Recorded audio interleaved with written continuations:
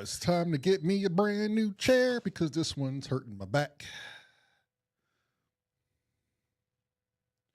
It's time to get a brand new chair because you don't know how to act with a broke off back. That's whack.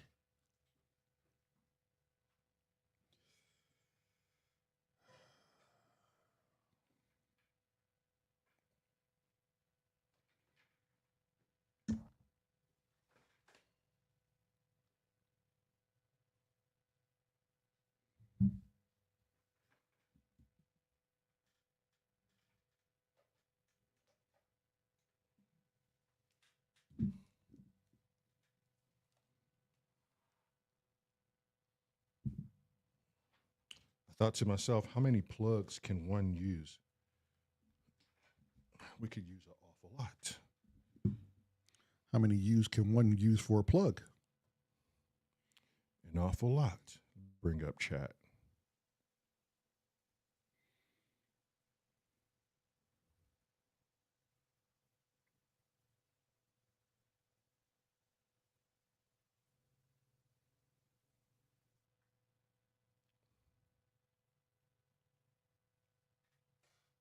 Panda second. Panda, you want to come in here and chat with us? You want to come in here and talk about some thought-provoking things with us? You fucking bear, you. You big giant bear. Are you home even? Panda, you big old giant teddy bear. You're just a teddy bear. I'm going to whisper like this the whole podcast. Talk about a big old bear.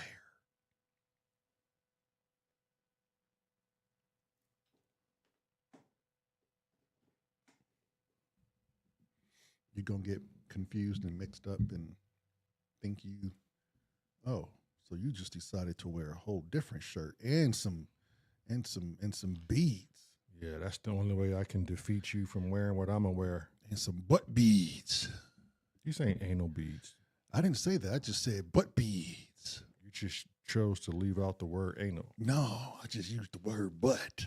You put in the word anal. Yeah, because you chose to leave it out. Yeah, but I'm not talking about that. But I am talking about it. Yes, you are. Don't we gotta wait a few minutes before we get crazy? Yeah, we should. Yeah, don't we didn't say anything crazy right now. I mean, you use the A word, the X word. That's not a flagged word. Yeah, it's not an adjective. Wait, it could be in a different sense. Yeah, it could be, but it's medically termed appropriately. Right? Is that a thing? That is a thing. It's not a thing. It could be a thing. I don't even know what the hell we talking about. It reminds me of the good old days. The good old days. The good old days. Let's talk about the good old days. We used to sit here and just swivel in our chairs like such and just see what came to mind. I miss the good old days. Some of those times, too, you'd be like, we need to do a little bit of herbal essence and enlighten our minds. And I'd be like, no, that's just crazy. And then we both end up just huffing and puffing a little bit of herb to speak the word. And it'd actually be downright entertaining. At least for us, it was. Yeah. And a little bit for others. Yeah, I want to go back to that. I think technically we are going back to that. We're doing it now. We did it yesterday. Right? No music in the background. That's weird in itself. We used to sit here back in the day. We used to have like, if you go back and look at the podcast, it was so barren back there. It was like we had everything, but we didn't. And man, we had no music in the background then either. We would podcast for almost a year in the early portions of this channel. And hey, bruh, you got mad sweat on the top of your lip. I know it's hot in here, and I turned the fucking AC off. Why'd you do that? So you could be good. I turned the angle up so it just didn't blow on me. I didn't say turn it off. You got sweat on your lips. See, I was getting ready to say something, and you interrupt me every time I get ready to say something. But now, it's glistening off the top of your lips. Well, you want to grab me a paper towel over there? I can. Please. You said it was. I'm cooking too, man. I'm gonna sweat this hat out. I gotta turn the AC on, bro. You did that shit.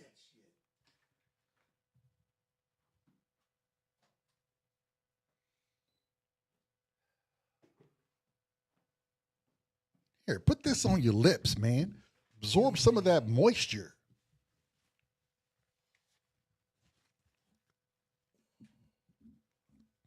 There you go. Put that on your, wipe your fucking head off, man. You a mess in here. I'm like a damn Baptist reverend. Good Lord, Dude, it's hot in here. The water is just dripping from this guy. Jesus said, if you're hot like this, you're going to hell. But I revoke the word. Jesus.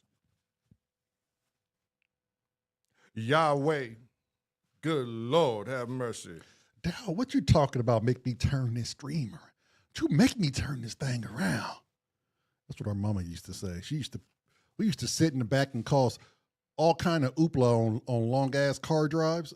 We used to fight over the front seat, so she solved it by saying, both of you get your asses in the back.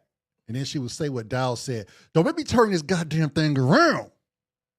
Or she would do that blind while she was driving that blind swat that I'm gonna fucking just reach one of you. Good Lord, I can't stop dripping up in here. I got an amen from Rock. Can I get another amen? We got an amen from Rock. Let me ask you a question, bruh. Is it gonna be about your upper lip sweating? No, I'm dabbing that. Yeah, don't wipe. You supposed to dab. I feel like I just had a snack in this motherfucker. Yeah. So let me ask you a question. Yeah, ask me a question. What's your idea of freedom? My idea of freedom? Yeah, I know it's random, but before you answer, please think about it. I implore you to think about this. Anybody else who heard the question, what's your idea of freedom? What's your idea of freedom? What's your idea of freedom? Don't come at me with some generic ass bullshit neither. Let's see if we got some deep thinkers in here.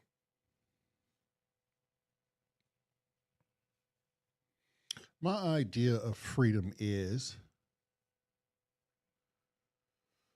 probably to just be at peace with myself where I am right now and just find not find, but just be content with what I have and living in the now and just being comfortable with that, not worrying about external bullshit.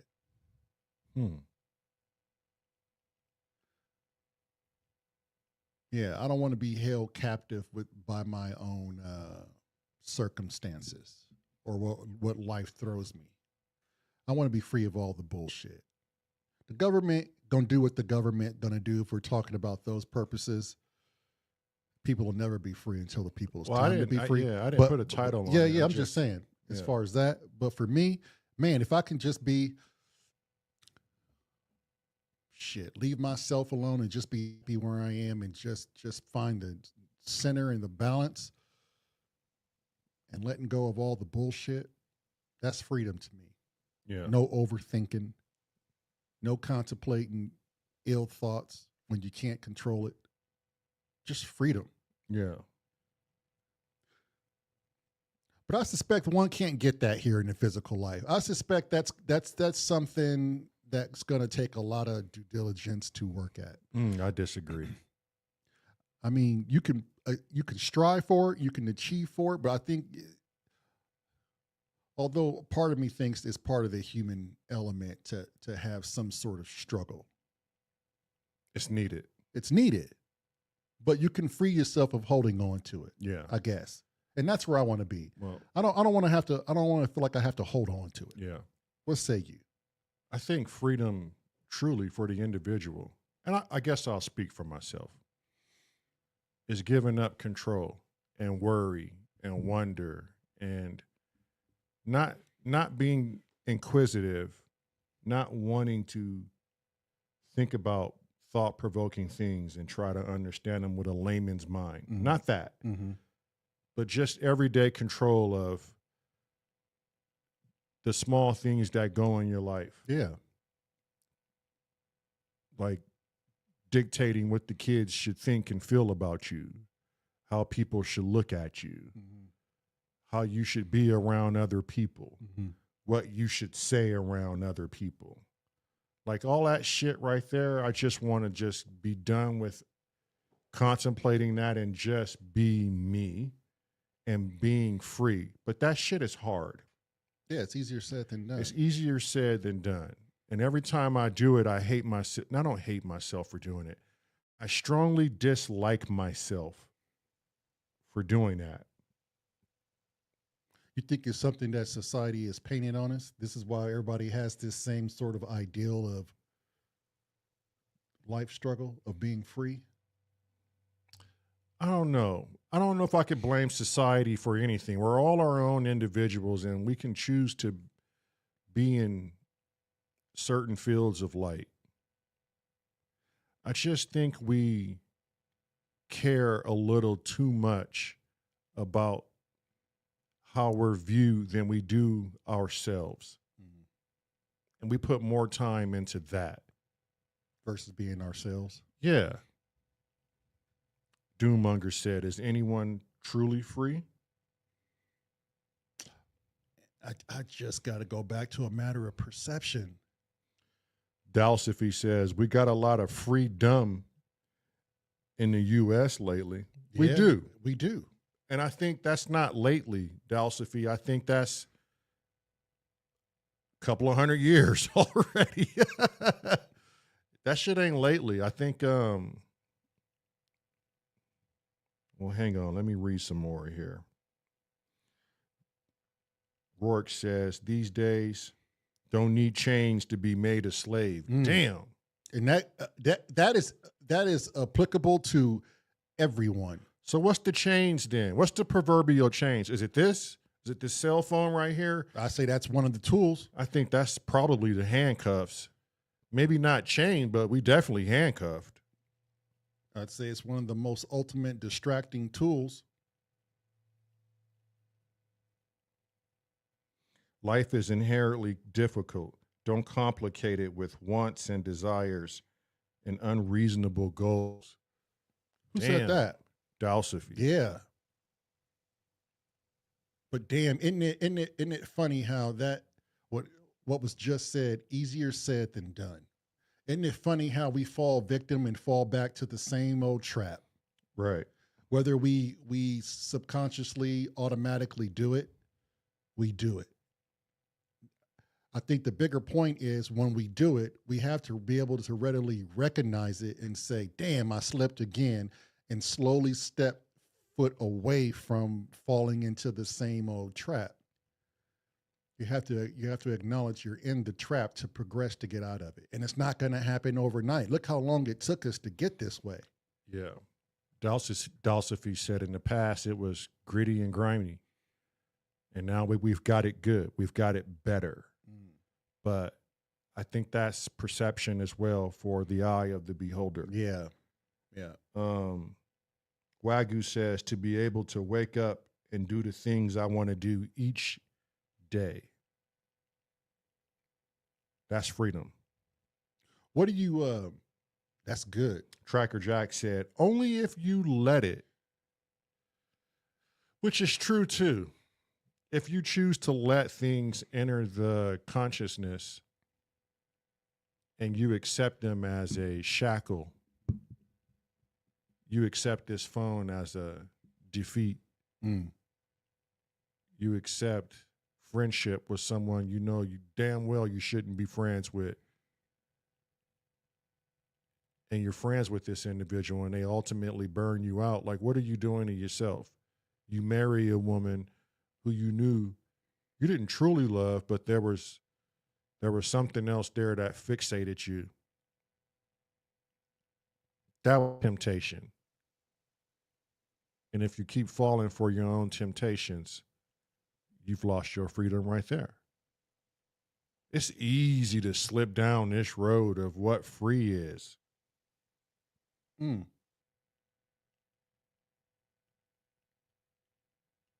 I often think if a transient, or what other people call a bum, a hobo,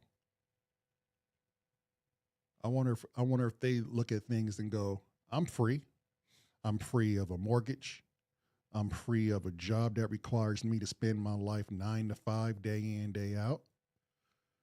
I'm free of the stresses of the world. But what comes with that is, if I get sick, chances I could die. I have to readily find food and water. Is that free? Because you're a victim of some sort of circumstance. Yeah. So it goes back to Doom. Is any one of us truly free to do what we want? Wagyu says just to be able to wake up and do what the fuck he wants. I mean, he could do that, right? At any point in time, we can all just do that. Yeah.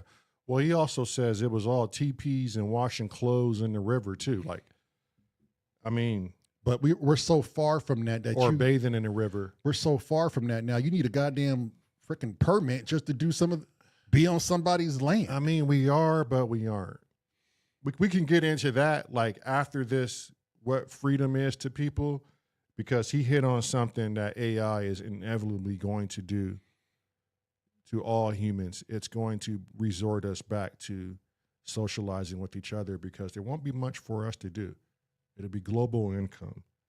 I kind of understand how some people just opt out of the matrix and just flow and just exist.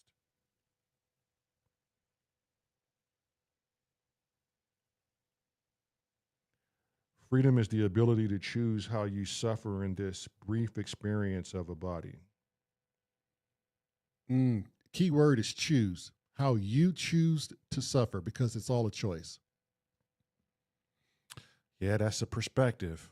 But is it more of a perspective? I mean, everything is a choice.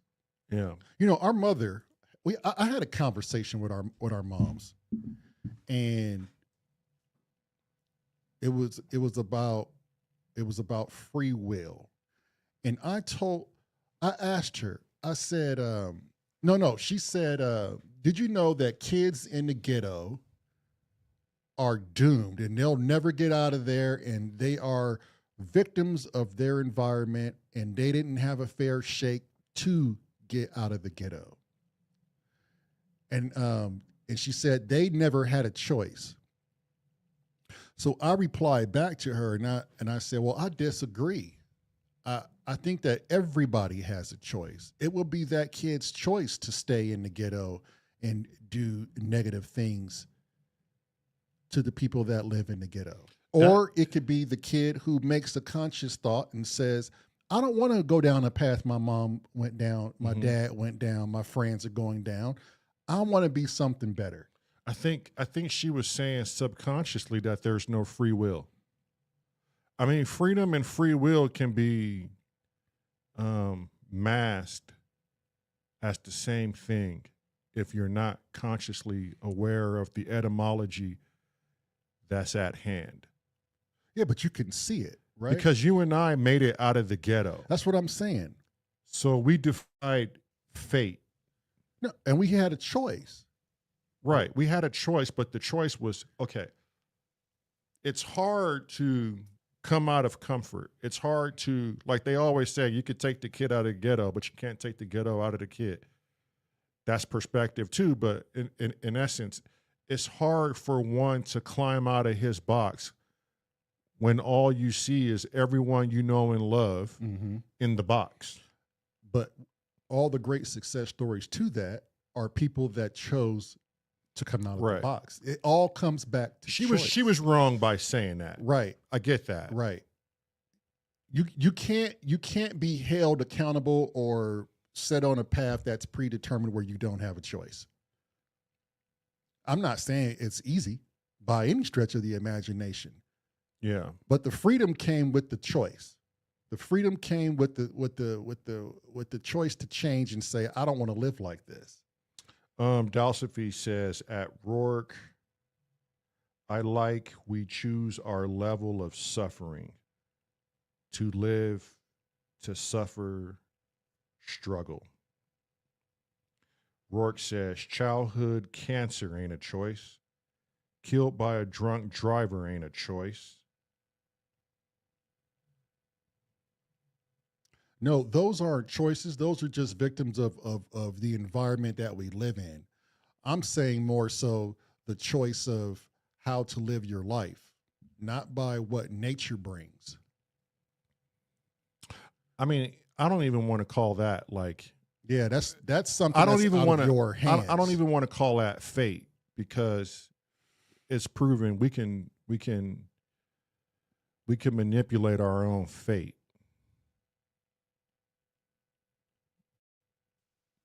It's hard to answer that question, Rourke. I mean, or it's hard to make a statement on that. Mm-hmm. I think that's for a different topic. That would actually fall under the category of fate. Or if that is a thing. Is there a thing of is there a pre-planned notion that your expiration date has this mile marker, and when you get to that mile marker, this is the universe finds, or if you believe in God, finds a way to take you out. Yeah.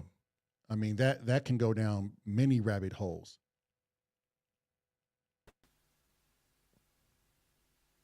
What's up, Scotty? Scotty, my boy. What's your idea of freedom, Scotty? This is where we're taking all of this. I don't think anyone's truly free. Just because of the way the government has the whole country's run. Because we're all a slave to something at the end of the day, whether it's paying bills, paying taxes. Mm. Because without that, you can't buy food, you can't buy anything without paying your way, you know? I think freedom is getting yourself in a place, in a position, whether it be financially, that you can get by, and you're doing fine financially wise. Whether it be you're living on the red all the time or whether you're just above the red. To me, that's kind of what freedom is that you've then got the choices to make educated choices for yourself and for your own well-being without having that burden of where's the next penny coming from. Mm-hmm. So I think as long as you've kind of got yourself financially enough stable, I think is where I'm getting at, because it's a difficult thing. Like materialistic things are materialistic things. They can disappear, but even without materialistic things, you still need to live, and to live you need money, and that's the bottom line of it, really. Right. And I think that's where we're all slaves, because back in the day, before jobs and everything else, and the big mass market of people out there producing shit that we consume every day. Before all that, when it was, whether it was clans in Scotland or it was basically just fend for yourself, go out, hunt. And it was gold was really the money kind of factor at that point, but it wasn't as driven as what it is now. That we can't do anything nowadays without having to pay money for every single thing we do. Whether it be put the lights on or everything costs money. It's crazy. I think that's where I was getting at too with my choice of just being free of that mentally, you know? Yeah. Mm-hmm. Just letting go of all the bullshit. Because the more and more I think about it, the more and more I convince myself I'm absolutely right. We stress out. We have all these things, and we talk about the freedoms and all this, and I go deep down, what's wrong with just giving it my best, letting it roll off the shoulders, because it's all of this is so temporary. Like, why do I put so much effort And why do I put so much into it as if it's going to last forever? How come I just can't let it roll off my shoulders? It's temporary. I don't know if I'm going to be here tomorrow. And I would have held on to all that shit for what? You know, all of it for what? All of life's worries for what? When it's so temporary. And every day it's like a surprise, honestly. I think the reason people do it is just to try and make their own lives a bit easier, if anything else. Whether it makes it better or not is debatable. But yeah, it's certainly for me in show anyway, it's we'll go out and we'll earn cash and things like that just to make life easy for us. So if we want to go out and buy something, we can, or we want to go on a holiday, we can go and see someplace else.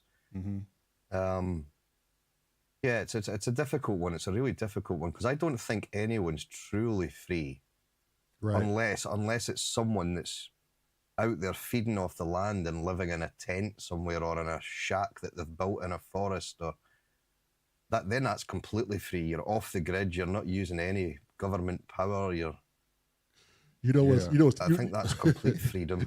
You know what the irony of that is, Scotty, is that even though we say things like that is our depiction of free, and it's really not, because the human body relies on you to do some sort of work. You are a slave to your own existence, right? You have to forage, you have to drink, you have to eat. It's just, it even goes down to that micro level of you're not even free from your own self because you have to, again, be accountable to that, right. You know? So Rourke and Wagyu have some great thoughts. I don't want to overlook them. Let me try to get some of those in.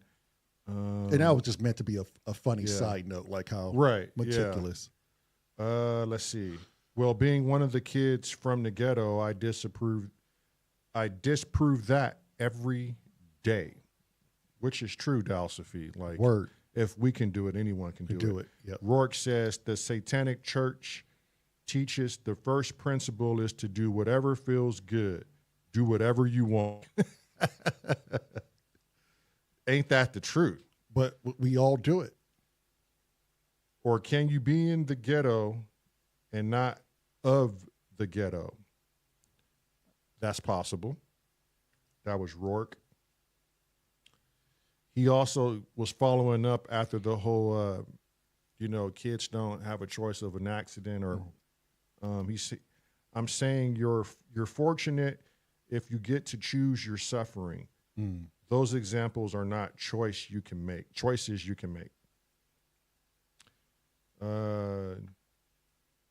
Wagyu says, I know building regulations are a good thing, but one freedom I'd love is just to be able to find some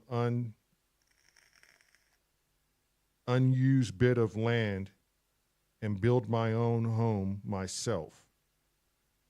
This is freedom we had a long time ago. It's freedom everybody had a long time. Isn't that something? Dalsophy says, fate is subject to every decision made prior to any given choice. Rourke says, the perceived battle internal to us has always been there.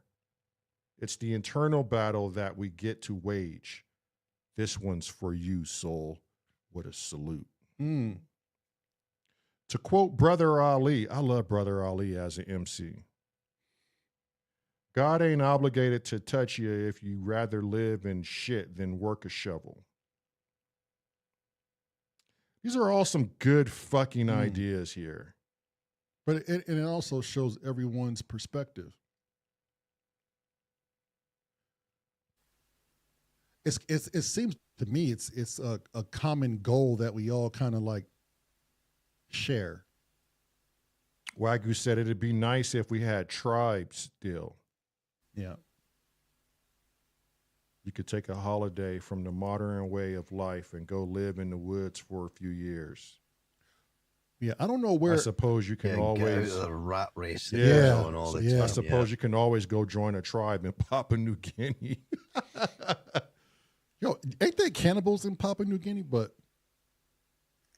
yeah, but that's why you take camping trips, though, right? Yeah. Like that's why you, if you want to, if you want to just disappear out of the concrete jungle for a couple of days or a couple of weeks, those of you who have to work nonstop to pay the bills and stay above the red couple of days, that's the way out. That's a way out to be free for 2 days before you go back into your slave camp. Yeah. I think it's also important that you find a mental hiding space from the slave camp. The 2 days away is not going to get you there when you have to go back to it inherently. You're going to, at some part, you're going to have to mentally fortify yourself to deal with the shit. You know, there's just no ifs, ands, buts about it. Otherwise, you'll just constantly manifest that. I'm a slave. That's the end of it. Here I go, right back to the cog. I think at one point we let ourselves down because, like Wagyu said, back then the land was free and you could build. You could build your own home, and you weren't charged for it. I think once we took this other alternate path, we put all this, like, sad to say, we put all this financial pressure on our lives. And so we lose a lot of our freedoms. Like Scotty said, the government owns all of us, which is ironic because the government is us. So we're owning ourselves. You can't even go to the hospital to treat the human soul without the soul having a price tag. We won't even take care of ourselves because we don't have the financial means to pay for the soul.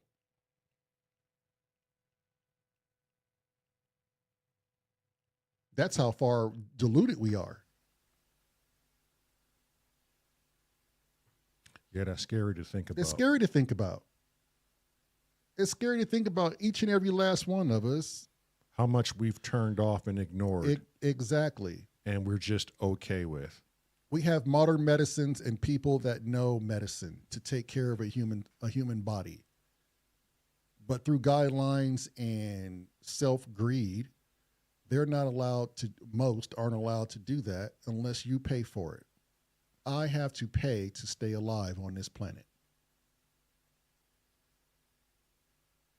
But then that has probably been the same even back from tribal days. If you would have, whether it be witch doctors or whatever it would be, that would try to repair anyone's ailments, albeit that the medication or the medical side of things, the pharmaceutical, didn't have a hold because there was no such a thing. But it was all starting back then because they would have these remedies that, whether it be witch doctors or plant-based products that they would use, which were probably way more healthy for us anyway. Right.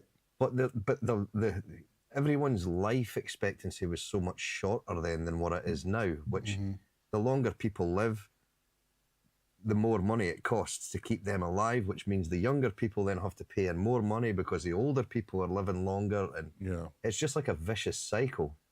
And it's all due to the fucking money. Yeah. The ultimate slave driver. So is that okay? So is that the reason why none of us have freedom? Can we just blame it on one thing, and that's global currency? Is it the one thing that steals everyone freedom? I was like a good old, who said it? Money is the root of all evil. If you take it away, what are you left with?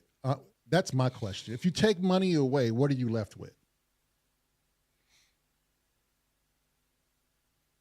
Yeah. Wagyu's got a point there, but we are still all animals, but our forefathers have made a societal framework for us to exist within. It's very true. But I think to be truly free, the only way to do it, to be truly free, is to be out and living in the wild and hunting for your own food and completely off the grid. That's the only way that anyone can say, I'm completely free from any rules, regulations with it, albeit you're not going to be free from any of the murder and all this kind of things. You've still got to be sort of legally living. But even to do that now, how can you do that now? Because someone somewhere owns that land that you want to That's what I was build your talking house about. on. Yep. Yeah, that's what I was talking Wagyu about. just said that too, Scotty. Yeah. He Yep. said even the man living in the hole off the grid is accruing Yeah, taxes somehow, some way. Yep. yeah. We've made it impossible for ourselves to do that.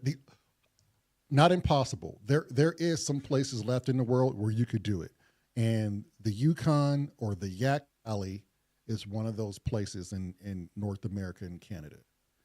It's rumored that there's probably a few thousand of home settlers out there, right? Because that's all open range, Yeah. and they're doing exactly that. But you have to imagine though, how hard is it? I'm not accustomed to that lifestyle. For me, it's too late. I would have had to have been born under those conditions. I would struggle, right? Because that's not the life that I have right now. So that alternative, just for me personally, would not be the best alternative. Right. But if you look at something, if something were to happen, like some sort of catastrophic event, right, where it happened globally, shit, let's just say like last night, Spain and Portugal, the power went out, right? Look how it set them back. Look how many people reacted instantly once all the power died. Your credit cards and debit cards were no longer an active way of currency. People walking in the dark out of train stations, or people on their phones not knowing what to do. And the panic that broke out. And it was I don't know if the power's back, but it was just It's back now, yeah. Yeah. Shauna's folks were over there. Right. Yesterday, they just flew back this morning. So yeah, everything was out. Everything, traffic lights, the whole lot were all out yesterday. It was crazy. You see there? And that was just a few hours. If you had that same scenario, let's just say it lasted for 2 weeks, instantly I know what could spark, right? Chaos. Pure chaos, snatching of resources, greed, murder, killing for resources. The thing is, the money side of things is only going to get worse as well, because they're trying to digitize all currency. Yeah, so you can't even see it. So yeah, so basically, but the reason they're wanting to do that is because it's so trackable. There's nothing can be hidden. So if, say for argument's sake, Lamont wanted to do a job for a guy and said, well, I can do these 2 horses for this price, but if you give me cash in hand, I can do the other 5 for... You can't get that anymore if they start going digital, because you Can't hide it. Yeah, there's no way of hiding. And that's exactly why they want to do it. But then this power cut that happened yesterday kind of proves the point. We can't survive without hard cash. Because Shona's mum and dad, my mother-in-law, were over there. They couldn't even go into a shop to buy themselves any food, because they were over there just living off their phones. And they were screwed because all the networks were down, the shops couldn't accept any electrical payments, everything was down. And luckily the hotel that they were staying in then managed to supply them some food. And it was only a 12-hour period, but if that had gone on for any longer, or if there was a massive cyber attack that put it out for weeks on end, it would be crazy. That's what I'm saying. Right. Pure chaos. And I'm sorry, but in 2 weeks like that, a month like that, your money, your cash money would mean shit. The person would be like, there's nothing I can do with money. You got a can of fruit.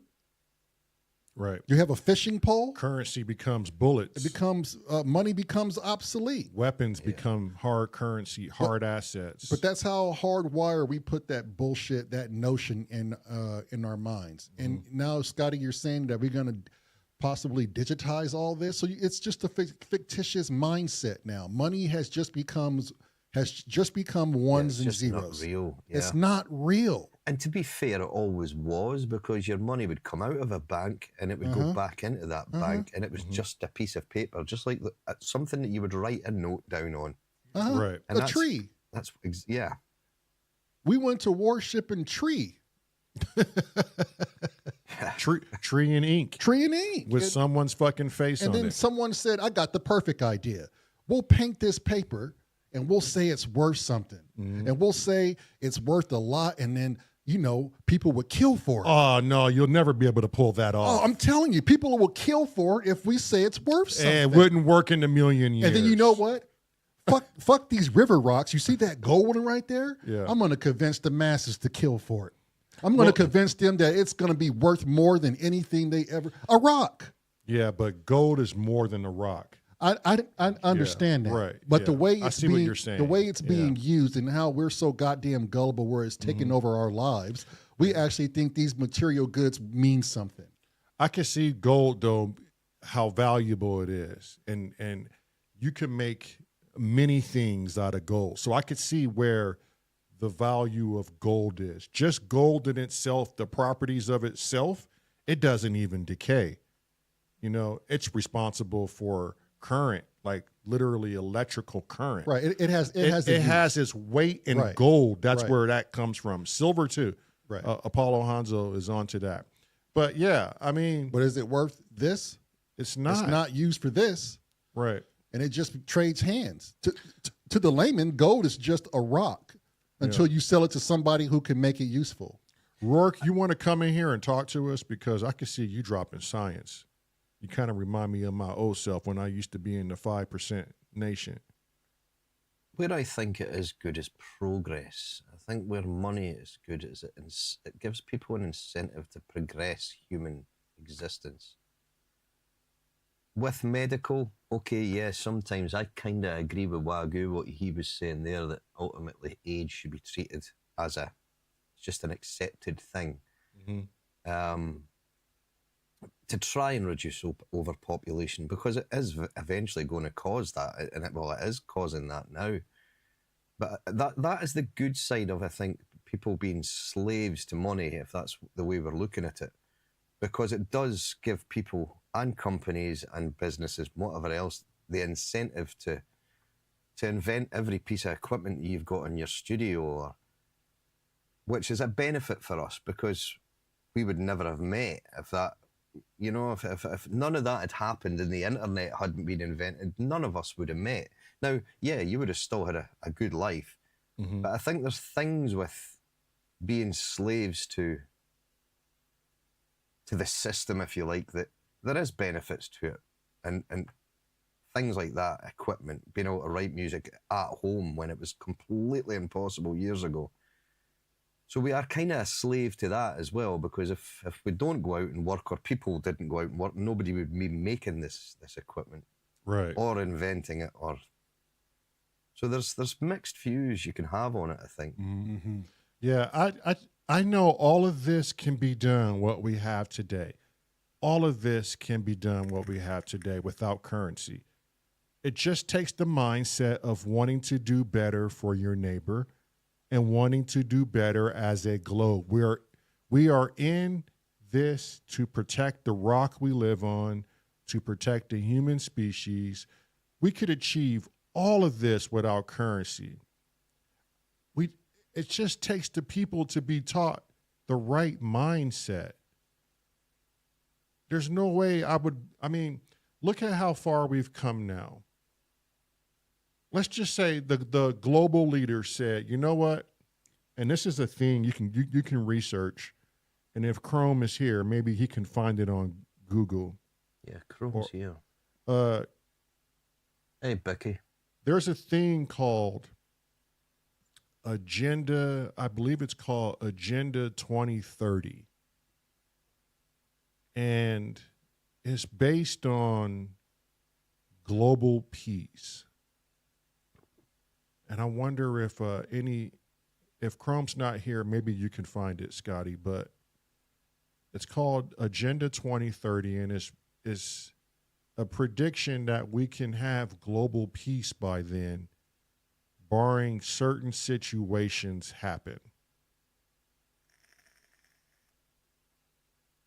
But, and here's the but, the human element is so highly volatile and unpredictable.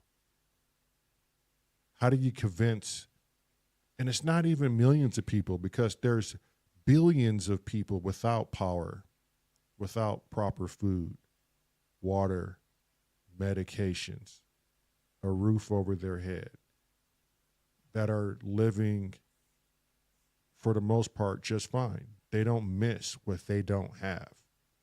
So they don't have the same belly aches we do. We have 100% more than most people have, depending on where you are in this world. Mm. And you have belly aches and you have moans. So this shit ain't making us happy. It's not making the people who have everything fucking happy. It's not making the rich happy. The rich go and do everything they can possibly do with their money. And then when it's done, They still try to find happiness. they don't have any more. They don't have any more Super Bowls to go to. Mm. They don't have any more aspirations.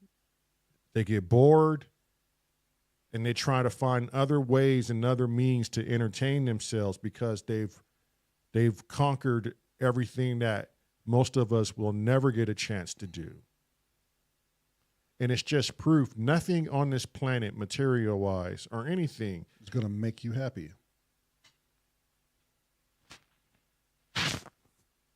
So that freedom might be currency, but that freedom also might be Perception. perception. It might be it might just be, I mean, could it be encoded in us? Are we just encoded to be a lost civilization? Like, is this what humanity really is? Are we just, I wonder if we've ever came close throughout the human civilization. I don't know, how old is human civilization? Like 200 something thousand years old as far as being civilized? I don't know. I don't know the number. But I wonder if we've ever come close to having this like utopia mindset where we're not lusting, we don't have the greed, the anger, and always trying to kill one another. I wonder if we've ever come close to that ideal of living. Or is it one of those things, are we getting close to it? Will AI help us get close to that? At some point, I think we have to change. But I just don't know how. I think because it's so far gone out of my mind, I just don't see how that's going to be possible unless something big happens. yes, it's hard to be optimistic when you could see the scale is obviously heavier on one side. When you got one guy that makes $100 trillion and somebody that's barely making it above the red line, the scales are just, they need balance. It's like, well, how's that even possible? One man can have so much money he can't spend in his lifetime. Like, why is that even a thing?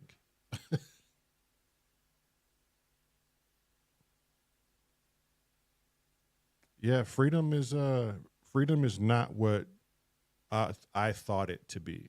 Freedom is not some thing written on a paper and everybody needs to achieve it. It's not what the U.S.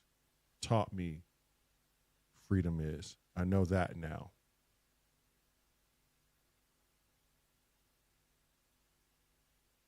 People use Yeah, it. I kind of do think that freedom's a bit of a myth.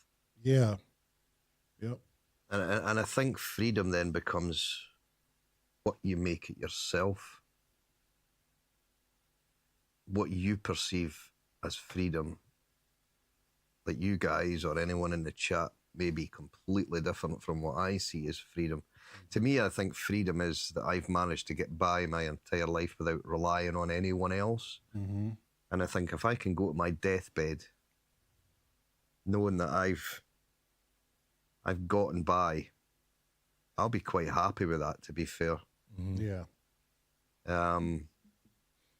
I would say you and 95% of the rest of the human beings on this planet, they just want to get by.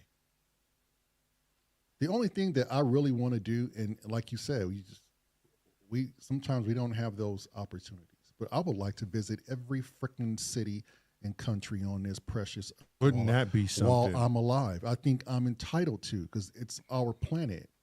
And the fact that we've put up borders and financial means just to go see another culture live, to me, that's fucked up. And we'll go our whole lives and never even leave where we were born. Most of us. Most of us. Well, to be fair, the freest people I think I've ever seen were the Masai Mara in Kenya. Mm. Hmm. because they were out, they were living in mud huts, Mhm. and they were out hunting at night times. And they are beginning to become slaves because tourists go there and they go and see these villages. So they make jewelry and sell the jewelry to the tourists, which is probably always partially run and controlled by the government as well. Yep. Yeah. But they're probably the freest people that I've seen. And you could see it in their face. They look so fucking happy. Mm-hmm. Right. Yeah, they all looked so happy. The kids were just playing in mud with sticks, and You know there how was none of this, oh, well, look at my computer compared to your computer with the kids. right. Right. Or I've got a better bike than you. It was like all the kids were just playing with the same bits of wood, bits of metal. They were just playing around. They were just having fun. Yeah. You know what's weird, Scotty? The fact that you just said that people would take vacations and trips to see people live free. we would now have our own species as like, I'm going to go to the zoo and watch this tribe live free. Yeah. How can they do this? Yeah. And marvel at it as we go back to our slave ridden Yeah, lives. yeah. That's where I'm spending my vacation. But they must look at us like, how do you guys do it? How do you give up the land the land? How do you give up for comfort? knowing what vegetation heals wounds and knowing what vegetation gives you the proper minerals and nutrients and hunting your food and enjoying sunsets with your whole family, not just a section of the family, the entire family. Living in the same village, sharing the same environment. Watching the fire day in and day out. You know, sharing the milk of the cow and fixing each other's homes and fetching water for those that are sick and, you know, doing for self and doing for others. Like, we're looking at something that most of us would probably, to be honest, would love to be in, that sort of position. Bicky says we are all free. How so, Bicky? Yeah, we could control our own actions. That's free will. But the question is what does freedom mean to you? I mean, I don't think there's a right or wrong answer here. We're not making blanket statements. Everybody right now is kind of giving their own idea as to what freedom is to them. And so far, it's a bunch of different ideas. And I think they're all kind of resembling each other as well in this weird way. Yeah, everybody's perception is different. Everyone's perception is different. This is, and that's why it's so hard to have a civilization where you appoint one dictator, because you'll never meet the demands, dreams, and goals. Everyone's too diverse for that. Vicky says freedom is self-determined action. Somebody else said that, self-determination.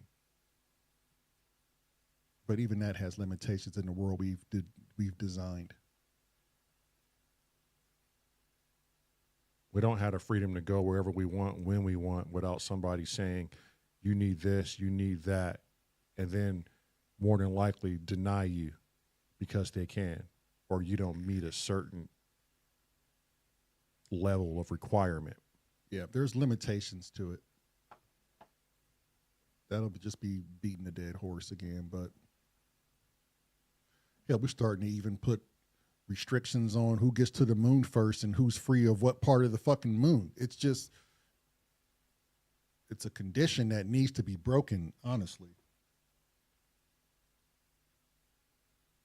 Yeah, being a slave to a lot of people, and I'm not discounting myself, a lot of people are slave to fear. Fear is the ultimate enemy in many ways. But there still is that one thing. To that one individual, what does freedom mean to you? And I get you all have your own ideas, and that's what makes us beautiful. But I also have to believe we all want the same thing, and that's balance. I'm not saying we need to live in a world full of bliss and love and harmony and happy. Like that's just boring. That's whack. But we do need to live in a world of balance and at least compassion for one another. I don't want to trade in like, sometimes it's good to do some bad things. Yeah. It's part of the human experience. It's part of the human experience. But I know a lot of us think freedom is something completely different. And we don't have it.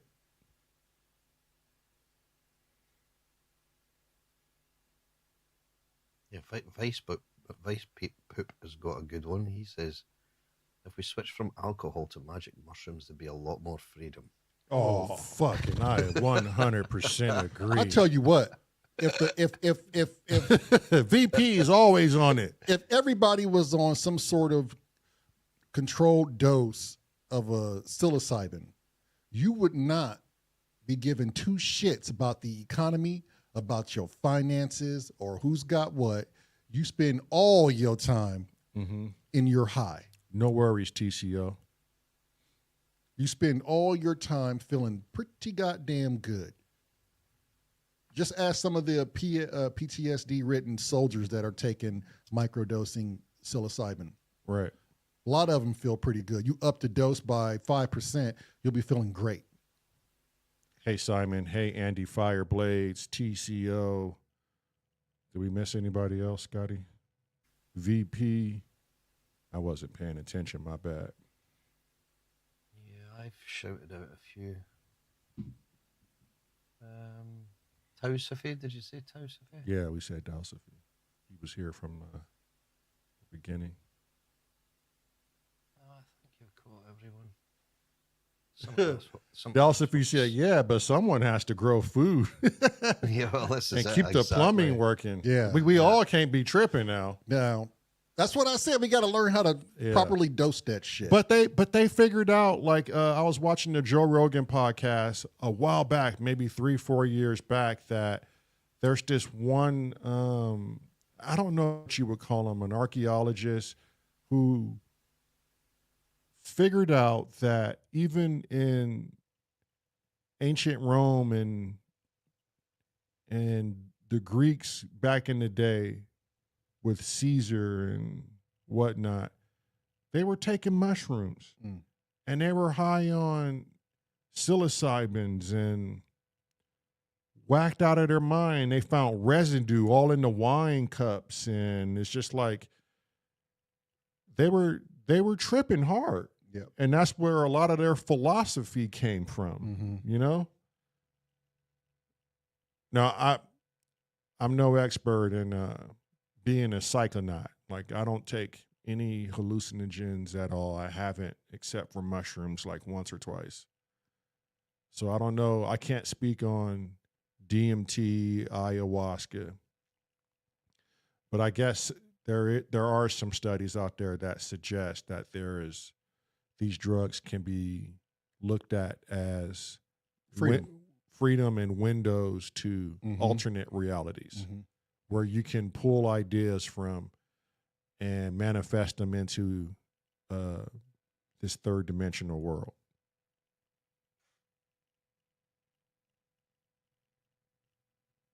Shit, maybe that's why some people are truly on drugs, is to get a break from this reality.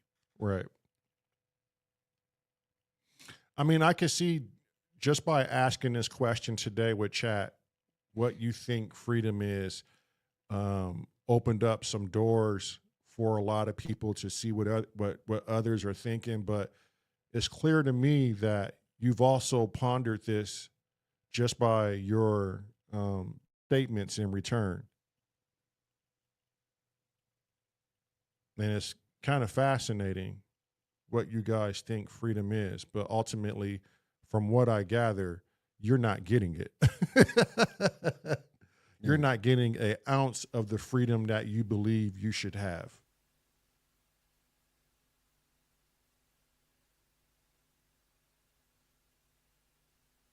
it's I don't think anyone has freedom really nowadays.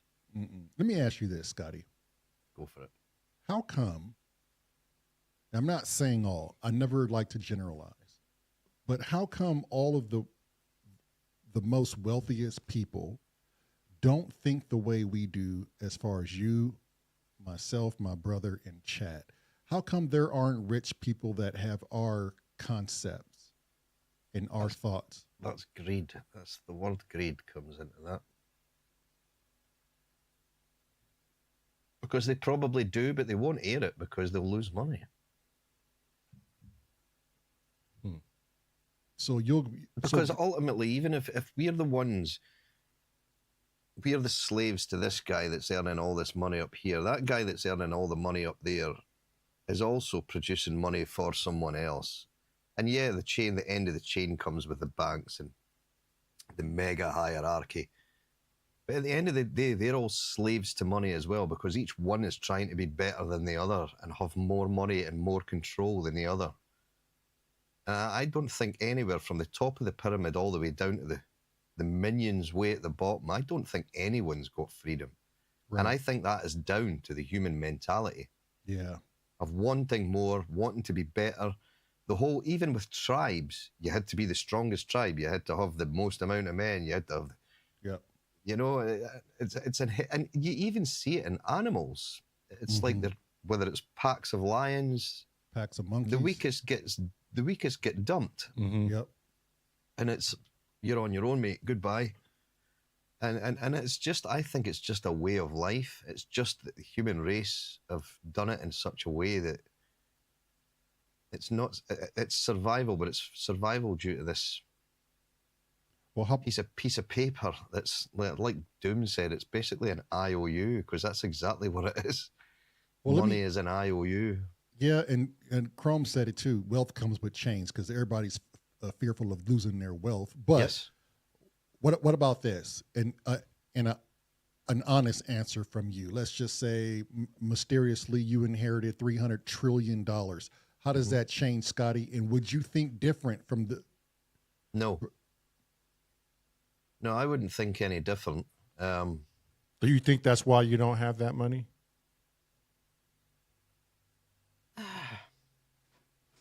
No, I don't think so. That's what I'm saying. Because I find it a hell of a coincidence that people who want to do good, they don't have the money. Right. And I think that's what I'm saying is to do that. We say it's greed, right? But if Scotty, if I gave you the $300 trillion, and we already said money is like this kryptonite to humans, it instantly turns you into greed. How come it won't flip you now? Is it because you led a simple life and you know better? Yes, 100%.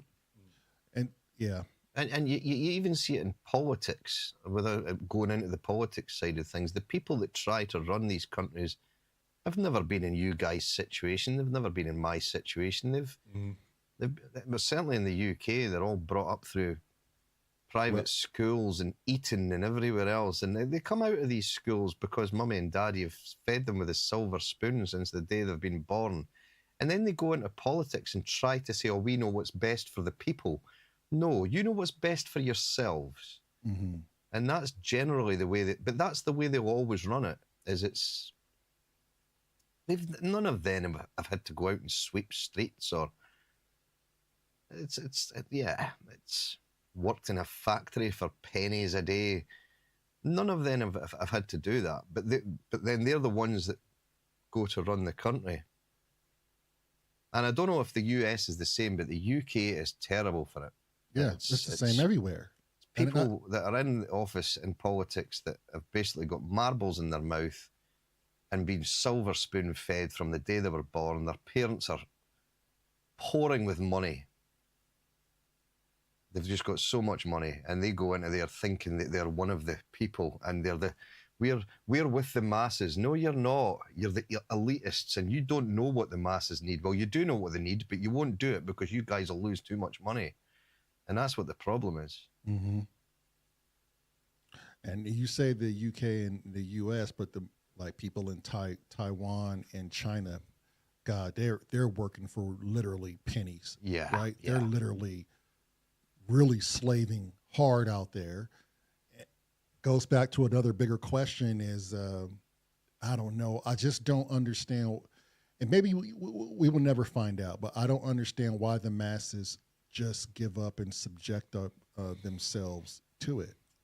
Again, I think it's down to money. Like there was Kent. Kent was speaking on his pubness the other day about his house and the price of his house down near London.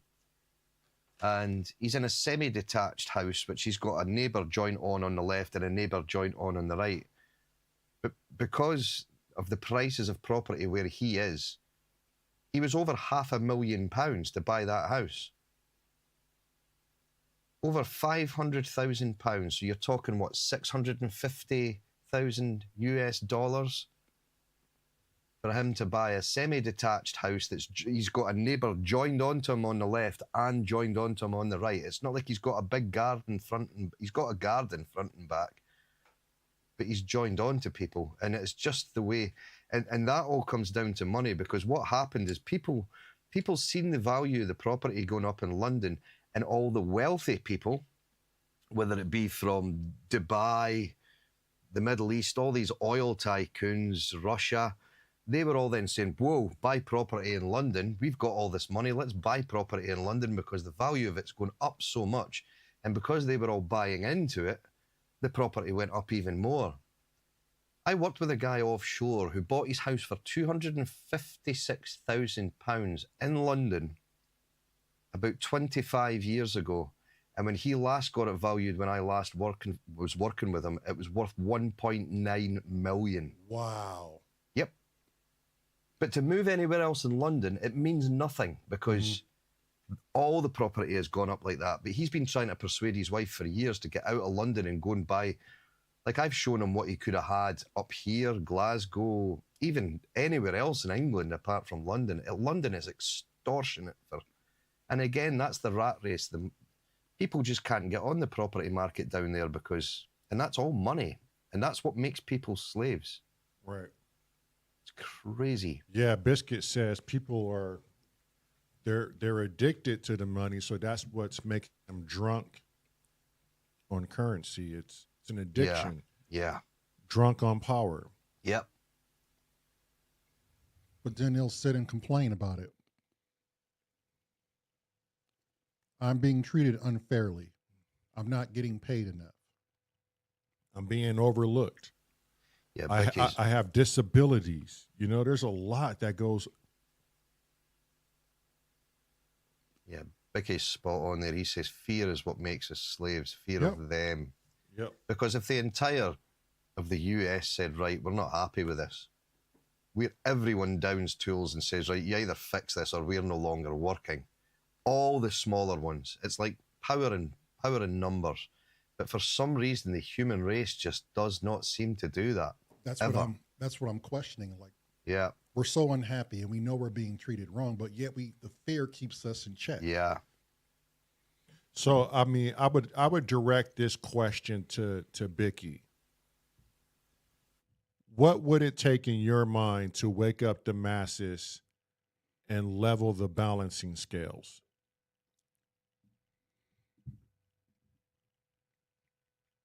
Because it doesn't matter how rich you are in the long run. I ask anybody that question now. It doesn't matter how rich you are in the long run. If the people stop working and stop doing this shit for the smaller amount, the rich, they become affected too, because there'll be no one to bring the food to their table.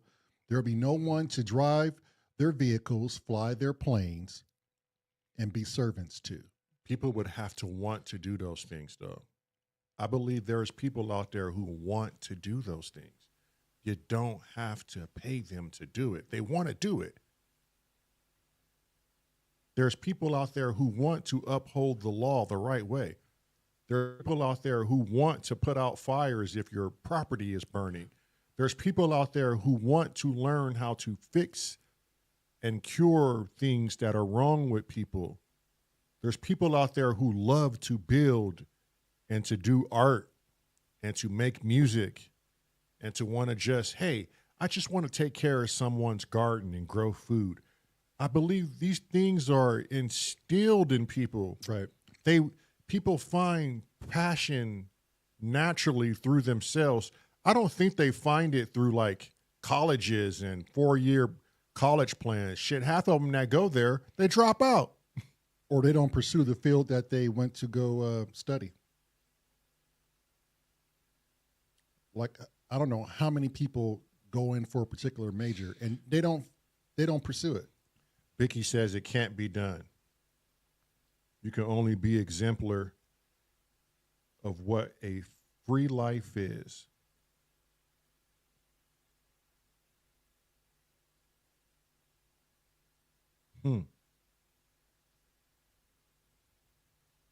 So Bookie's saying, ain't gonna happen. Only today I was told that the orange one is a genius and the best president the US has ever had. Again, that's a matter of perception, right? Not everybody feels that way. You can't rest someone else's ideals on the masses.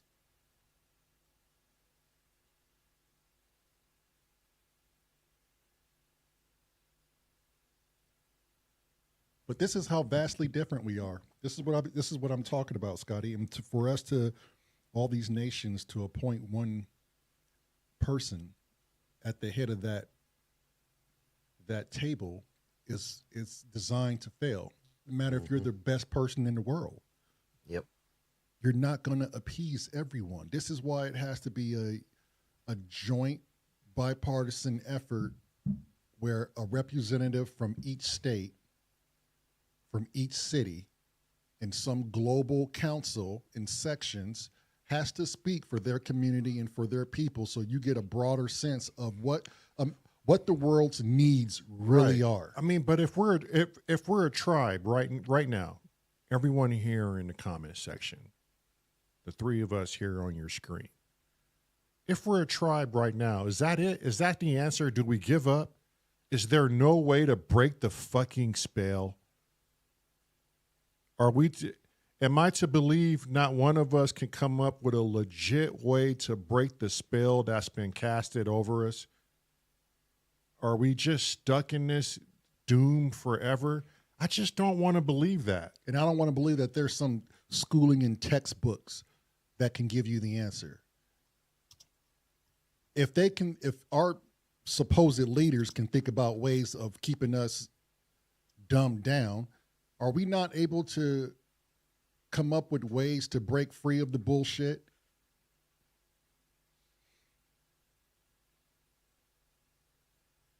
Does anybody out there have a solid plan on how to get the masses back in power globally? Is there any way to wake up from the spell that's been casted upon us? Can we take back what the people rightfully deserves? Is there any way to wake up from letting 10% of the population control the entire globe? That shit even sounds... That shit sounds ridiculous right now. It sounds like it's impossible. It sounds like I'm reading a fucking fairy tale. Yeah, I was going to say, if I'm from this planet and Scotty read me a story or told me a story, hey, there's a planet out there, a world where only 10% of it like thrives and it manipulates all the 90, and they just like at their beckoning will. And they do it. And they do it. And they just... And they know that they're being fucked. And they're good with it. And they're fine with it. Like, I would think that is a fairy tale. Right. I would say, you're bullshitting me, man. What? That could be easily taken care of. They just have to stop the cog for 2 months and take care of that. What was that tribe in Africa, Scotty? The Maasai. The Maasai Mara, yeah. They're the only... Not the only. They're called free radicals. They're not the cog with their eyes open, constantly spinning in circles. They're the free radicals. And a tribe in the Amazon. Another free radical cell. Right? Just doing life. No expectations. No worries about the future. They don't wake up at 3 a.m. and have a conversation with the crazy rabbit. Just as he comes in. Right. Yeah. pondering fucking life. I just refuse to believe that we can't think of one, even if it's not the right answer, but we can't think of one legitimate way to break the spell and stick with it. And I'm sitting here trying myself, and I can't think of one solid idea of how to wake up the masses. The only one I keep coming back to is something catastrophic or globally paradigm shifting. And I always say it, does it take UFOs in every part of the world over every metropolis hovering, not per se even doing anything, and making themselves known to where it literally stops the world? I think COVID almost had us there. Shit, COVID had us analyzing our lives and relationships and why the hell are we working when we were getting paid? Why am I driving into this job, living my life in traffic? Right. I think COVID was there, but we need something a little bit more nerve-wracking. Vicky says you got to keep waking up whenever you remember you are asleep. But that in itself is brutal. That's like Groundhog's Day to me. I don't want to live in Groundhog's Day. I want to live where there's a permanent solution. Let me ask you this. Where there's still laws enforced and we still have a just political system. Like, to me, I don't think things need to change so drastically. There's a way to take care of this planet and take care of ourselves. It's just the balance is off. Let me ask you this. This is a serious question. Would you rather go back to ignorance is bliss or be where you are now, aware of the bullshit? What would be more freeing than just going back to being the cog in the machine, not knowing anything, just a day in and day out? Right. Would that make your life better? I think a lot of the things that we find out about that doesn't make our lives better is what the media feed us. Mm. So I think that in that sense, yes, like I've completely freed myself from that because I don't watch news. I don't read newspapers because I don't trust any of it now. Same. I don't trust anything any of them say because it is all it's now a tool to manipulate the masses. Yeah. Yep, it's propaganda. You want to So come in, I Dave? stay away from it all now. It's all propaganda. And with all these major television corporates, what is it? Bureaucrat and lobbyists. Whoever's got the money to push the agenda is what's being told to the people. I don't watch the news anymore. I stopped that shit a long time ago. A very long time ago. Before it was fake news. Yep, even the weatherman, Uncle Chrome.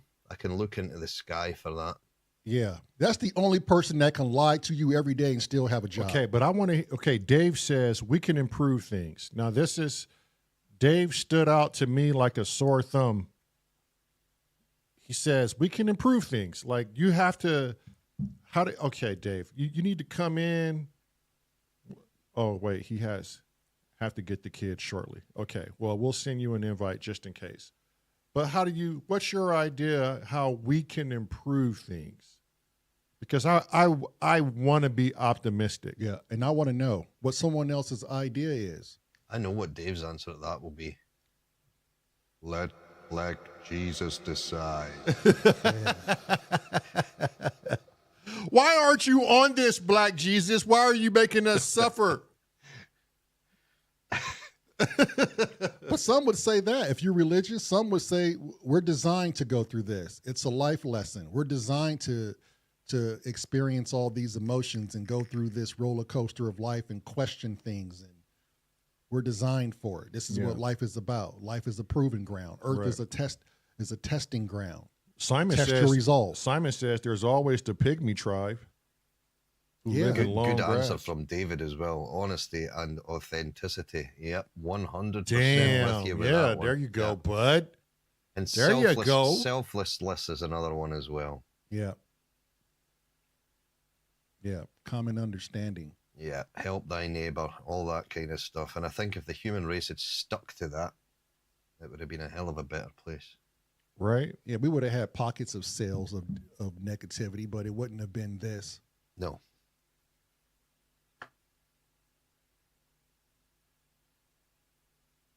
The irony to be original, yet we hash out the same solutions and ideas. Yeah. Damn, bars.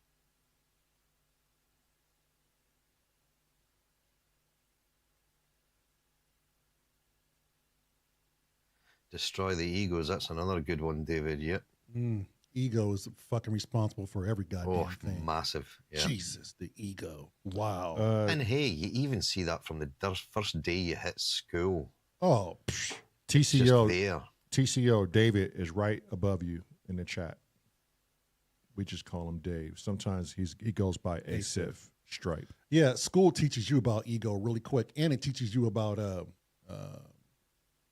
division and groups and where you fit in and how you're not easily accepted in the world. Tracker said, "Leave the Eagles alone." Oh, redacted legs. We can always count I on do like you. a bit of Hotel California, actually. Yeah. And you know, I'm an Eagles football fan, so yeah, you are. Tracker's on to something. Leave the Eagles out of this. Yeah, TCO, make sure you're on live chat as well as instead of top chat, just in case you're missing some comments there as well. Dalsophy, why did you choose that moniker? I'm curious. You think some rich tycoon somewhere watches like these small channels on topics like this and just Laugh. laugh and just like Andy said, "Hail to the Redskins." You can't call them that no more, Andy. that's politically incorrect, Andy. They're the Commanders. Don't be a now. racist. You're racist. Oh, it's a mixture of Stoicism, Buddhism, and Taoism. Yeah, I really like to read some Marcus Aurelius. Buddhism, I really like Shin Yihai. What's his name? I can't pronounce it. He has a channel on YouTube. Motivational speaker, self-talk. Yeah. But our little Buddha guy here, we're no Buddhists by any imagination, but some of the concepts and principles I love a lot of concepts behind kind of live a little bit of it. Buddhism and Taoism. Yes. Stoicism too. The only thing I find hard about Stoicism is to live up to it is an added stress and an added defeat because it's a hard thing to practice and study. So when you're not living up to it, you just added another stress of, okay, now I'm not living up to it. I just added something else to my plate. You know what I mean? It just like anything else in life, everything comes with a reaction. For every action or pursuit into knowledge. That's the beauty of it all. People pursue all these things because they know that they strive to find some sort of perfection in their lives. And the beauty of it is you'll never be perfect. Right. Yeah, Striving. Becky said a good one there as well. If you're addicted to money, maybe you have to go through and hit rock bottom in order to stop acquiring wealth and or power. Ooh. It's very true. That's the thing, though, Becky. Most people who haven't lived the life that most of us live, they just assume kill themselves. Yeah, their rock bottom is still having a couple of million in the bank. Right. They don't know how to live like us. Yeah. It's the perception. It's the perception deal. It always comes back to what you perceive. You imagine putting a billionaire in our shoes and told him, now live the rest of your life like this. Oh, what? He would kill himself within weeks. How do you take his super yachts away from him and all his What do you fancy mean? cars? right? What do you mean I got to go out and cut your lawn and go work for a living with my hands? What do you mean? I'll tell you, I've never seen money like I did when me and Shona were invited by our mum and dad to go down to the south of France for a week. Just on a sort of week's holiday, and we went down to Saint-Tropez. And they have super yachts in the harbour in Saint-Tropez that have actually got Lamborghinis inside them with automated ramps that will take the Lamborghini up onto the quayside, and then the guys drive their Lamborghinis off the boat and away they go. Do a little tour of Saint-Tropez, back to the boat, helicopter pads, everything on these things, and away they go. It's Yeah. like fucking hell. With no care on their mind. And I don't want to say I'll never know what that's like, but I'll never know what that's like. Bicky said, this is jealousy speaking. I disagree. Yeah, I don't think so. This ain't jealousy. This is us recognizing that the scales are fucked. Yeah, this is an inequality issue. It's a reason why we're starting a GoFundMe in your name to get you in a better situation, because those that should care for you don't give a fuck about you. That's not jealousy. I'm laughing at David's response to that because Bicky was like, this is jealousy speaking. Dave's like, hello, jealousy. Fancy meeting you here. Rabbit said, anyone else ever notice when you're in a general good state of mind, we ponder the philosophy. When the shit hits the fan, we go into survival mode. Theory, life good. Reality, life shit. That's so fucking true. Yep. Even in my fantasies, when I sit and fantasize, everything goes perfectly. Mm-hmm. I'm the superhero. My outcome is flawless. But yet I came from uncertain demise. But at the end of my fantasy, I came out as a superhero. And when I leave my fantasy in my mind, I come back to reality, life shit in most ways. Mm-hmm. It's not to say that I think everything about my life is shit. Don't get me wrong. But there's aspects of it you're just not happy with. Exactly. And that's okay. It's okay not to be happy with the cards you are dealt. Right. You just have to, you just got to play your fucking cards. And hope every now and then you win a few hands, right? Yeah. No, you're good, Bicky. Continue to speak your truth. No one's coming at you. Yeah, exactly. Yeah, not here, Bicky. Not here. You should know that by now. But a lot of that is just your own mind playing nasty tricks on Right. You're starting to add narratives that aren't there. And that's a big thing here. Like people like when we're sitting here speaking, we're not judging your answers or your way of life. We merely want to have a conversation so we can understand your answers and your way of life. That's what it's all about. That's what this whole fucking thing is for. One conversation away from understanding everyone in this fucking group right now, which is one thing that's lacking. And now I'm going to turn the tide here a little bit. I'm going to present a new question, a new idea. And I want people to think hard about this. What happens when AI can give us instant translation of any language on this planet in the blink of an eye as a person says it via an earpiece that you can travel with and share with someone if they don't possess one themselves? What happens to human society when we can all speak to each other And understand without the barrier of language. mediator government involved? What happens then when we can all speak to each other?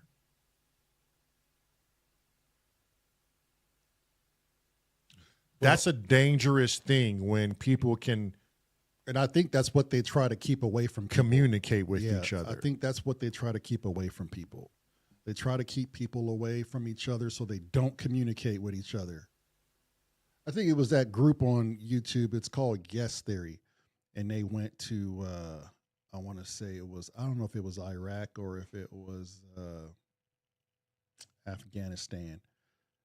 But they went and spoke with a group of bodies, normal casual citizens, and asked them how they felt about foreigners and people from the States, and could not believe how many of them say, I don't hate anybody.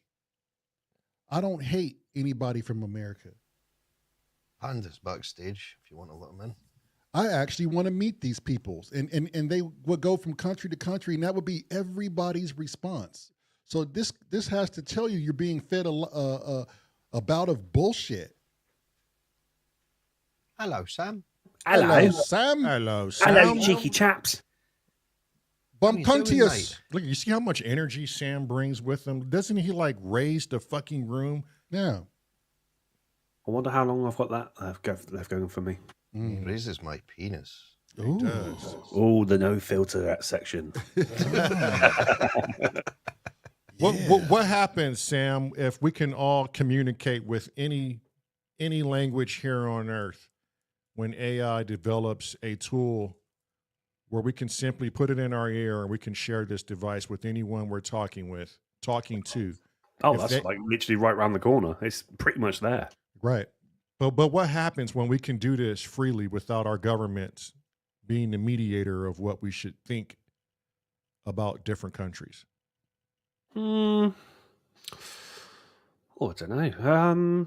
It's one of those questions, really, that how much can you mediate free speech when you're just talking person to person? I mean, are they going to redact things like how to make a bomb going from Hindi to Turkish Right. using that technology? But- Oh, fuck me, I've really walked into it, haven't I? Right. But Yeah. but how many people are going out thinking like that when they want to go speak with the Yeah, another how culture? many people are going to have legit questions like, what's it really like? How do you really feel about my country? What's really like, How do you feel about your country? do you think we're going to be more inquisitive as to who we are as people or more inquisitive how to destroy each other?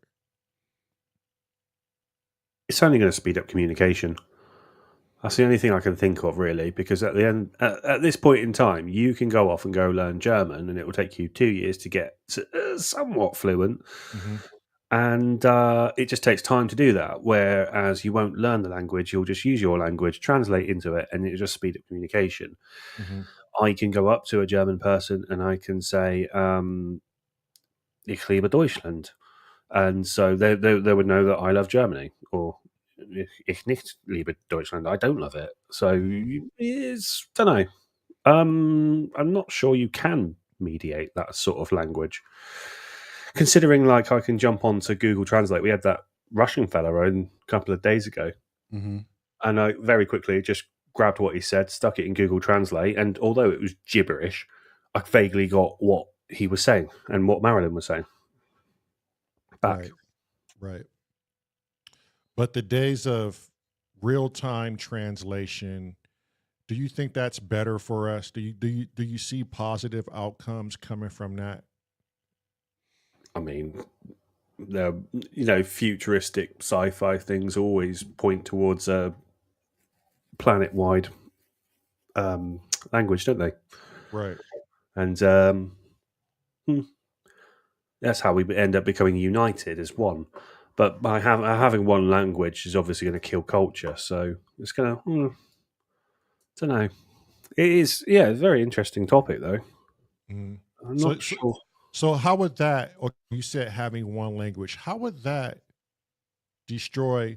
It's not like we're saying you now you have to go learn German. All of that would be off the table. Now you just have to simply have this device in your ear and you're talking to someone in real time without seconds delay. That person still keeps their culture. You still keep your culture, but we're just on the even ground of understanding.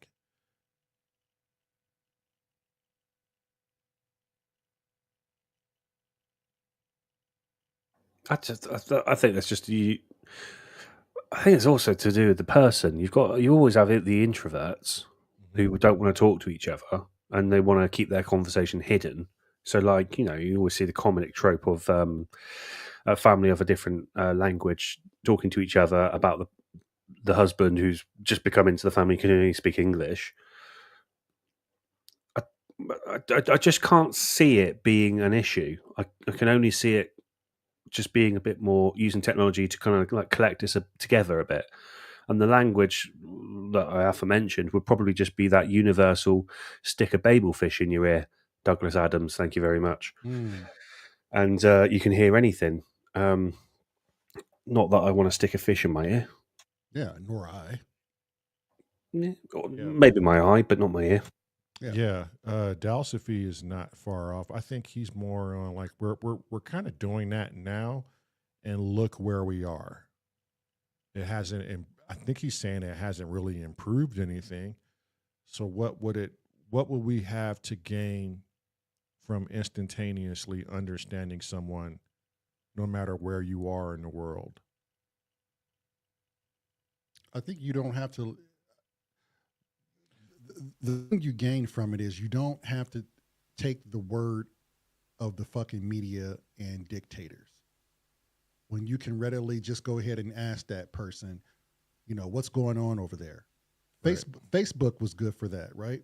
But a lot of people shut that down because Facebook got a little too truthful.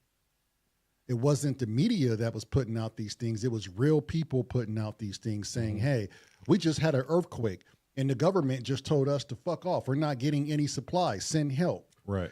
And so when you can do that through other channels and means, I think that's what you're kind of like looking at. You can get the raw truth. Yeah, and is understanding another person all just about the language, or is it about every culture, no matter whether it's Scotland to Germany, America to Scotland, Muslims, everybody's got different cultural beliefs and understandings, and it's not just the language. There's a whole different ball game with that as well. It's not just the language. Yeah. Because what I may think is acceptable behaviour in another country, they may just look at you and completely frown upon that. Right. Oh yeah. And it's like I don't know how it is in the US, but the UK, we're famous for queuing up, but other countries aren't all like that. It's just a mass. Just get to the front of the queue and get on whatever bus you're waiting for.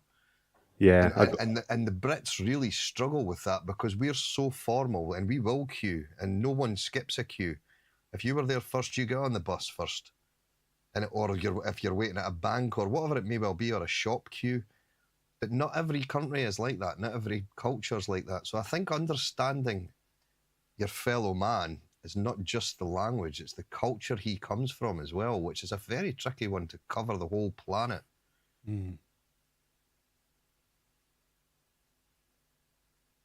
Yeah, Rabbit says we can't even agree on how to make music. Becky wanting to come in. He's saying knock knock. Oh, he is. He's sitting right. Okay. Is he in the back room? Are you in the back room, Becky? Yeah, you're in the back room. I'll DM you it because we always want to see Bicky online. God, life is not complete without a Bicky. I swear, This would everybody needs one in it. This would be good for you though, Bicky. I know Bicky wanted us to talk about aliens and just to talk about it because he wants to use it for our collaboration, and I just know it's a topic he's good at too. Wait, kissing the machine is right where I'm at. Empathy helps. Taking time to understand someone else's situation and motivations. God.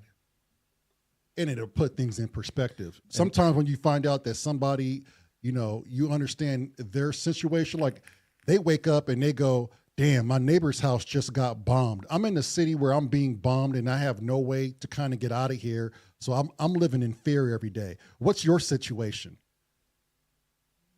And it puts your shit in perspective. And you could be the person over here that's complaining about, oh, well, I guess me and my spilled milk ain't so bad after all. Right. Oh yeah, there's unreported things happening all over the UK in particular. There's like planned riots that they're not covering at all. Stuff like my boss showed me a couple of videos that happened a couple of days, and they were just like lobbing bricks at policemen in a very British fashion, I might add, of spit spot lob. But yeah, we don't hear about that unless you really dig for it. Like, there's some channels on Instagram and things like that. It seems to be the place to go for it at the moment, where we can see that and go, shit, why the fuck isn't this being reported? Right. Yeah. Same with France. Remember how all the countries would not televise the riots in France. You would hear about some of like little snit bits of it, but they would not do a 100% televised thing on that. And you were only getting what they were telling you. The revolution will not be televised. Right. Yeah, and they'll argue that they don't want to incite more riots, and they'll argue that they don't want to, create mass panic and things like that. And in some cases that might be true, but at least 2 weeks on, report it. That's the bit I don't understand. Is after the fact, after it's all died down, after all the dust has settled, report it, and then also report what happens if you actually do these things, because 57 people a couple of days ago got arrested for lobbing bricks at policemen. That's Vicky in the back room. Yeah. And you know what the ultimate goal is so it doesn't catch fire. It's so more people don't join the revolution. Absolutely. Hey, Vicky. Hello, Vicky. Hello. Morning. Oi. Yeah. Bloody hell, you're loud. Am I? He's all right here. He's all right here. Yeah. How you doing, mate? Yeah, not too bad. Bit tired. So. That's always Bicky's conundrum. You always seem to fight that dragon, Bicky. You don't get enough sleep. No, I don't. I haven't had a lot of sleep since Friday, to be honest. Want some of my energy? I could get rid of some.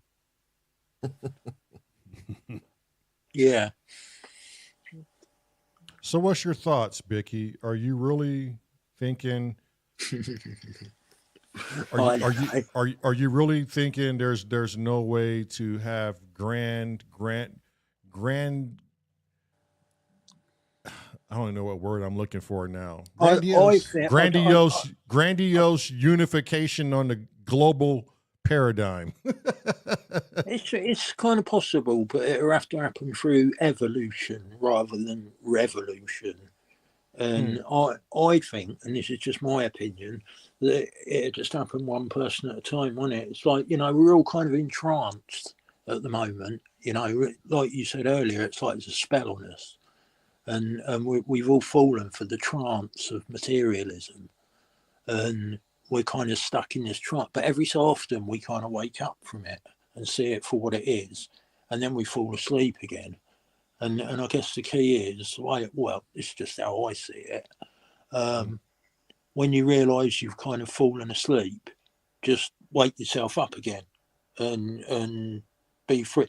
Freedom's not safety. That's the thing. A lot of people are like, I want to be free. I want to be free. Do you really fucking want to be free? Because being free might mean having to be killed. Yeah. But that life is inherently unsafe. So you look at how animals live. That's freedom. Mm-hmm.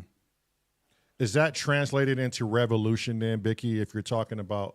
No, I'm talking about evolution, not revolution. Okay. I used to, when I was a teenager, when I was like in my early 20s, I used to be a revolutionary. I was like, yeah, revolution, fight the government, fuck the police, and I've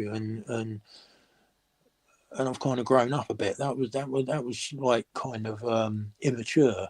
That was, I just didn't want to be told what to do. Right. And I still don't want to be told what to do. No one wants to be told what to do. Were you a punk, Vicky? Yeah, absolutely. Yeah. So still am. Yeah, I was going to say some form of us still is. So Vicky, we're all. I could imagine we all like our technology. We all like how we've evolved as a human species. I don't see. And I was kind of. I've got to say something. I was being honest in the chat earlier when I said, when I said about envy. I said or jealousy. I said sounds like jealousy, right? I'll be totally honest. Sometimes I envy the super rich people. I get it too. Yeah. I ain't perfect. I can come out with all these words of wisdom and all that, but they're just words. I don't live up to it 100% of the time by a long shot. I might get it right 0.1% of the time. Mm-hmm. But that's kind of key. Just awareness is the key. I think we all fall victim That's to what that. I think. Awareness is the key, and we just got to try and keep aware all the time. Whenever we realise we've become unaware, wake ourselves up again and get aware again, and you know that's how to forward evolution. Yeah, everybody wants something that they've never had to experience that type of life. So for anybody to say that they've never been jealous or wanted Envious. to, or Yeah. envious, Everyone's been jealous. yeah, then you would just be Oh, lying yeah. to yourselves because let's face it, we live in a material freaking world. But I'm like what David is saying. Like I'm not a envious. material girl though. I was just going to say that, but Yeah. I didn't want to, say it. Bicky. Like David says, I envy the I'm not a lack material girl. of financial worry.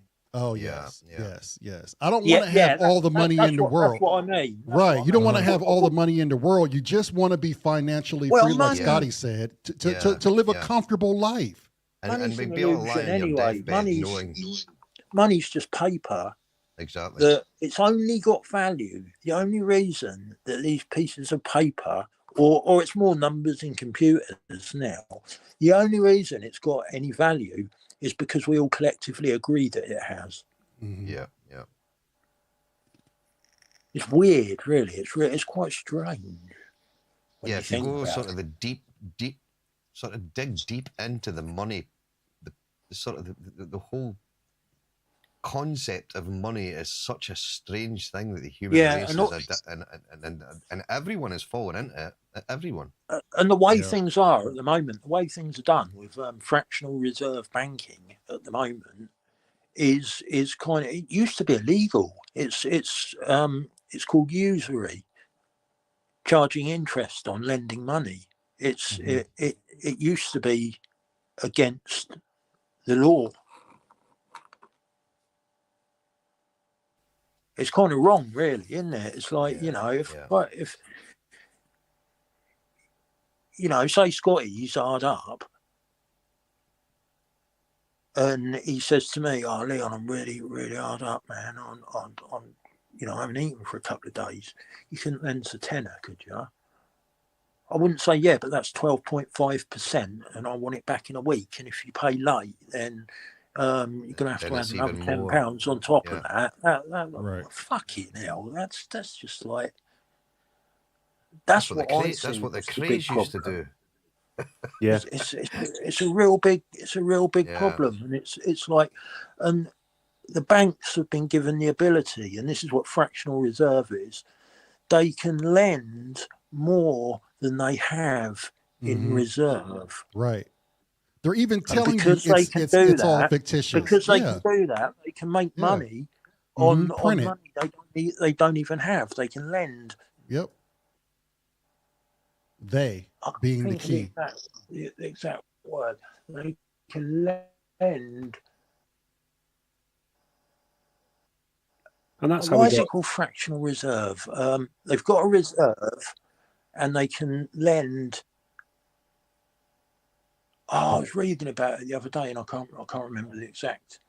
Isn't it? They can lend. I don't know. They can up just to go a over. fraction They can of go their worth. over their reserve. But yeah, universal basic income would be awesome. Sal. I think that's the inevitable way. Yeah, but how do you do it, Sam? You do it in a way where It's less than. it's going to be But the it's inevitable like actually- way where we're going to have to live. And then Once so they A- can make money out. Yeah, but once AI comes around and it's working 100% and it's in effect, which I think 3 years we're going to see a big old difference in AI in as far as human work. But once AI It comes, could have made a difference. I think they're trying to lock it down though. but because once Vicky, with, hold on, Vicky, wait, blockchain- hold up, blockchain Vicky, technology- Vicky, wait.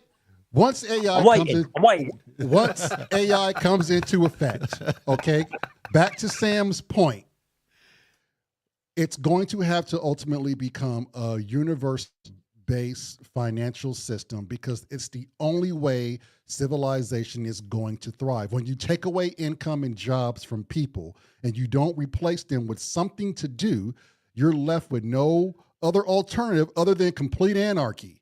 And we know how that's going to fail the system. Yeah, me. there won't be a safe place you could go. But how do you pay people what they're worth? Or they let it happen. So this is what we've got to be aware of, that they let it happen so slowly that we kind of starve to death before. But that would be starving your own self, Bicky. The richer don't want to starve themselves. They're going to always need slaves. You can't kill off the population because who's going to take care of them? But with AI, automated production, but that gets you nowhere. If no one's procreating and you're killing off the masses, you're putting an inevitable timestamp on your existence. Why does it feel like you're talking about pandas? And that exactly is 100% a panda. No, it's an embarrassment. Exactly, but they, you know, it's like, you know, they think we're just like useless eaters, and we don't deserve to live, and only they're the clever ones, and they just want to procreate their genetics and let our genetics die out because. But that goes only so far. You know that, right? I mean, there's a document. I can't remember what it's called, but it's wrong, and it won't work out very well for them in the long run. But I don't think it's that insidious, though. A lot of them have that philosophy. I really don't think it's that insidious. Is universal basic income not just really a form of communism, really, at the end of the day? UBI could be their way of pacifying the people so we don't rebel. Which might be a good thing. It might be a bad thing. I don't know. But Scotty, they would say utopia would be a form of communism. I think it's only because we're trained to think that way. Right. Okay. You wouldn't look at it. I mean, I think the problem is when we're thinking on a societal level rather than an individual level, because the way I see democracy, and this is why I'm an anarchist, because the trouble with democracy is it's kind of mob rule. It's like if you're a minority in a democracy, you're the oppressed because it's majority rule. And if you don't agree with the majority, then fuck you. Yeah, and it's easy fuck to fuck you and your beliefs. It's we've like, worked you out. know, Yeah, and we've worked out how to gerrymander that mob mentality as well. Yeah, I mean, gerrymandering. Popular in the US to try and get votes has actually started happening in the UK. Mm. They've changed the council boundaries. Populist propaganda, isn't it? Yeah. But going back to so I think there is no way to fix the system. Yeah, but going back to what Scotty was saying, like it would be like ants in a colony. They're not trained to think that way. They just know to self-preserve for the whole colony. Now, if I could communicate with an ant and I wanted to pollute their way of life, I could say, hey, you ant, you don't have to go take shit to the queen. If you went and built your own little hole and did this and that and talked to these other dudes, they could build you up too, and you can live just like her. All you but they can't because they're eunuchs. They can't. Well, this is what I'm talking about. The worker ants can't have babies. But this is what I'm talking about. They're designed this way. That's their way of life. I think the word is biologically oppressed. Mm-hmm. Mm. Yeah. Damn. It's a difficult one because as good as the universal basic income sounds, so everyone's out there, everyone theoretically, if everything worked perfectly, everyone's out there, everyone's got a job who can work. Everyone has been tried out. A universal basic income. But how do you get... Me and Panda are working in the same place. Panda, we all know, busts his ass all week, every week. I'm the lazy bastard in the workplace.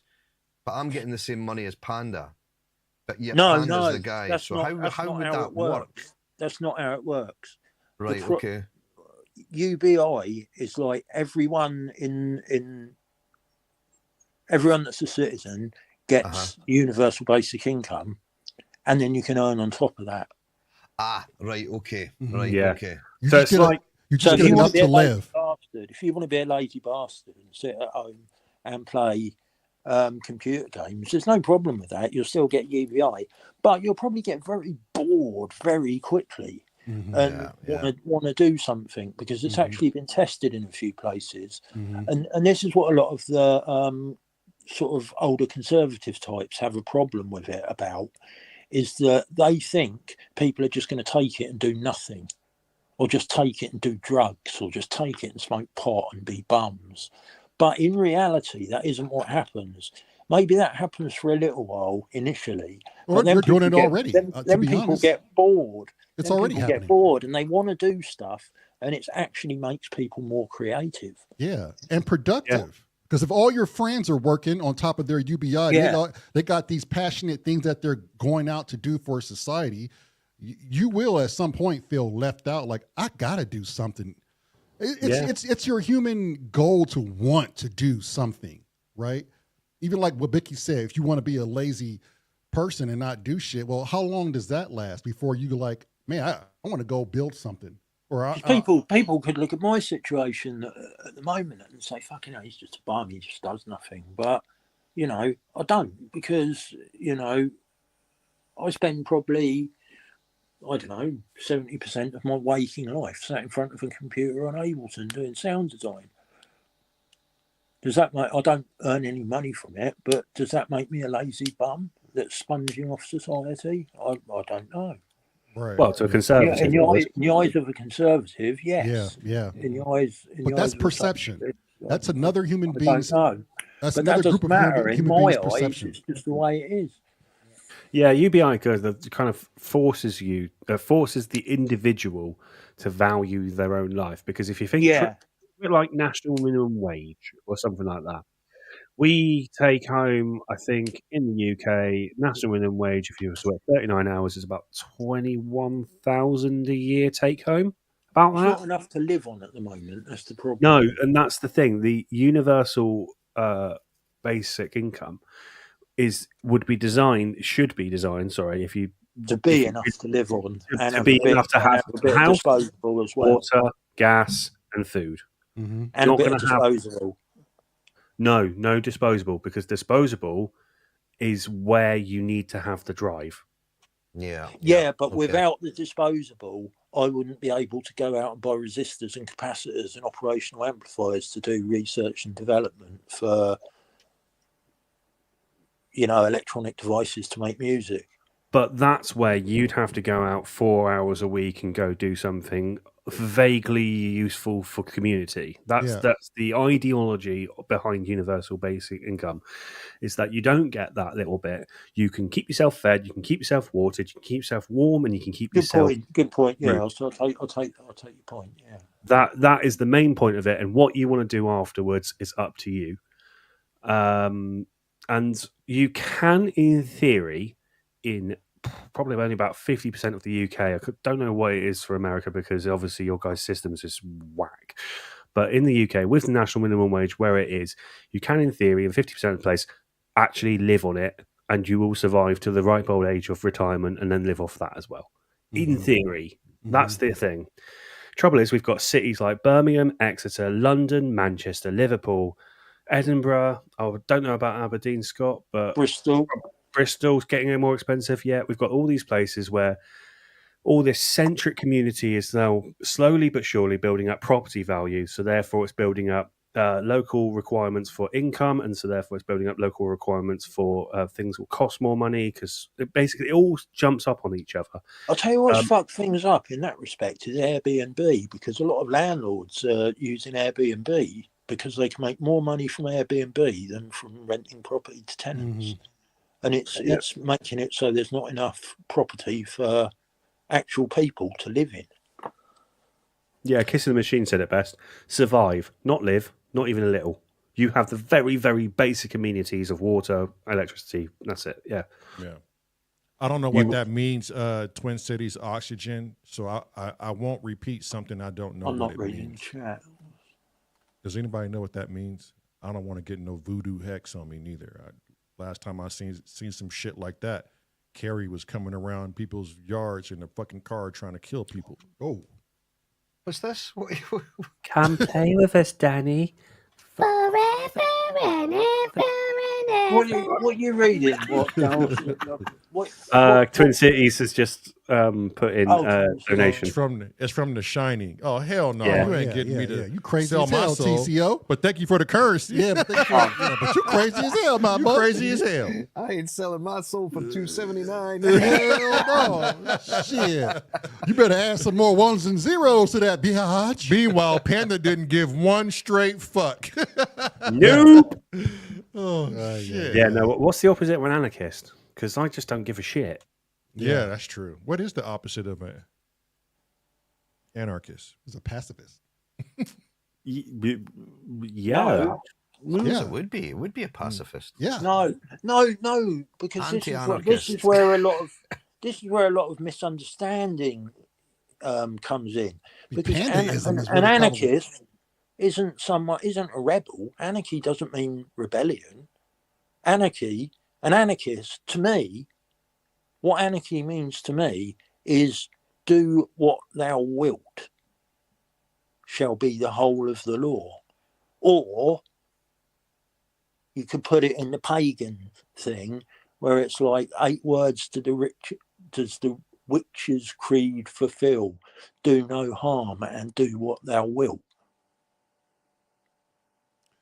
So it's not about doing harm. It's not about causing chaos. It's about letting everyone do what they will do and not put, Vicky, I think other people have that perception backwards from what you think. Because if you go to a Rage Against the Machine concert, they're burning the American flag and saying anarchy, complete fucking anarchy, and they're using it for the term of just total destruction. Because that's not anarchy, that's rage. Right, but people have their perceptions and place their own definitions on a word. You see what I'm saying? And it's more massively built toward that because that's what people know it as.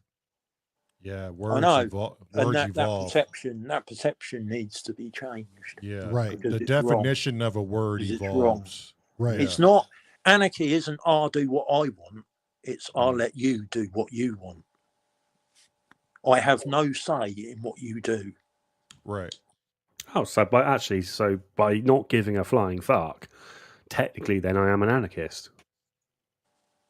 I mean, technically. And a pacifist. Yeah. I don't agree with pacifism because I think everyone has the right to self-defense. And pacifism's about not about being passive. And if someone stops you in the street and starts to fight with you, you just got to not fight and let them kick the shit out of you. Nah, you got the right to fight back. Okay, you got the right to self-defense. Okay, Vicky, I made a promise to you today in the private chat, and we will hold that discussion right now. This is going to be part of our collaboration team jam. Vicky asked we should get some sampling of people talking about aliens. So let's. I don't know if we're the right people to do it though. We are. What better people to have a conversation about this and to use a sample from our own conversation than layman's. Yeah, but I've got no experience of aliens. Well, you don't need any. We're all layman's just talking about things that fascinate us. Apart from feeling like one all my life. Right? Have you ever, okay, Vicky, have you ever seen something that challenged your reality in the sky where you thought, yes, what did I just witness here? Yes. Okay, tell us. I was with a friend. We both drank some tea made out of psilocybe cubensis mushrooms. It was quite strong. And we were out for a walk and it was dark. It was night. And suddenly the sky got brighter. And I turned around to my friend Joe, bless his heart, he's dead now. And said to him, "Did you see that? Someone just turned the volume up on the sky." And he said, "Yeah." How is that possible? What do you mean volume? The brightness. Okay. Sorry, I giggled about the volume of the sky. Yeah, I was like, the sky got brighter. The sky got brighter. The definition of the and sky. I said to him, did you just see that? It was like someone turned the volume up on the sky. I was fucked on mushrooms. I couldn't think of words like brightness or contrast or or luminosity or right. You were reliving. Contrast. But he knew what I meant. He knew what I meant. We were, you know, we were like brothers. We were more like brothers than brothers when we were kids, me and him. Right. And he experienced exactly the same thing as I did at exactly the same time as I did, and you can't put that down to the drugs. Not that I believe psilocybin. Well, it is a drug, but it's a plant kind of compound, isn't it? But how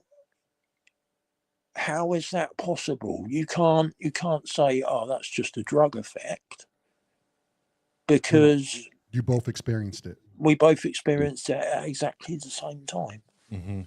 Tracker said it was space goals. I mean, that's the only thing I can think of. Right. So don't do drugs, kid. Not that I'm not. You know. Okay. Not to trying make to, light. I'm of not trying to glorify substance abuse. Not to make like light. It nearly killed me when I was in my 20s. Right. But Vicky, not to make light of the situation, what was it that you thought you experienced, you and your friend? Telepathy.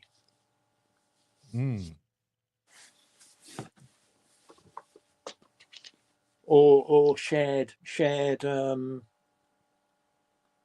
perception. Yeah, shared experience. Yes, which we are no stranger of that at all.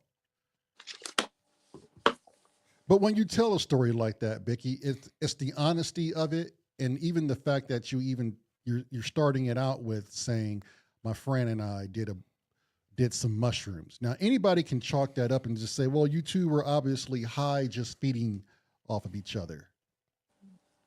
So so would you ever tell that story to someone else, knowing that could be the implications that's placed on your experience?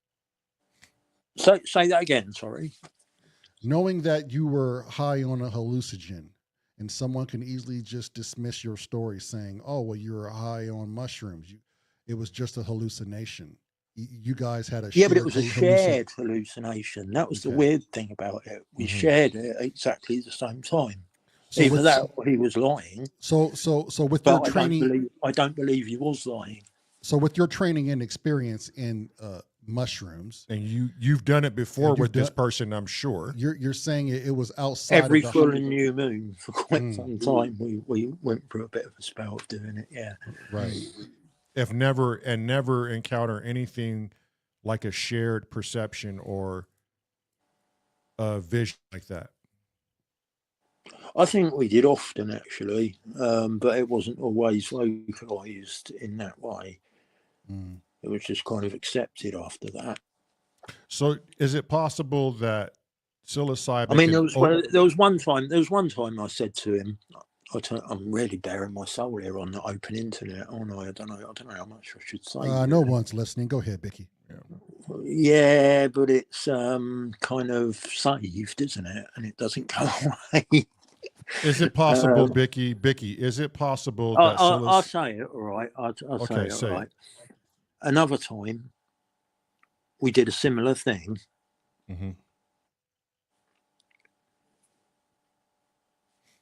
Like heroic doses, I'm talking about here. You know. I don't know if you heard of Terence McKenna. Yes. Yep. And his brother. I was reading a lot of Terence. I was reading a lot of Terence McKenna at the time. Okay. And I was kind of like testing out some of his theories, and we kind of went through this stage where, like I say, it was like a ritual thing. Every new and full moon, we'd do a heroic dose of psilocybin. How old was I at the time? I think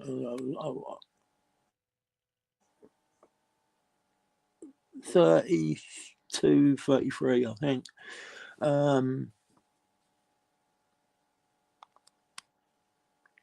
And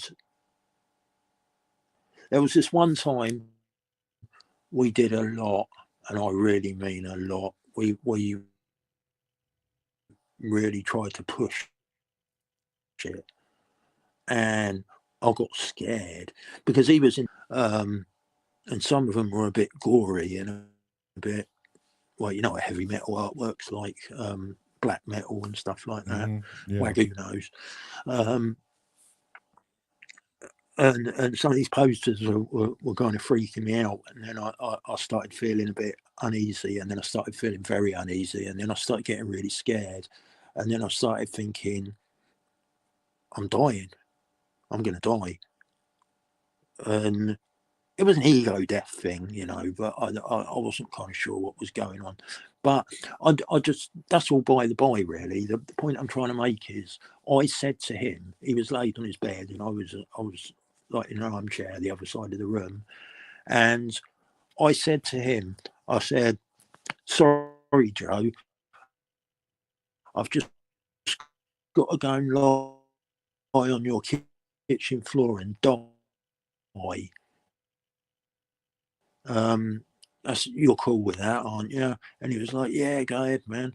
And so I went and laid on his kitchen floor and had this kind of ego death experience. But that's not what this is about. The point is, he got me. He was like, yeah, that's cool, man, go ahead. You know, if someone said to you, you'd be a bit, he knew it wasn't physical death that was going to happen to me, and I kind of knew it as well. That's kind of how we kind of knew each other. I don't know if that explains what.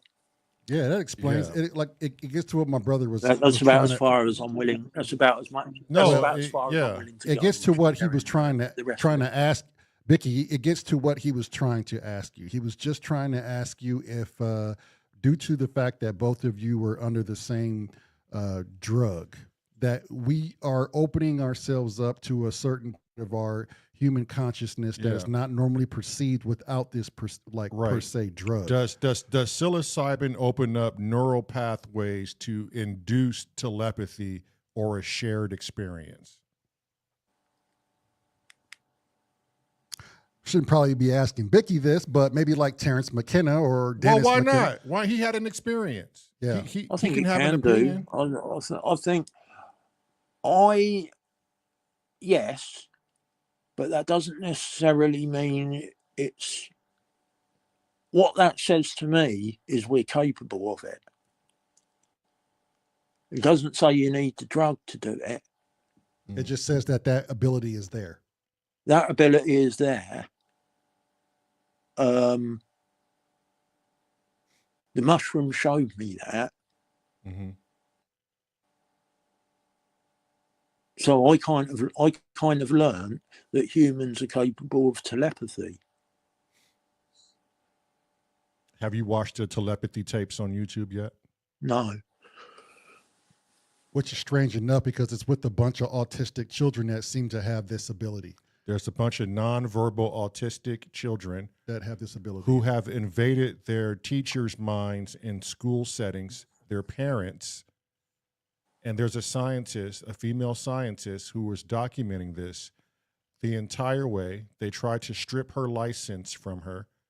They gave her license back on the account of that she wasn't lying. And there is something going on that they can't explain. And she's proved it. But here's the other thing we were supposed to talk about. Do you think aliens walk among us? Are they here now? Are they not here? What's your belief? I've no idea. I've got some hypotheses. I've got some hypotheses, but I've no way to test them, so I've no idea. What's your gut tell you? Is possible? Is it plausible?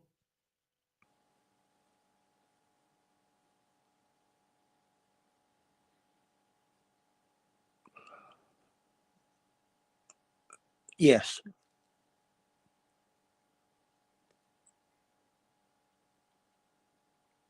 I like. Yeah, my gut says it's plausible as well. Yeah, really. I'm thinking of the pyramids in Egypt and what was discovered at Göbekli Tepe in Turkey or wherever it was, and what's in the Amazon jungle. And that couldn't have been put together by a less civilized society than we are now. Completely agree. Yeah. So have there been either A, alien interventions in human evolution, or B, previous high civilizations? Or are we just one big experiment? I'm glad you said that, Scotty. I often think Earth is probably like the Orb album. I think it's the fourth Orb album. Petri it's called dish. Orbis Terrarium, and a terrarium is a not a petri dish, but like a worldly vibrarium. A thing where you keep animals in, like vibarium. Yeah. And that's what Earth possibly could very well be. I'm with Scotty. Are we a zoo, an alien, like an alien zoo? Are we the animals in an alien zoo?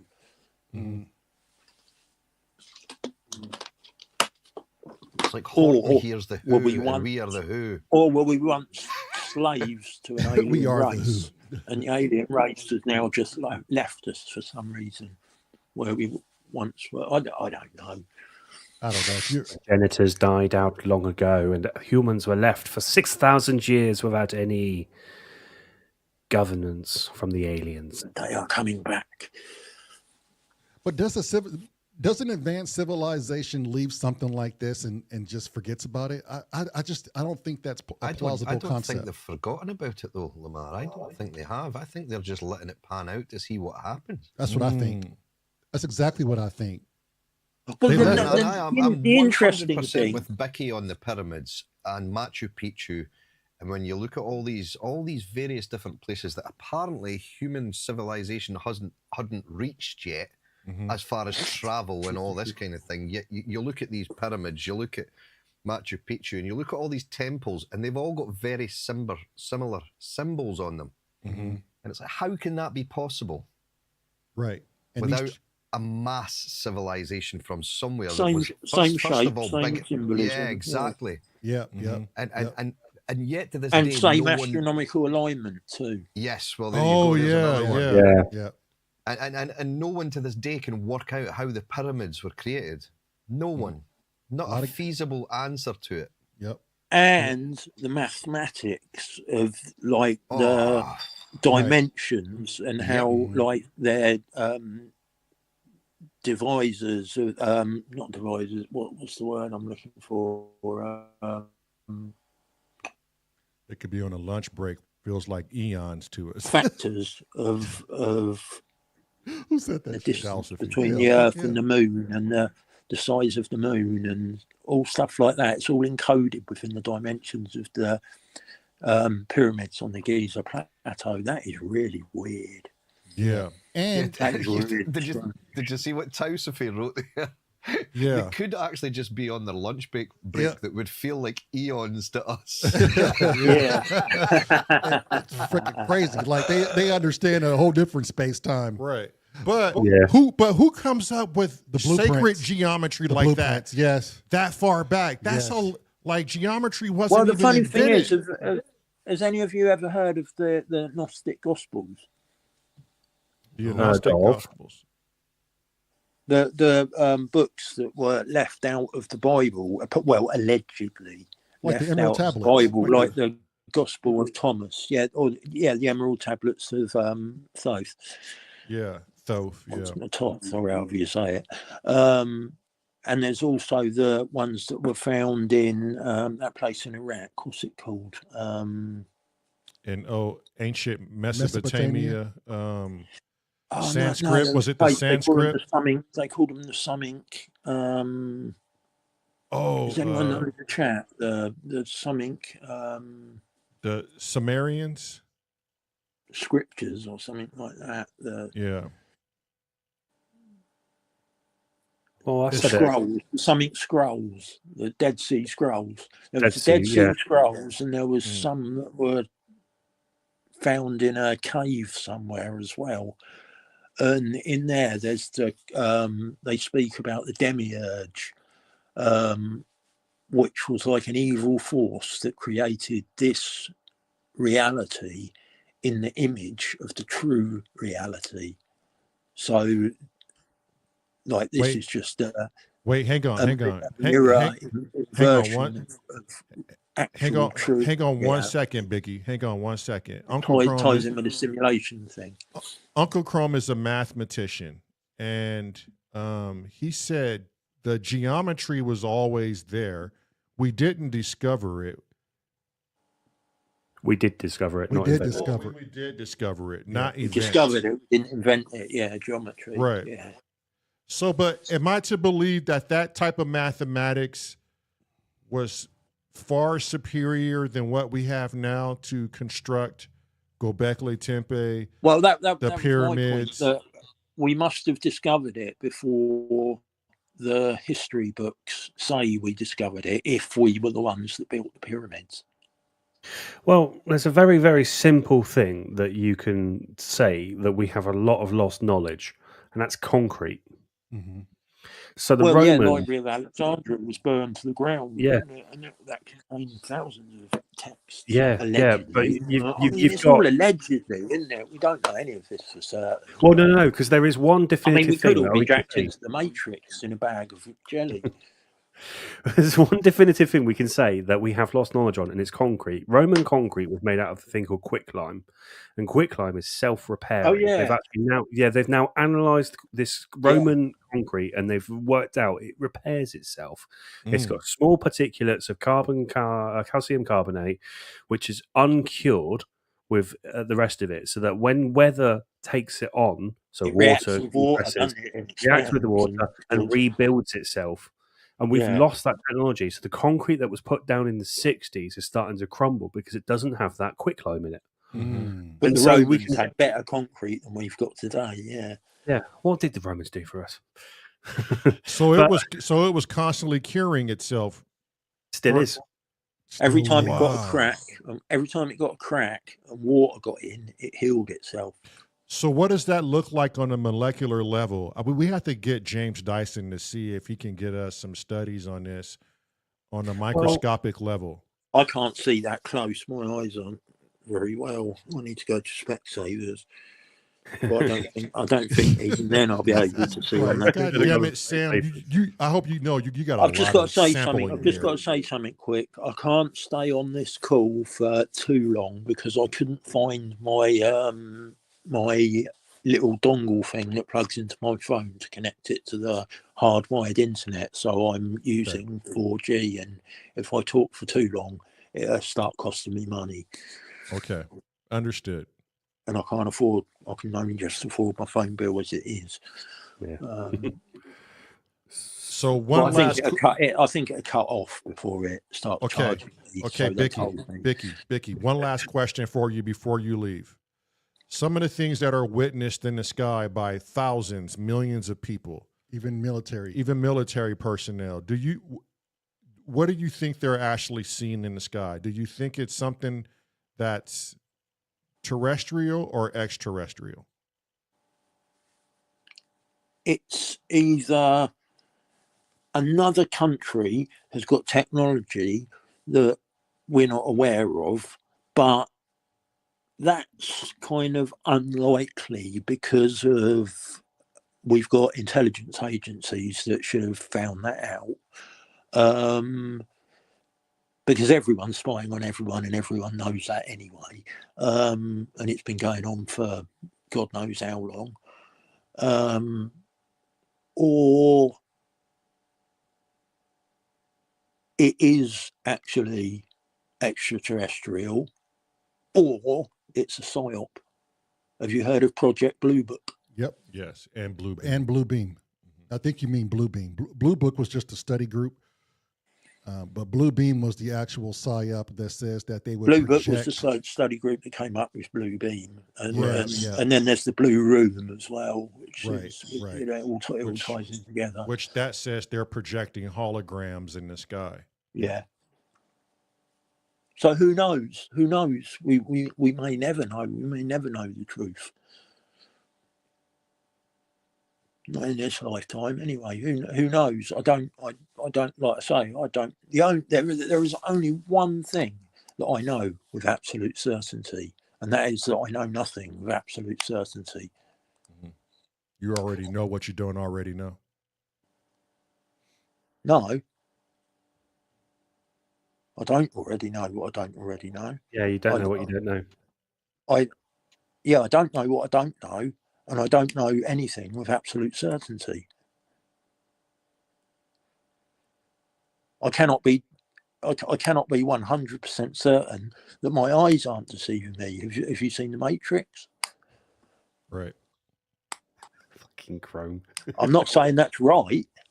I'm not saying that's right. But, Fucking Chrome. but anything is possible. Yep. Some Yeah, things are anything is highly possible. improbable, Right. but anything is possible. That's my belief. One we do thing now have an alien in the before- chat now because Robbie's in and he was Yeah, he was I see. accused of being AI this week. Ooh. No, was he? Yeah. Well, he. There probably was might be something AI. else I was going to say, but I think I'd rather talk to you about it in private, actually. Yeah, I'll leave that for now. Okay. No worries, Becky. It's just good to have you on here and get you out of your. But I need a comfort voice zone. chat with you two at some point. Yeah. Yep. And David. Regarding, yeah. Yep. But yeah, like I say, I think for samples about UFOs and stuff like that, for doing what we had in mind doing. I don't want to give it away to everyone else what the plan is for our jam. But I think as regarding getting samples like that, I think YouTube's probably the place to go, because I can bury them in enough effects that no one will know where they came from anyway. I just think we did a bunch of samples right now, Bicky. You have no idea how we can stitch this up. Ooh, I can go first. Anal probe. There you go. I'll use my big finger. Got to be delayable. It's got to be Butthole delayable. utensils. Delayable, reverbable, So and pitch shiftable. Anal probe. Anal probe. That kind of sounds like Baby Shark. There's a challenge for you. Baby shark. But yeah, frequencies and sacred geometry, and it's no good me saying it because I've got teeth missing and my voice sounds shit. I need a dentist because I lost the front tooth, and I can hear it in my voice. I really don't like it. I really don't like speaking. You don't hear it over the chat, mate. You don't hear No, it. you do. I've listened to myself. You do. But you'll know the sound of your own voice way better than anyone else. Yeah, but I didn't used to sound like this. I sound like a fucking old man, and I really don't like it. But we didn't know anything until you just said something. I said too much. I always say too much. No. Right. But anyway, yeah, I better jump off before I eat into any more of my data allowance for the month in case I need it. So thank you for coming on. All anyway, and I'll catch you later. Cheers, Becky. Like I say, I've not had a lot of sleep. I don't know what's up with me at the moment. I don't seem to be sleeping very well, but I need a couple of good nights' sleep, and then I'll get hold of you two and hopefully Davy at the same time, and we're Davy. Is it Davy or Davy? Oh, Davy, and we have a chat about that. Maybe the weekend or Friday, Saturday, Sunday, maybe. I don't know. Is the weekend good for you? Yeah. Good. Yeah. All right, then we keep in touch on Discord anyway. So okay, I'm excited, Bicky. Yeah, it should be good. Yeah. All right. I'll speak to you later. Cheers. Okay. Later. Cheers. All right. Bye then. See you, Becky. Man, that's exciting just to see Bicky come on the show more frequent, just to see that he's wanting to pick up his stuff and jam with us. Hell yeah. You know, absolutely. He's starting to come along, and we've been chiseling at that Bicky mountain for quite some time. Yeah. Almost a year. Almost Yeah. a year. Jeez. We've been chiseling at Bicky for 5, and this I is was gonna you've got say- further than me. Yeah, I was gonna say, Sam, you're doing it a lot longer than we have. Yeah. Which reminds me, for those of you who are here and you don't know, we started a GoFundMe page for Leon, half God, half beast. He is trying to get himself in a better situation where he can get bona fide work. The man you see on the screen at the bottom, bum cunt, is going to help him get a job. Our goal is to get him $5,000 to be able to get out of the situation he's in. It's an awful situation, and we're just Anything helps. Anything. And a else. quarter. Because A quarter, a quarter $1. is that much more to getting to our goal. right. Yep. There's no time limit on this. We just want to make sure we got the money. Sam did I've just shared the link, George. It's just above you what you've typed there, buddy. It's just there, the link to his Thank you. GoFundMe. Yeah. Sam, if you want to speak a little bit about how it works and why the 5,000 is needed. So basically 5,000 is it's about quarter of basic income, but you can quite happily at least put 6 months down payment on a new place, and then you're living free, and then you can take yourself away from worrying about rent. If you did it for 4 months and then paid all your water bill with that, then you've got that one less thing to think about.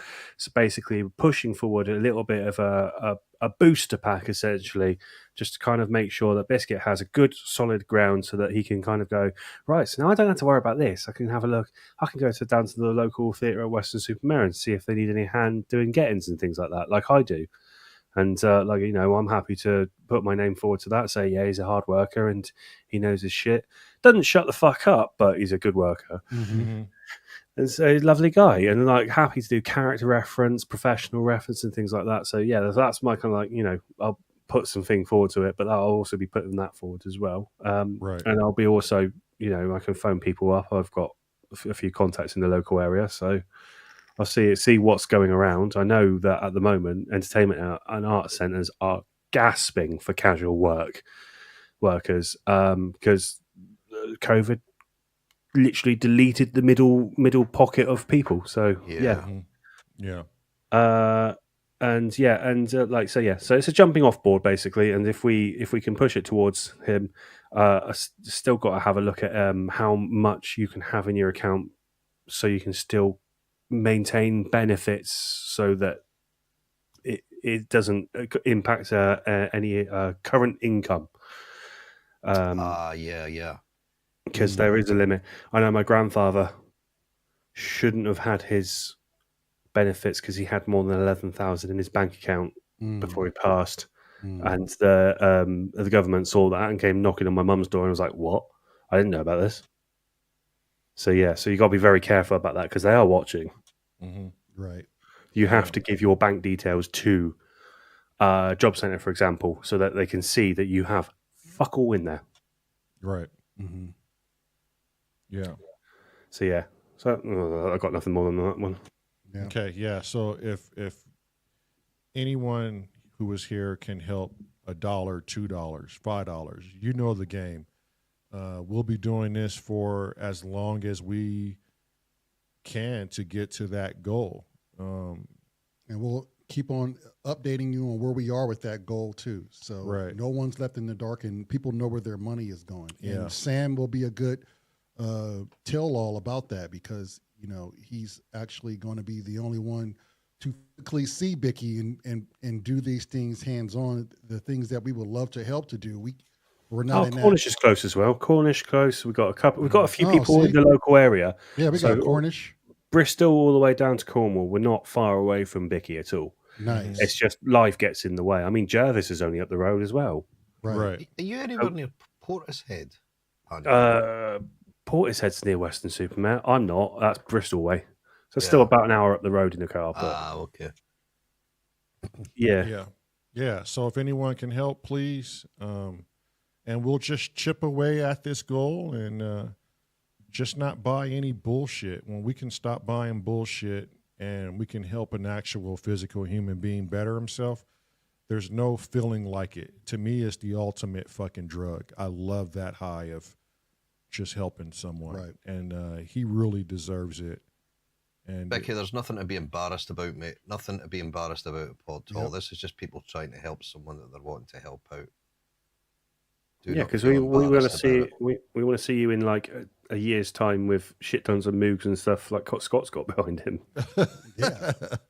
I mean, you already got the fucking brains, Bicky. You got the brains to go a long way. Just someone needs to come out there and help you get a kickstart. I don't know one person that doesn't need a hand up. Yeah. There's people that's too proud to ask for a hand up, but that's their prerogative. But when you desperately need help and you got nowhere else to go, your real friends will see you need it before you could even ask for it. Yeah, exactly. And your fucking government don't give one shit about you. The neighbor next door don't care about you. They got their own problems. But when you get involved with a righteous community like this, who actually care about their community members, who actually care about those of you who speak up, this is what you get in return. I mean, look And what we hey, did think positively as well, Bicky. If you've got enough spillover after you've got yourself up there and all moved in and stuff, you can get your tooth fixed. Hey! Or Yes. put it next to the next person who needs this help. Well, there's pay it another one. forward. Yeah. Yeah, Yeah. pay it forward. Good Pay it shout. Yeah. Pay it forward. Find yourself comfortable at $2,000. That $3,000 will help the next person, and it can sit there gaining bloody interest. Yeah. Yeah. Mhm. Just the S.O.R fund. The SOAR fund. The SOAR yeah. fund. Yeah. I mean, look what we did for Jerry alone in a short amount of time. Oh, which Yeah.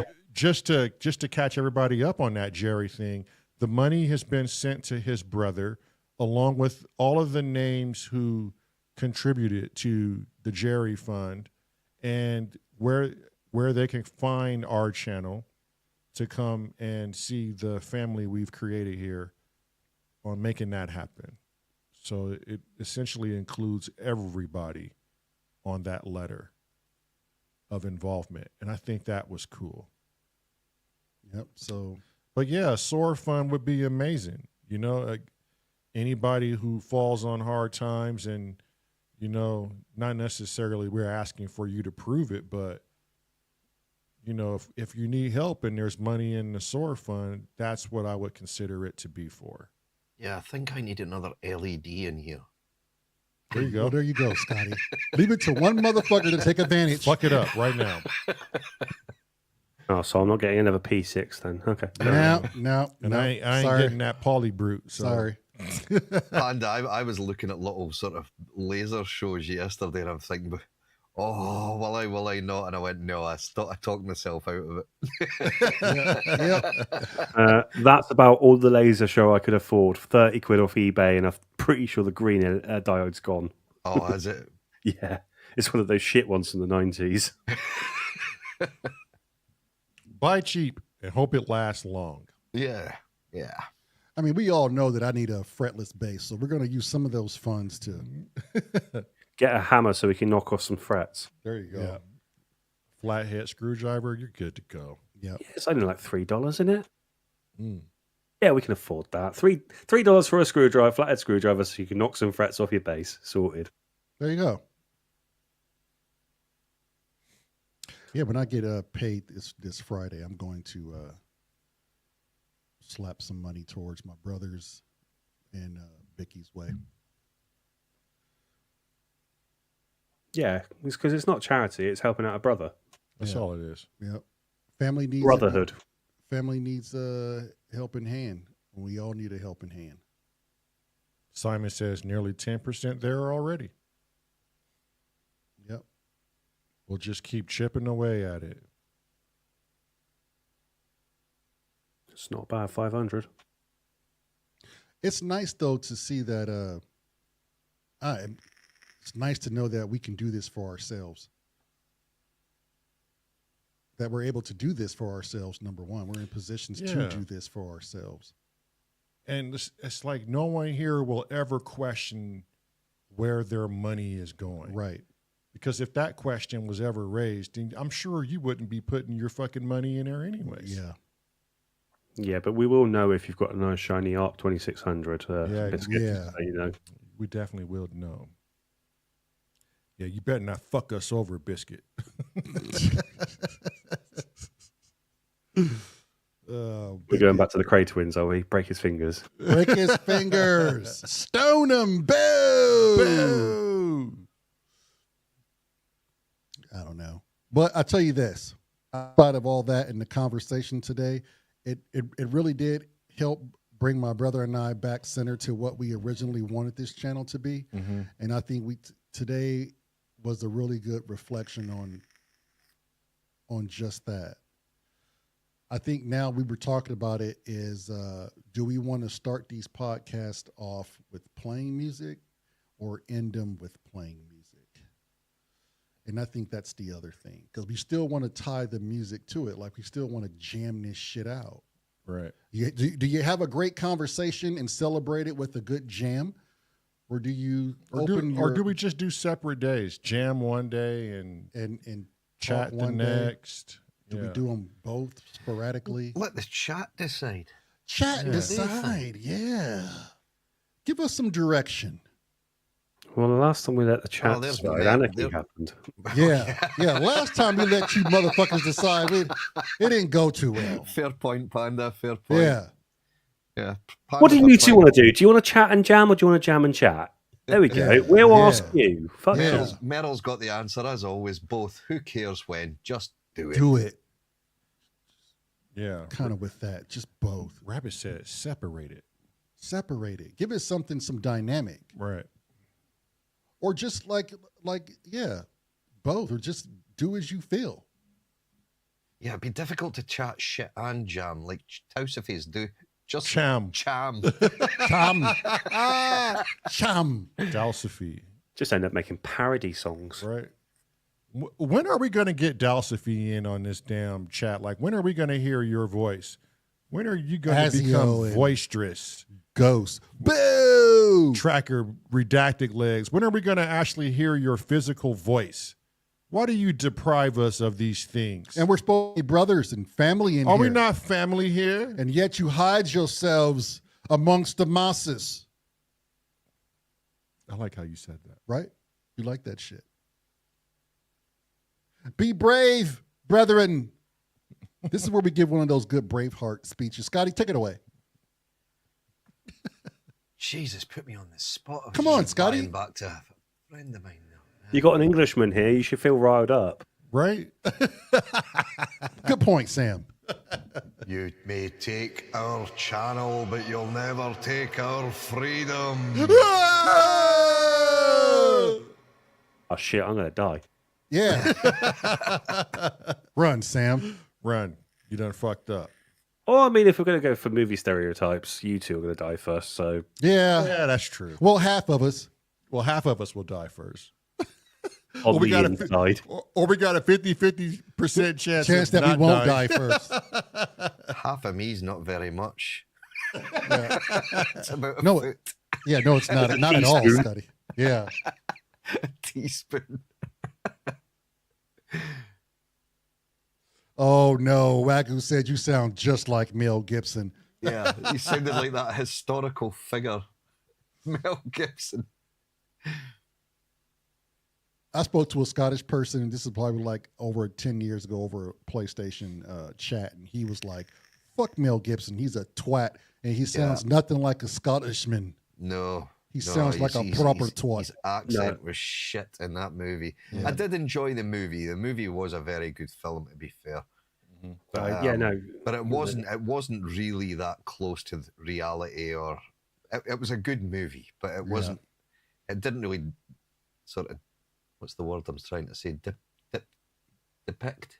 Yeah. That's the word. Yeah. Yeah. The truth, really. It didn't. So there was a lot of sort of tall tales in there, but they'll have to do that to make good movies. I Yeah, suppose. that's what movies are known for, to exaggerate and beef things up, but the story was probably not even. I'll tell you what made it for me was the fucking score. That Braveheart song that was in it, that do do do. Yeah, I love What that. somebody tranced that up as well, and it sounded great. Hey, ASF sitting there, monkey. Hey, Ace- oh, looky there. Have you come in as a chimpanzee? A Yeah. gimpan. A wise monkey. Yeah. He got Silverbeard. Silverbeard, a wise. Let's all talk. Ask. I don't know why I'm using this accent. Let's talk to Silverbeard, the wise monkey. Yeah. Doommonger has the best fucking monkey mask. Oh yeah, Munger has a nice monkey mask. Well, David, you better be lucky you're on our channel because some people will probably look at this and go, "Why are they allowing this white man to come in here and?" Now I see why you were fired, David. Yep. Yeah, I know. I tell you what, man. How's the job search been going? I have to wait just a little bit. We got a little bit of a there's a little bit of litigation we got to go. Oh, Yeah. okay. Next subject? Yeah. Say no more, my brethren. Say no more. Hopefully this week though we'll get everything resolved. What's your favourite flavour of milkshake? Reese's. Peanut butter. Reese's. Supposed to say banana. No. Oh, Mine is Oreo. hey, mine is banana and strawberry Sponsored though. by Reese's today. Sponsor, I yeah. do like a strawberry milkshake. I've got to admit, I do like a damn. strawberry one. Scotty, strawberry and banana. Ooh, damn. Bye, Scotty. Camera gone.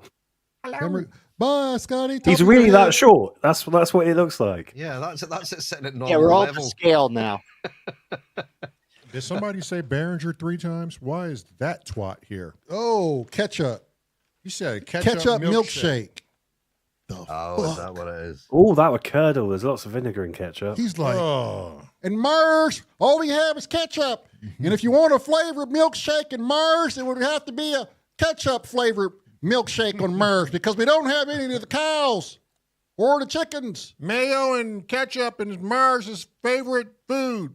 We got hands to vote. We got the machines one eating ketchup milkshakes.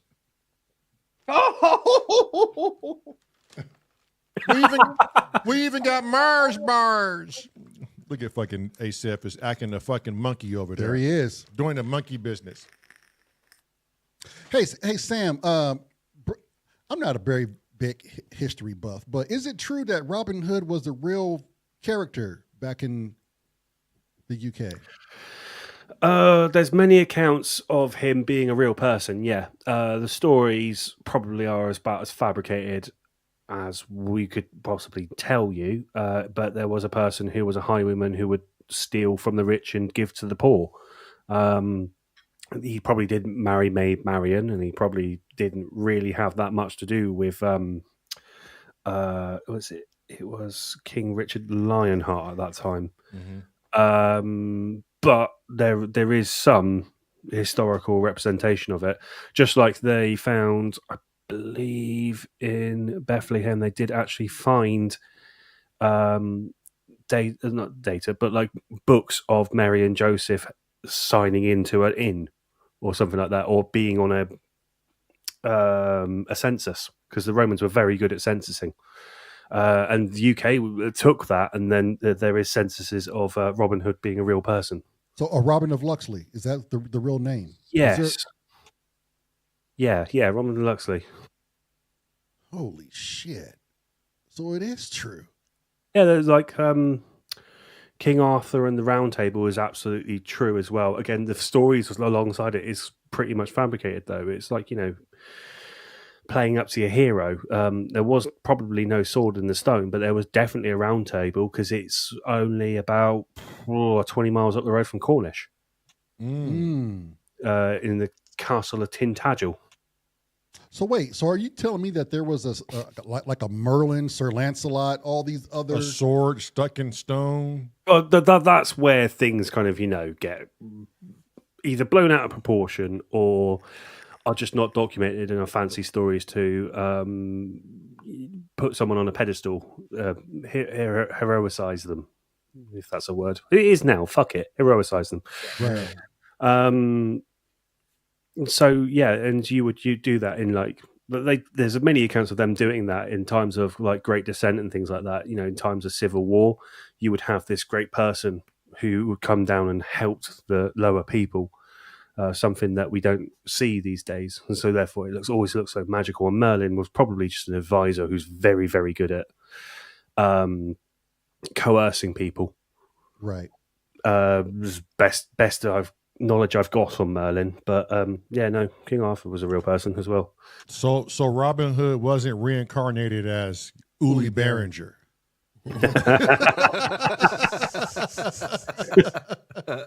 You fucking strung me up for that long, and you fucking This motherfucker here. Oh my God. Well, I don't know. To every story, there's always a hint of truth, right? Well, I don't know whether you would get the same answer from James Dyson today, because both his Oberheim copies packed in with the same failure today. A filter stopped working on them both. Really? Yeah. He was testing out he's some. not a happy man. Yeah, he was testing out some cheaper synths, wasn't he? Yeah, the Behringer X. the UXPA. The 2X sim or 2X or something. It's something like that, yeah. Oh, it sounds that's great. It does sound really nice, but it does. Did you see 2XM, that's it. Well done, Wagyu. Cheers. Yep. Did you see the GeForce though? That TVS Pro. They did a. Sorry, talking soft synths, VSTs. No. GeForce put out two voice. You know, the TVS. It looks amazing. GeForce do some great software. Can you get a picture of this up, Scotty, so we can see? What, from GeForce? Yeah. Are you able to do that? What did you say it was called, David? It's the TVS Pro, I think, is what they're calling it. TVS. You know. TVS. Yeah, I love the Tango, GeForce. Violet, Sierra. Violet? Oh, No, Victor. TVS. Yeah, Victor. T, like Tom, Victor. 33 TVS, quid. 33 quid. Here we go. Yeah, I know. It does look good. I want it as a real thing. I know. Remember they did the well, you might not. Tom did the reissues, and I remember they were like 3,000 or 4,000. I was like, oh man, that's crazy. And then now it's like, oh god, that probably was a great deal. This is 10, 15 years ago, the first time he did it. This is my only gripe with VSTs, is they make them look like amazing synths I want. Oh, I know. And they never fucking make them. Look at that thing, man. Fucking infuriating. It is, man. Yeah, it's so like the good. GUI is so cool on it, or the graphics on the advert. They're getting- I've fallen for that so many times. You're like, fuck, that looks good. Oh, fuck, it's a VST. Yeah, you go on like Synth Anatomy or something. You're like, oh my god, they did it. You're like, no, they didn't. Yeah, they've gotten better too. Like these pictures or whatever you call them. Yeah. I don't know if I'm allowed to play the audio from this. Would we get a copyright strike for that? Or is it Caleb was here, we could advertisement for probably them? know. It's fair Possibly. use, really. It's advertising for them, isn't it? Yeah, it's Fair- advertisement. I don't think they'll copyright strike. Technically, Merrill you will be can able to play answer. 8 seconds of everything as long as you are being informative or instructive. We are being informative. Is is Robbie still in the chat? What's the story with that, Robbie? Will we be able to play that, or Sammy could tell us, 'cause I think Sammy plays these things, but he cuts them after so many seconds or something, and he talks about them. Oh my god, it looks so good. It does, yeah. I just know copyright law in the UK. Yeah. I think 8 seconds is about it. Is that the max you can play, is it? Yeah. It doesn't look complicated at all. It's like sequencer. No, that's what I like about it. Module effects. Do you want phaser, delay, or reverb? Yeah, no. But it does look like it does have a bit of menu diving. I know it's a lot of freaking. It's kind of hard for them. Buttons, knobs, trolley things. It does look good though. I just want to play with knobs. They just look like hardware. Jack says it has 200 MIDI files. I don't know what that means, but I'll take them. There's quite a lot of demos on what I can do then. If I go to GeForce Software, yeah, they usually SoundCloud, I can share that link and people can take a listen to it from there. Yep. Rather than anyone getting any kind of strike. Safety Take first. a listen to that there, just in case. Let's be safe. Okay. Have I got any forces? No, wait. I do have a couple. I think I've got the. Is it the ARP Odyssey? The Odyssey. Odyssey 2 or 3, yeah, probably. Wirebaby gave me a fucking pen drive full of stuff. Actually, shit. Oh God, yeah. At Inky's funeral, he just handed me a pen drive, and I went, "This either better be some fucking primo porn, or as it says on the fucking tin, NPC stuff." Fuck yes. Trouble is, I can't load it on my fucking computer because I'm always full. Mm. Oh, yeah. Samurai said he wouldn't get a strike. Worst case scenario, you get a claim. Meaning revenue, Revenue sharing share? from your entire. Yeah, it's rev so- share. Well, shit. You want to try it, Scotty? Well, I've sent everyone the link so they Yeah, can have yeah, a Oh, listen. yeah. So they yeah. can just go ahead and do it themselves. Yeah. Yeah. It just saves Save you us losing strikes. money out of it. Yeah. Right. Yeah. Yeah, I don't know if I can. The only VST I ever want to mess with is like things like Albion One or. I don't know. I want to get Serum 2 just for the sampling stuff, and the wave table doesn't Yeah. quite do it for me. Mm. But the a massive sample head. So Have you got Serum 1, Sam? on my old MacBook, I do. I If don't. you've got an account for that, you get Serum 2 for free. Yeah. I just haven't done it yet. Ah, right, okay. Yeah, so like I've been playing with Recycle because even before Davey put it on the VST chat and Discord, I was like, "Fuck yes, Recycle back in my library," because you can. I do have an original S1000 that I still need to put a new PSU in, which you can literally just dump Akai samples in, Yeah, and it's pretty Recycle does it all. Yeah, very cool. Did you see that Splice was to acquire? Fuck, who was it? They just bought out Oh, I've gone again. for like 50 million. They bought out. Splice bought out. God, who was it? Wouldn't be Producer Loops or something, was it? No, Spitfire. Spitfire, yeah. Here it Did they? is. Yeah, Wow. Yeah. just found it right as you said it. Oh yeah, $50 million really rumored deal. Oh, that's an I do. That's an interesting one, Right? isn't it? Yeah. Think how much money Spitfire put into some of those. Orchestras. God, yeah. Yeah, I mean, it seems like a pretty good deal. We're still going to have those, right? They're not going to just. Oh no! You're just Okay. sending the money to someone else. Yeah. Please send it. Pretty much it right there, It's all Sam. about bank routing. Yeah, you know, it's just start. Don't wealthy take enough my to down. understand. My download is bought and paid for. Like, why am I gonna? Yeah, those numbers just change which computer they're in. Yeah. Well, this After is a- tonight's conversation, it's not money, it's just numbers in an account somewhere. just move it around, spreadsheets. It's It's a bunch of ones and zeros, man. this is what That's- you use, Maryland. As long as they don't do it subscription based, I don't care. Oh God, I hate it. Fucking hate that.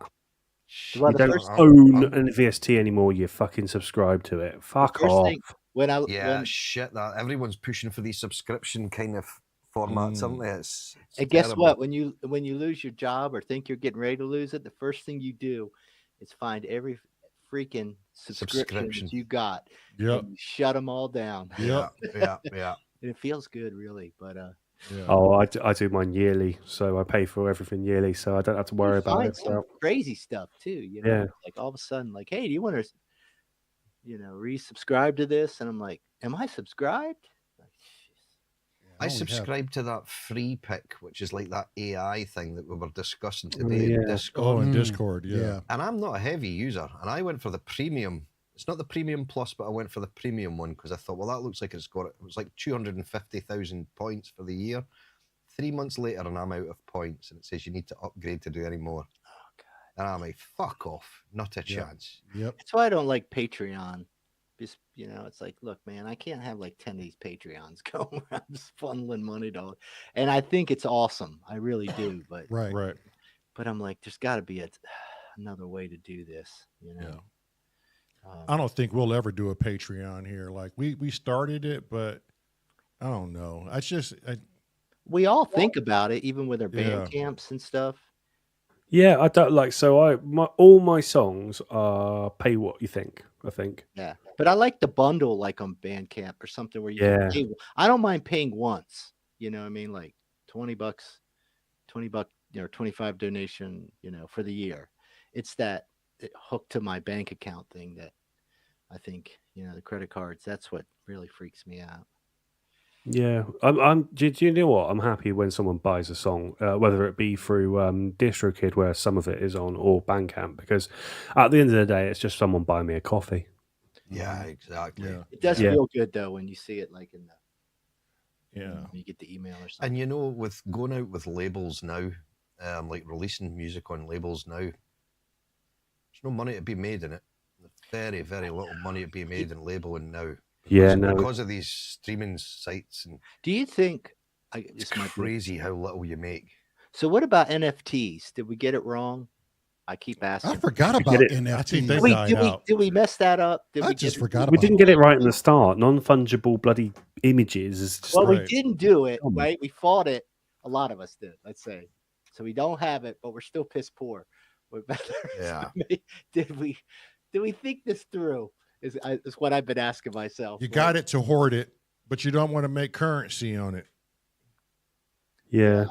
It became a I have this over you. Look what I have, Yeah, it got weird. I mean, and I don't want to sell it because I have this over you. So you didn't make any fucking money. but the idea of actually somehow getting control of your, before AI, took it all. But Mhm. I don't know.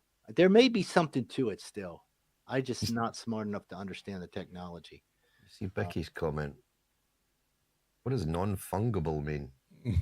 Nobody knows still. It's almost. It's They almost. keep explaining it. It's That's like you just can go, buy cream that helps with that, Becky. Yeah. I think.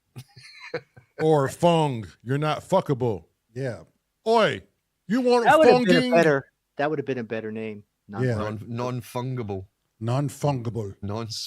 splittable. It was doomed right from the start. When you start tying it to fungus, it's Yeah. like, Yeah. I don't know. Well, I think everybody was like, what the hell is it again? Yeah. And everybody was confused by it. It's totally confused. I remember though, I can't remember some stream I was on. I wish I could remember what it was all about, but they were pitching the NFT. It was like right at that pinnacle when it was really getting hyped, And there were these people in the chat and they were just like, I made this much. I made this. You got to get on board. This is true. This is, and it was just like this weird hype train going on in the chat. And it was just like, I was like, okay, this, Yeah. Oh, the wrong people got a hold of it, I Right. guess.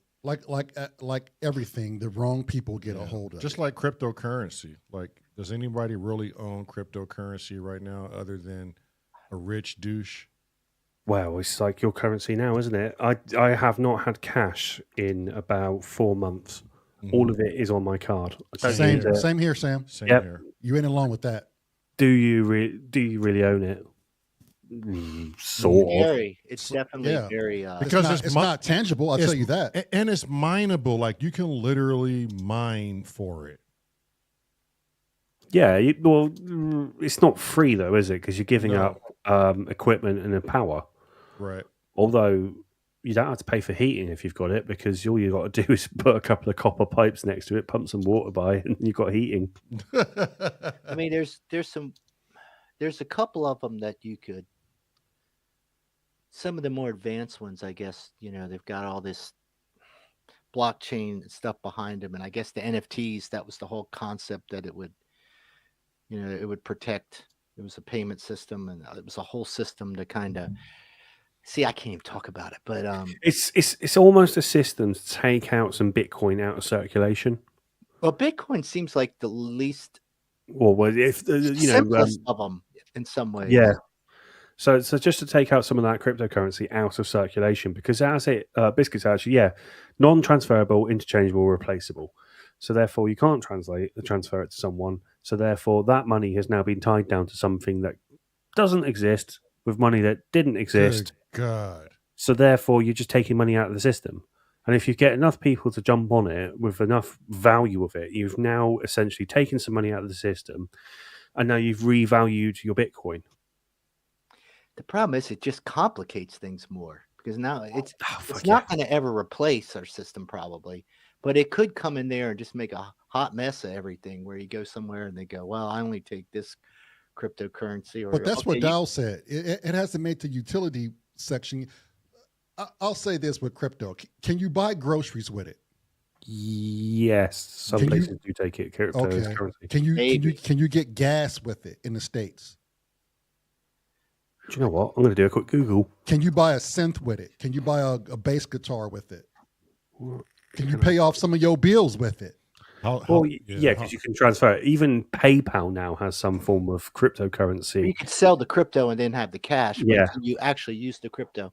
I mean, from an international currency, it is fascinating, the idea that like you could be talking to someone in another country if it's all valued the same and just pay.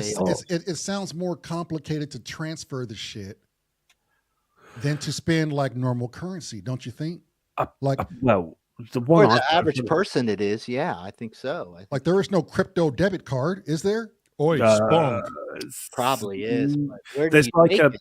But you can't use it anywhere. That's what I'm saying. Yeah, That's what I'm saying. not- You have a crypto wallet, and like I literally just typed into Google, what can I buy with Bitcoin? Apparently, you can go to AMC theaters and pay with Bitcoin, so you can watch There a it film. is. You can go to Okay. movies. You can use Amazon. You can go buy real estate. Apparently, you can go to restaurants. There's some restaurants Yeah, that are now taking it. It's I'm just a not- very slow format, though, isn't it? Like, but you could buy probably maybe specific real estate. Nobody's going to pay me if I had to sell my house. I'm not taking Bitcoin. It says- It doesn't hold its value. But, Right. I mean, I'm not against it. I'm just kind of like, it seems like a playground for the rich right now, or maybe a few techie youngsters that got nothing to lose, right? But, Well, according to some places, I've definitely seen it on the news. Let me just kind of get it up again. There is some countries that are restabilizing their economy by instead of using their native currency, they're using Bitcoin. maybe really. Do we honestly need a second fucking currency? I mean, do we really? We see how this one is going for us. And Why what don't- happens when the power goes out? I think we're still going to need cash and coins, no? We don't even know who. Yeah, Bitcoin. I know. It definitely doesn't feel safer. Let's put it that way. I don't. It wouldn't make me. If I had all my money in Bitcoin, I wouldn't feel. Well, as well, we trade with American dollars, don't we? We base everything off the American dollar because it's the most readily available. So, if someone was come around and just change a 1 to a 0, quite literally, the value of a dollar from a 1 to a 0. Now, all the other currencies we base our value off of, the dollar from, are now effectively 0. Yeah. Read So what? Yeah, go on. Sam, read Wagyu's comment. The BTC or with 21 million. Yeah, so Bitcoin effectively has a finite amount. There is a mathematical limit. So essentially, what they do is they have like a revalue as we approach that 21 million coins. And so you'll hit 1 million, and then you'll halve the value. Then you'll hit 2 million, then you'll halve that value. So as we slowly approach to the 21 million, that value then becomes lower and lower and lower until we hit the finite. And then I think the next thing is that then it gets it just basically just becomes a currency then. And so, but it's a finite currency. So then you're just playing with percentile of Bitcoin So I don't know, man. the mental Get thing it is, on one level. I do think the American dollar is way too utilized. I do think It's an abundance. it would be good to have a few currencies, whether Pound, they're the Chinese, whatever. like codependent on, yeah. Yeah, I do. As much as I'm American, and I guess I get a certain The only benefit. I don't know. You see now why you got one government who can pump dollars into and everybody's using it, and it affects the whole damn thing. So I don't know, man. how do you how do you bifurcate money like this? My American dollar is like going only so far, but my Bitcoin, I'm able to switch avenues and go through a different chain of currency. How does one outlive the other? Like what seems to be the point of both is like my overall concern. Right? You're juggling two assets now. Well, we're juggling several assets because you've got euros, pounds, Right, yen. right. But because there's so many currencies already there to balance it off, you could, to be fair, you can actually make money. So if you know that, I don't know, Botswanan dollars are Yeah, like, exchanges. use the exchanges, and you just know, you have inside knowledge that now the Botswanan government have got their shit together and they've restabilized their economy by somehow using Bitcoin to do it. And now the value of the old Botswanan dollars, everyone's got, 10 million Botswanan dollars, which is about £10 here. And now that £10 has just become, £10 million in just one note. Mm-hmm. And so you play that system, and it's a centralized currency, just like your centralized language through technology you were speaking of earlier on. And we are, I think we are gearing towards that sort of thing because, We could be, yeah. yeah, there all this talk about fucking tariffs and all that bullshit. If it was all just one big world that was just building shit for other people and not skimming off the top to better, personal circumstance, But that's the game of better the off. rich, Yeah. I mean, I used to say that, rich people or highly educated people raise their kids to be wealthy, right? They bring them up to go into wealthy jobs, learn these things, right? And the few of us, if we choose to, go and figure it out, play the game with, And then most of us don't even want to play the game, though. That's the problem. We just want to live our lives, but we got these jack-offs, 5% of them out there, just going crazy. Just like they can't stop. I mean, we've seen some of the worst of the politicians, right? Because they're scales, and they're getting them as caricature-like now, to the extreme where you're just like, but they're the perfect example of just that, It's stunning, isn't it? It's just unbelievable. So on one level, one level, I can understand a country wanting to kind of do its own thing. Like, don't give me your currency. We're going to have our currency, trying to control it's kind of like in a perfect world. When I think of the United States, we just keep breaking us up into smaller communities until it made sense. You know what I mean? Like you have these counties and then you have this, but then we mess with that with even redistricting for voting. We can't, it's like we just can't let the natural, order of things kind of happen. Yeah. Just keep subsidizing everything and getting everybody all excited. Look at me, I'm raising my voice. No, I'm not. Getting everybody all fear-based, getting them all worked up. We're confused. We're trying to even understand these financial things. They make them more and more complex. Right. Don't worry about it. We got it under control. We're going to build these mega. And it's not even that it's complex. They fail purposely to sit and explain to the layman. That's probably true, isn't it? Right. Because if our government sat down and said, okay, for the layman, because we know not everybody is business or financially savvy, right? Or for financials. This is what it looks like. And they chart it, however they do it to break it down to the common people. But what does that do for them when everybody has this grasp and this understanding of what they're trying to portray? You get pushback. Well, did you hear about, no, it's a great point, Lamar. Did you hear, I heard today like that Amazon was going to put the price of they've done it. It's implemented. Is it implemented? Because I thought you buy a product from Amazon right now, it has tariffs. I think they did it. I think today. It's brilliant because it's education in a way for us, right? It's not forget about Amazon, what their motives are. But if you just look at it and you go, okay, well, that's actually helpful, right? Now I'm starting to make some kind of causal connection here. Right. Because, and then you saw right away, it was like, no, you can't do this, or you shouldn't do this, or what are you doing? It's like, well, so the whole thing with it right now is because Amazon So Amazon is so deeply tied into the Chinese market and the Chinese control. They're saying right now that China, because they have so much in hand with Amazon, they're sparking the whole put the tariff amount of what the American people are spending now because of tariffs to get the American people to wake up to the fact to uprise against Trump. Now, that is one way of looking at it, right? It's one way, of course. But to actually see the amount that you're paying now because of tariffs, Yeah.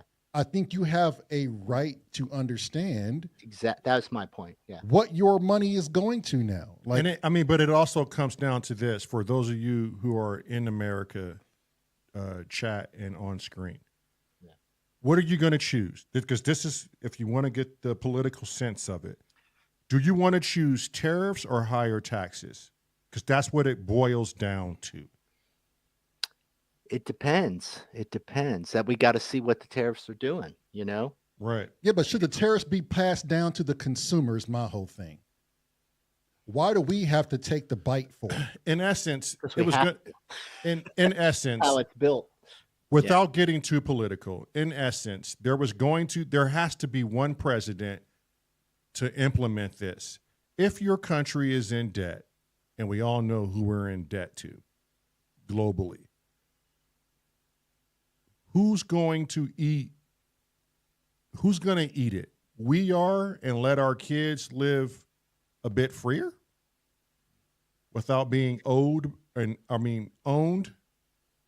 constantly owed. Now, any one of these presidents could have did the exact same thing, but this one did.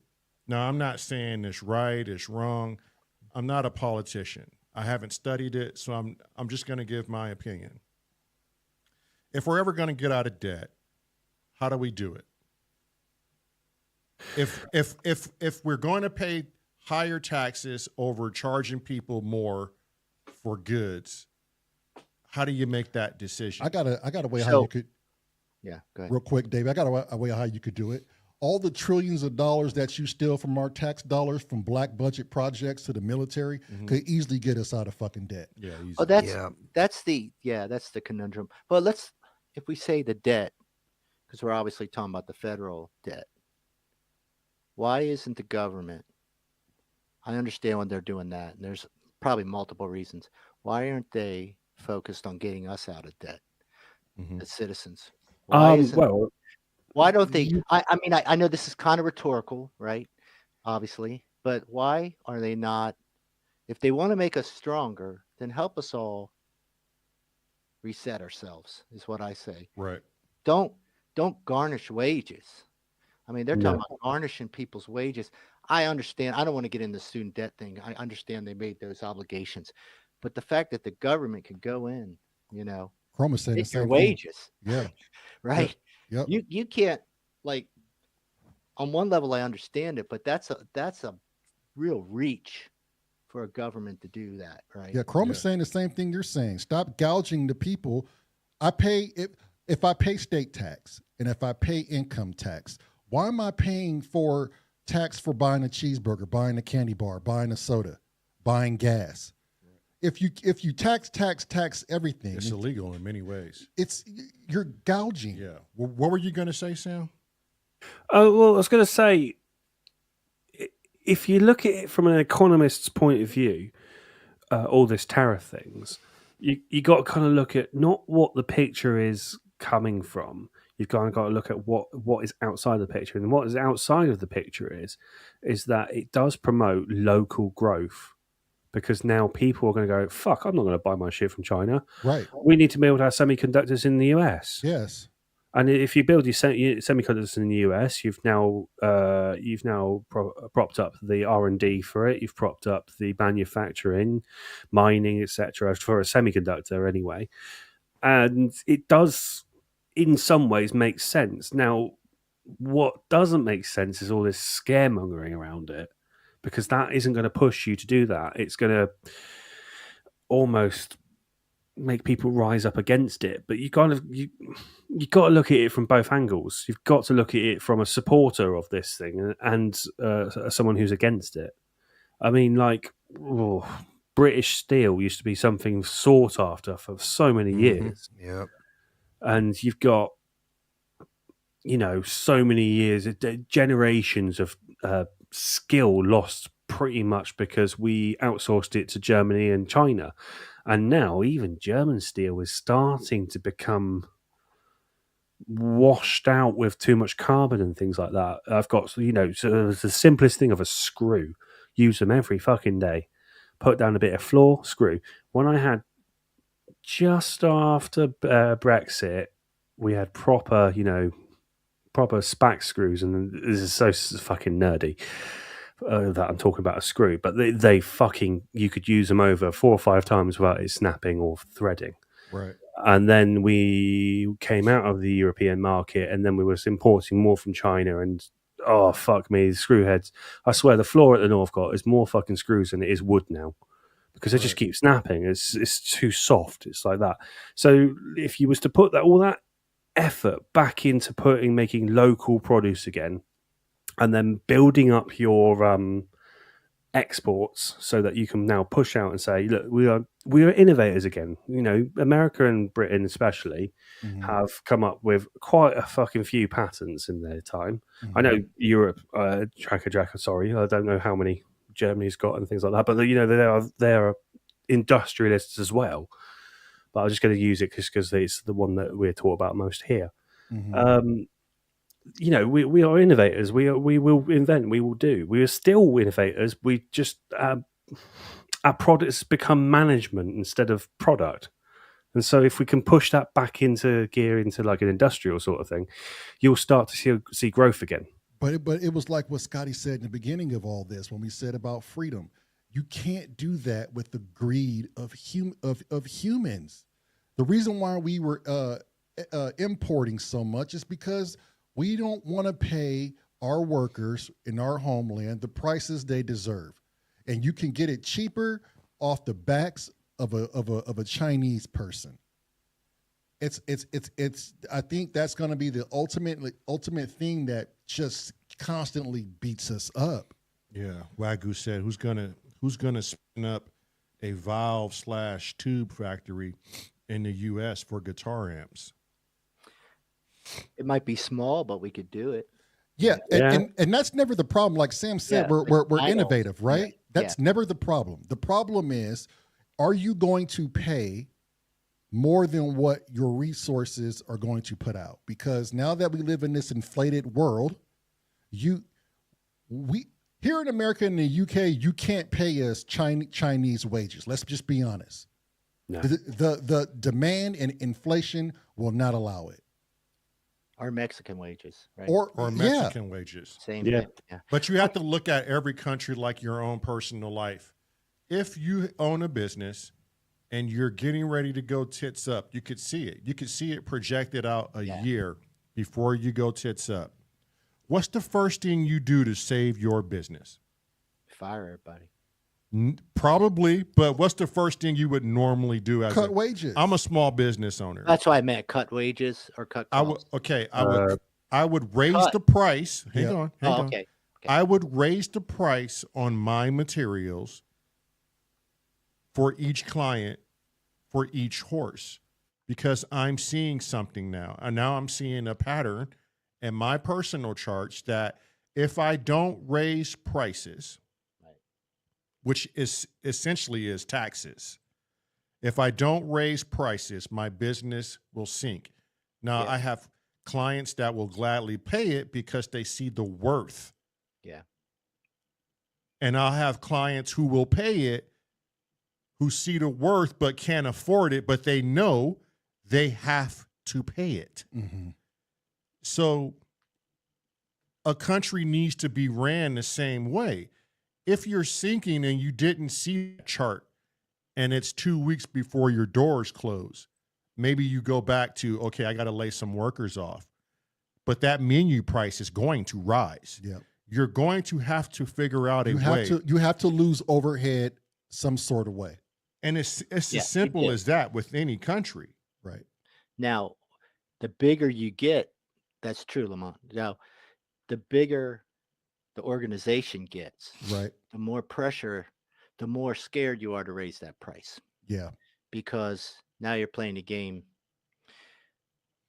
You can't, like, it's easier to cut the costs and go to, that's why they cut the costs, because it's just a safer bet. They're afraid they're going to lose the revenue. We kind of went through this right after COVID. Yeah. The inflation got out of control. And then everything was so expensive. And then you're like, well, I got to raise too. And then the salaries started going up, and it just got, it has to at least have some sort of balance. But I go back.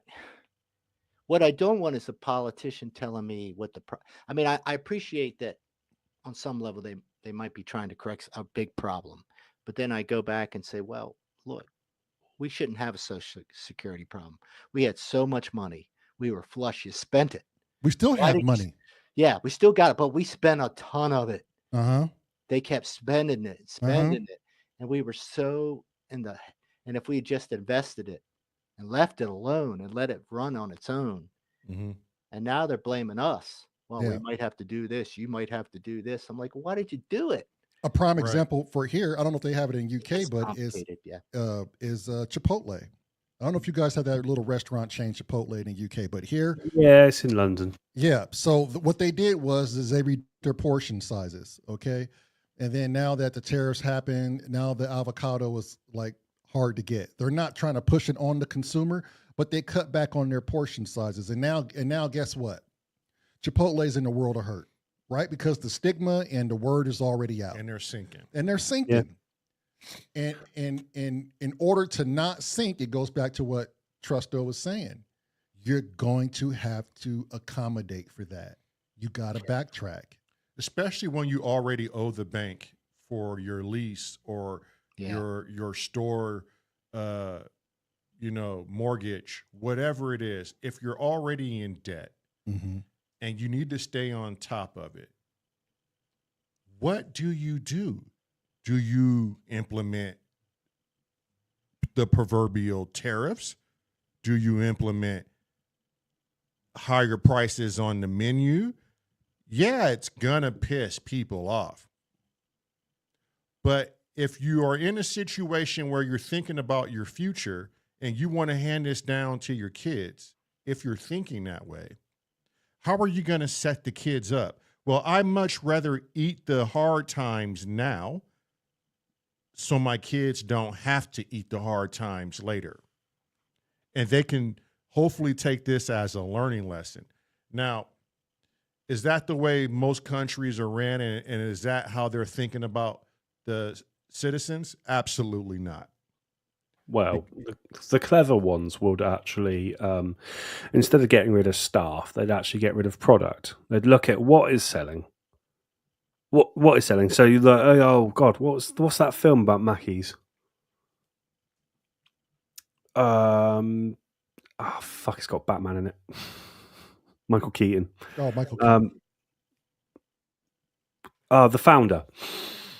It's all about how McDonald's was bought out by Ray Kroc, and they go through and they do this lovely little talk about how those two original owners, the McDonald's brothers, actually going through, and they go through the whole,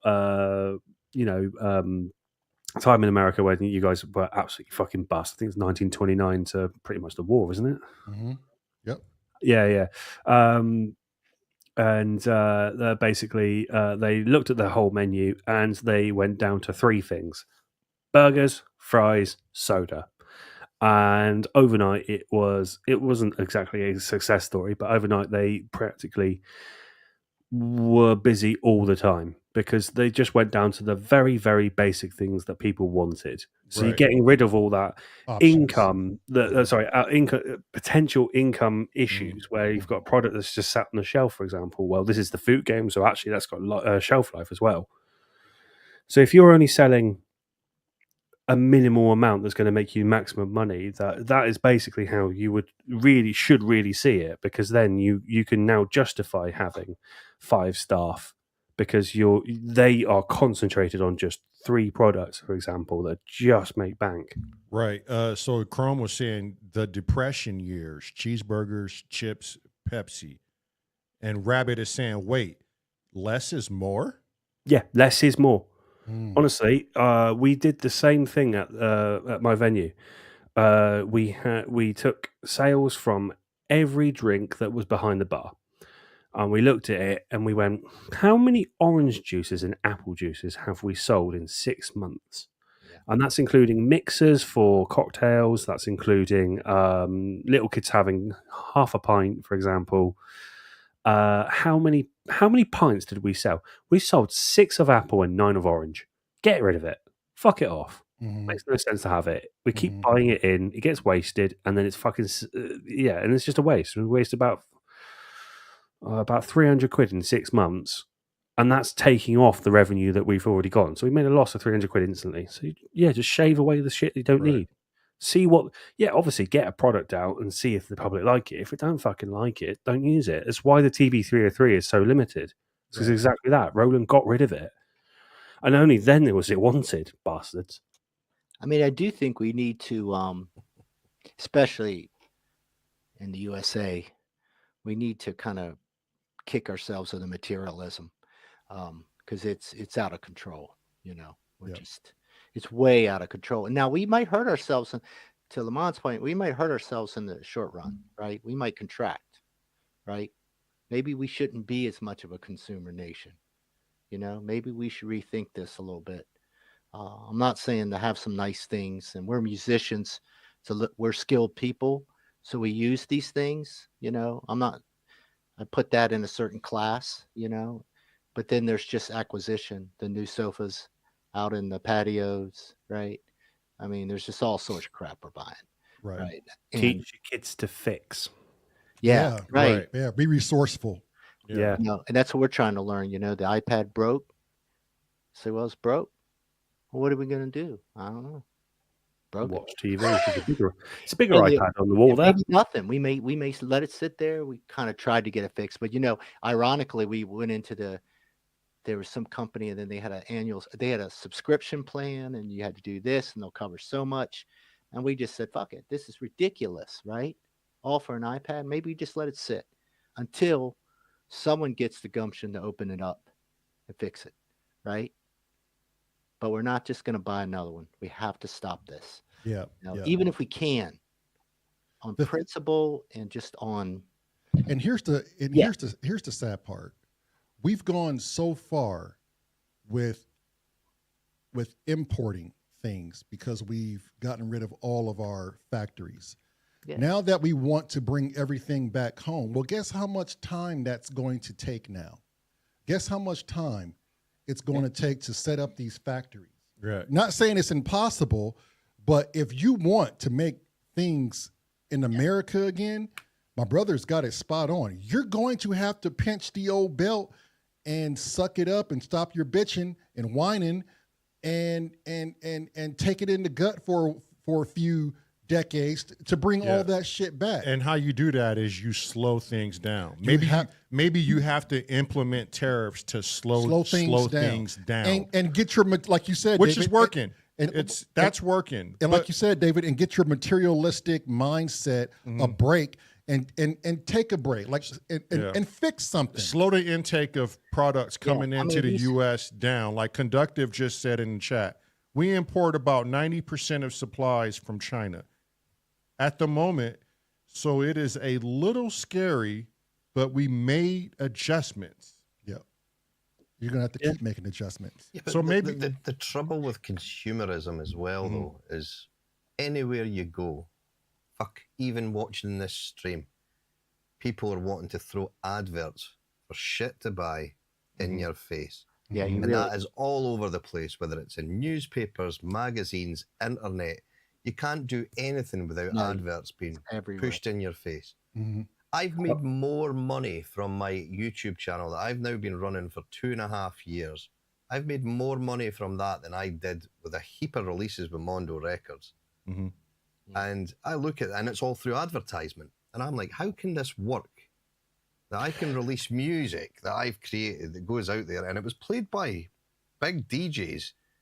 Yeah, I make that amount of money, but within a year of doing advertisement on YouTube, it's like 4 times the amount of money that I Good made. God. Yeah. But It's that's fucking crazy. well, it Right. is. But that's the scary thing is that this is how we built it, right? That's how Yeah. we've constructed this economy at this point. But Yeah. but now you're going to how attack do we make- capitalism. So now you're going to attack capitalism. Oh, Be careful. Be careful. I'm just saying. People don't like when you go against. There you go. It's well, you know, monkey business. capitalism is. I don't ever believe just a system is the problem. We're the problem, right? Mhm. Right. We can't handle it, right? Yeah. Yeah. I mean, I just came from a situation where you get people that go in the business. Some of them can't handle the complexity of it. They can look at the numbers, right? But when it comes to, it's almost like, this is kind of tangential, but with Sam, we don't fix anything. We don't fix employees either, by the way, Yeah. right? You know what we do to an employee who's got a problem? Fire 'em. I'm not talking about me. I'm talking in general. In general. We Yeah. get rid of them. Yep. Yeah. Or we push them. We cut their salary. We start penalizing them, right? We push them into crappier jobs, but damned if we don't help them, right? And the thing is, you say, well, that's business. Well, wait a minute. Okay, we were talking about capitalism. Now you're talking about this business thing, Mm-hmm.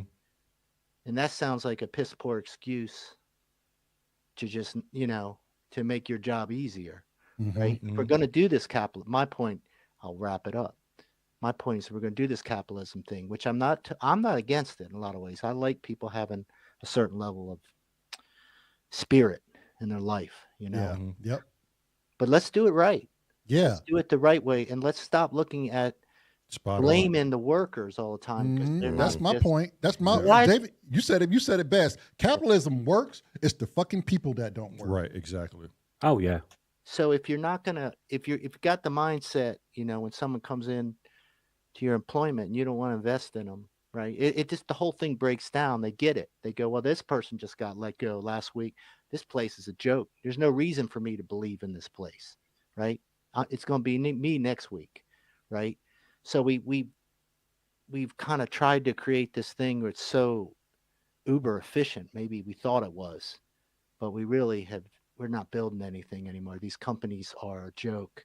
They're shells they have no personalities. They have no soul at all. And it's not surprising that they do these so-called callous things because they don't know anything else, right? They literally don't, they can't conceive when they look and see 15, 20 people that they could get better results out of them by approaching them differently. Maybe investing some time into figuring out, like you ever seen the color charts where there's different types of workers? I don't know if you ever Yeah. seen. It's a very fascinating thing. There's different ones. Yeah, I Yeah. hate HR for that. They keep sending me shit like that. I'm going, I fucking work hard. Piss off. Don't need to No, know how I work. Well, Right. Right. Right. it's really, no, you don't. It's the manager's job to understand his employees, what color they are, right? Mhm. Because there's some that just want to sit. They need to have their structure worked out for the day. If Yeah. you mess with that structure, you will have the most unhappy employee in the world. If Yeah. you do not mess with it, they'll be very happy. They'll work hard. And then you have some that are very creative and they need something explosive to be working on. Like got Right. Yeah. the special projects, right? Yep. You put them there. You don't put that first type there, right? Mhm. It's too many unknowns. They don't like it. Mm-hmm. And then you have these social ones, right? Which is more me, where every time someone came in the morning, I was making eye contact. I was looking at their body language. I was going, all right, that one's all right. That one looks Mhm. good. Something's up with that one. Yeah. No, I'm not sure about that one. You get up, you casually figure out a way to check in. You're going to see what you're dealing with, right? Do we have something serious going on? Because you can't have that. I used to call it noise, like we'd have noise in our recordings. I Yeah. conceptualize noise in the workplace. I tried to Yep. teach this. You can imagine how far it went. Yeah. that the more noise you have in your workplace, the less efficient it's going to be. And the noise Yeah. could be a lot of different things. The noise could be, The vibe. Yep. right, I don't like Lamar, right? Mhm. I know I need to talk to Lamar right now about Well, something. why not, man? I'm I'm a pretty good guy. I mean, Nah, Lamar, pocket full of Irish Spring soap. I got a serious problem. Lamar's got the answer. I'm not going to go to Lamar. I don't like him. I'm just going to solve it myself, right? You know, We've until all had somebody bad advice on that. fixes me and Lamar's beef. It's deep, right? Maybe it's not, but you see what I'm saying? It's Right. there's all this going on in workplaces. Not now, if you're working by yourself, it's different, but Yeah. it gets really deep and complex, right? And you can be at 80% efficiency in that office just because of Yeah. nonsense that nobody wants to deal with. You know, that's my point.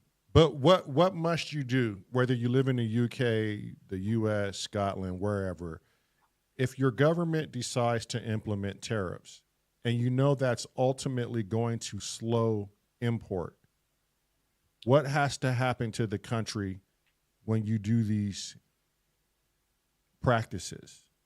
You just got to knuckle down and start innovating. I mean, Exactly, Sam. That It's means not- the country within itself yeah. has to start producing and pick up Yep. the slack. So I get really annoyed with companies who keep bringing in people from the side, people off the streets instead of pushing people up from the bottom, Mhm. because that's where the innovation starts to happen. Happy-go-lucky, Mhm. starting their job, 10 years later, they're now supervisor. 10 years later, they're now manager in a small company, not like McDonald's where everyone gets a fucking star. yeah, some companies don't. The fallacy is some companies don't innovate at all, right? Right. They're just cash. Because they have no reason to. They have no reason to, so they just kind of plow. Mm-hmm. Now, but again, some of these bigger complex industries like semiconductors, right? We went through this whole thing with solar. We lost the solar panel battle Right. to China. We lost it big time, Mhm. and we kind of allowed it. We politicized it when we were trying to invest in it. We politicized it and destroyed it, and we lost a lot of jobs. I don't know why we did it, you know. Right. But that's been American history, is to continuously outsource everything. yeah, That's the biggest downfall with the U.S. is we outsource everything. There's no reason why we can't bring Detroit back to its former glory, where it was the hugest Oh, yeah. steel and automobile industry. Well- Which, by the way, Ford, because of the tariffs, I'm going to give you some facts from my point of view. One, I've already seen a report Ford is coming back to the U.S. and they're looking to go back to Detroit. And they're looking to start back the Mercury Company, right? That's a good thing for Detroit and the people of Detroit who lived in poverty for a long time. But here's the other thing. My farrier supplies, what do you think happened to my farrier supplies and how that reflects on me charging my clients? Yeah. My supplies went down drastically Yeah. in price. So I can only speak for myself on what it's done as far as my outlook of life. Now, that's just my outlook. I don't know if that has hampered other things elsewhere in the state or in the world. I don't know. But I could tell you how it's bettered me or bettered my business. Because now I could buy supplies cheaper, charge the clients less money, which helps them out because they have to go and make money. God knows how they have to make their money for their animals. And they're not looking to get gouged. So when an honest guy like me comes in and says, hey, things are cheaper for me, your bill is going down because of it, that's where the snowball effect starts. You see what I'm saying? It's where we start having respect for one another and not continuously upcharging each other for no fucking reason whatsoever. That's part of the issue while we're in a situation. It all comes back to the goddamn human equation again, doesn't it? There just has to be some good involved in the machine. Yep. If there's zero good and it's all greed, no guts, no glory, And none of these ideals and things that we're talking about right now exist without humans, right? None of it is just it's just an imagination thing. It's all Human on paper. construct, isn't it? It's just a fucking construct. Let me ask: you've got a forge, haven't you? Obviously, because Yes. you're doing shoeing. So, Yep. therefore, do you go down to your scrap heap, pick up a lump of steel, and then go twat that for a day until you get tongs? Absolutely, you could do that. I could do Absolutely. that. Yeah. And now I could do it, Sam, because of the tariff prices. The Yeah. U.S. has to make more steel itself, and it's cheaper to make it here and put it on the market than it was to import it, then upcharge it. By the time I get it, there's also a tax to it. Yeah. It didn't make. I'd much rather go to the store and buy a pair of tongs. But now, because of the tariffs, the U.S. has to increase their productivity with steel, put it on the market in the U.S., and when I go to get that same steel you're talking about, whether it's 80/20 or A2, A4, I can get it $15 cheaper by the hot roll today when it was $43 more in January. Yep. Trip out on that shit. It's the little details that people choose to look over. They just see what's on the media, and it's been projected as this bad thing. But when you really look into, now I'm not saying it's the cure-all, and I'm not saying it's great for everything, because we still have to see how this is going to affect us a year or two from now. That's when you get the real data. Yeah, that's going to be the real. We're going right? Yeah. But for right now, if you're looking at things on a micro level, with guys like us, the blue collar guys who are actually in the field, messing with things, the tradesmen, the electricians, the contractors, the plumbers, we're looking at it from our point of view. And I'm talking to electricians. We have an electrician and plumbers, and they're getting things, they're getting things cheaper, and they're getting things for free because they're having to make so much of it. Now, that wasn't the case in January, but that's blue-collar workers. I don't know what that does for people above blue-collar workers. You know what I mean? I don't know what that does for the rich. It takes out of their... It takes something away, because clearly, for the longest, this country loves to import things. Yeah, that's how we became consumers. But when you slow that down drastically, which it has, my brother even saw Amazon facts. UPS is getting ready to lay off 20,000 workers because we've slowed down import. Well, let me ask you this. Where does Behringer fit into this? Behringer is the epitome of consumerism, isn't it? And Behringer I'm trying to be very analytical. Is the upper echelon of consumerism. So, I mean, there's no reason if we're going to look at our own situation, let's say country by country, I'd argue, given what we've talked about, we shouldn't be buying Behringer. Right? It has nothing to do with the United States. Right. There's we get nothing from it other than a really good deal. And that's not, again, this is, we're just having intellectual whatever. Yeah. Intellectual as we can be as a group. Right. But and I love it from a layman's point of view, because we're really forced to sit here and think. And don't try to overcorrect yourself. You're just saying what you believe. And everybody here respects what everybody believes. So don't worry about offending anybody. You don't have to. Because I do understand. So I don't think we can look at this. It is kind of, you got to look at kind of the industry. I think we've known for a while, Lamont, that steel, right? Steel is important. You gotta have semiconductors. Very. There are certain things we just have to have, right? Yeah. And my only thing, let's just focus ourselves. What is really important here?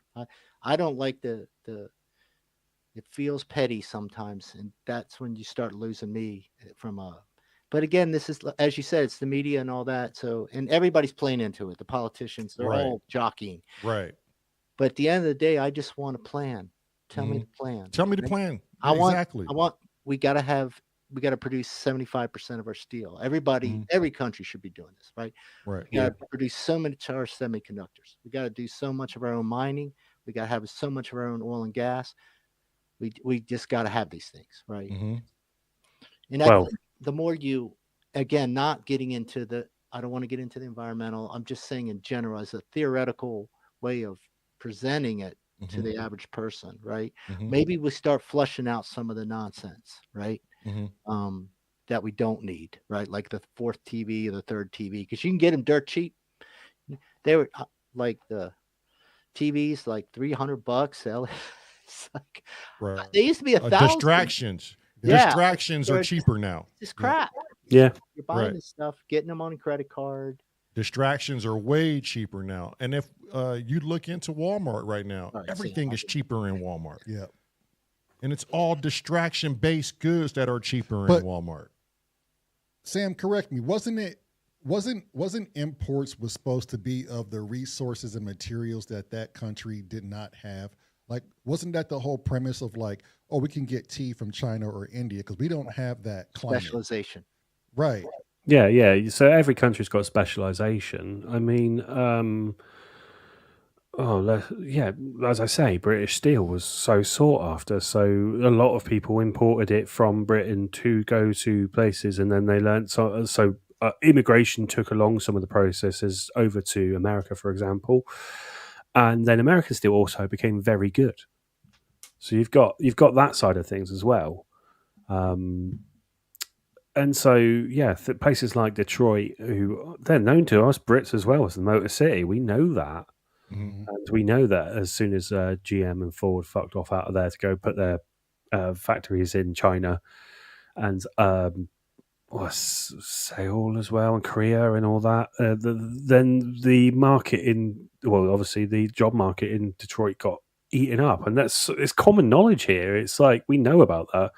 We had a lovely show called Top Gear that taught us all about it. God bless old Top Gear, forever in our hearts.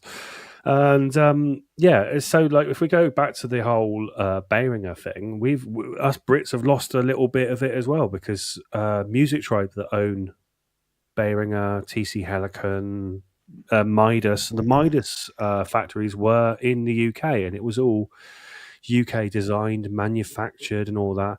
And all that innovation is now being picked up, dropped into Music Tribe City over in, I want to say, oh God, where's that massive electronics place outside of Beijing? It's not Shanghai. Might be in Shanghai, actually. Either way, it's in China.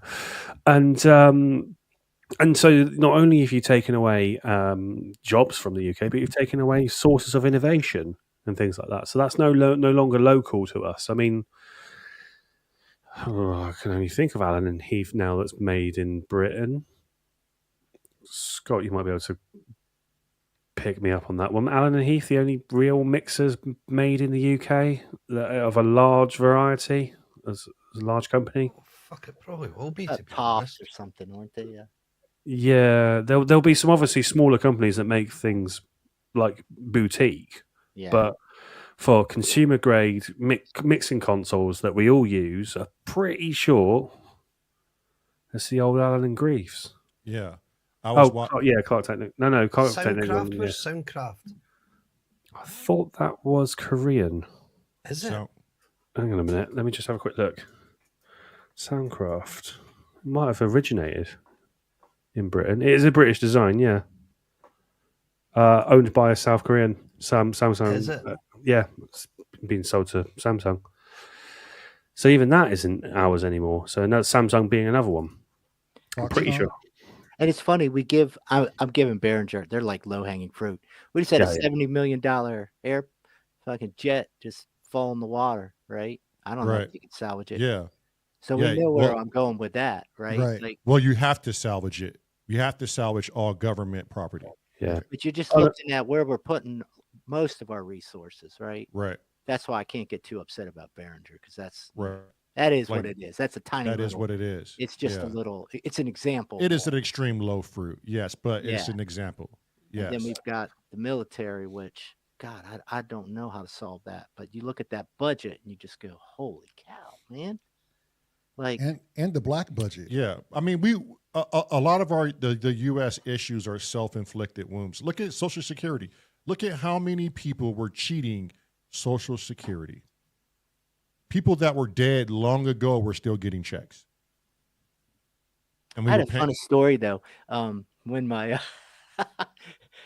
when my mom died, my dad had the check, right? And he zoomed off to the. He's dead too, so you can't go after him. Anybody? He zoomed up to the bank and cashed it. We were like, "Dad, man, what are you doing?" Like he was in survival mode. Like he didn't. Right. I think it was, but it was kind of. I don't know. It's a funny old story because we were just like, "Dad, dude, like you can't." Anyways, He's- keep going. He's like, bullshit. Watch this. You Yeah. want to eat tonight? Yeah. Yeah, So I just want to address the chat. What I meant by like, Alan and Heath being in the early ones in the UK. Obviously, Digico, SSL, Neve. There's loads of them, but they're all like niche. They're boutique. You get it built for your studio sort of thing. I mean, like you can walk down to a music shop and it's there, and it's an Alan and Heath. I know SSL do small little 2i2s and things like that, but I'm pretty sure it is the only mass consumer built in Britain. So yeah, there you go. I didn't think Rupert Neve was British though, but he must have been. He must have been because it does state that it's a British company, right enough. But yeah, they're definitely sort of on the non-acquisitional list because they're so fucking expensive. Yeah. I would love one. Not only was Rupert Neve British, he was born not 20 miles away from me. Wow, there you go. Yeah, in a little place called Newton Abbot. That's where I go to buy my model trains. But you know what? Just to speak about specialty items from different countries, there's a thing being sought here. Scotty will know this. It's only raved about in Scotland. And people are trying to get it here in the States, and it's called iBrew. Iron Brew. Iron Brew. Yeah. Oh, that's rocket fuel. I love it. Right? So apparently it's big there. It's big even over Coca-Cola and Pepsi. And they're trying desperately to get it here, but they can't do it. Oh. It's like isn't that what commodity trade should have been? Right. It was a specialized, like we just said, it was a specialized trait. Vicky said it's made from girders. It is. That's what the advert says. Iron Brew. It's made from girders in Scotland.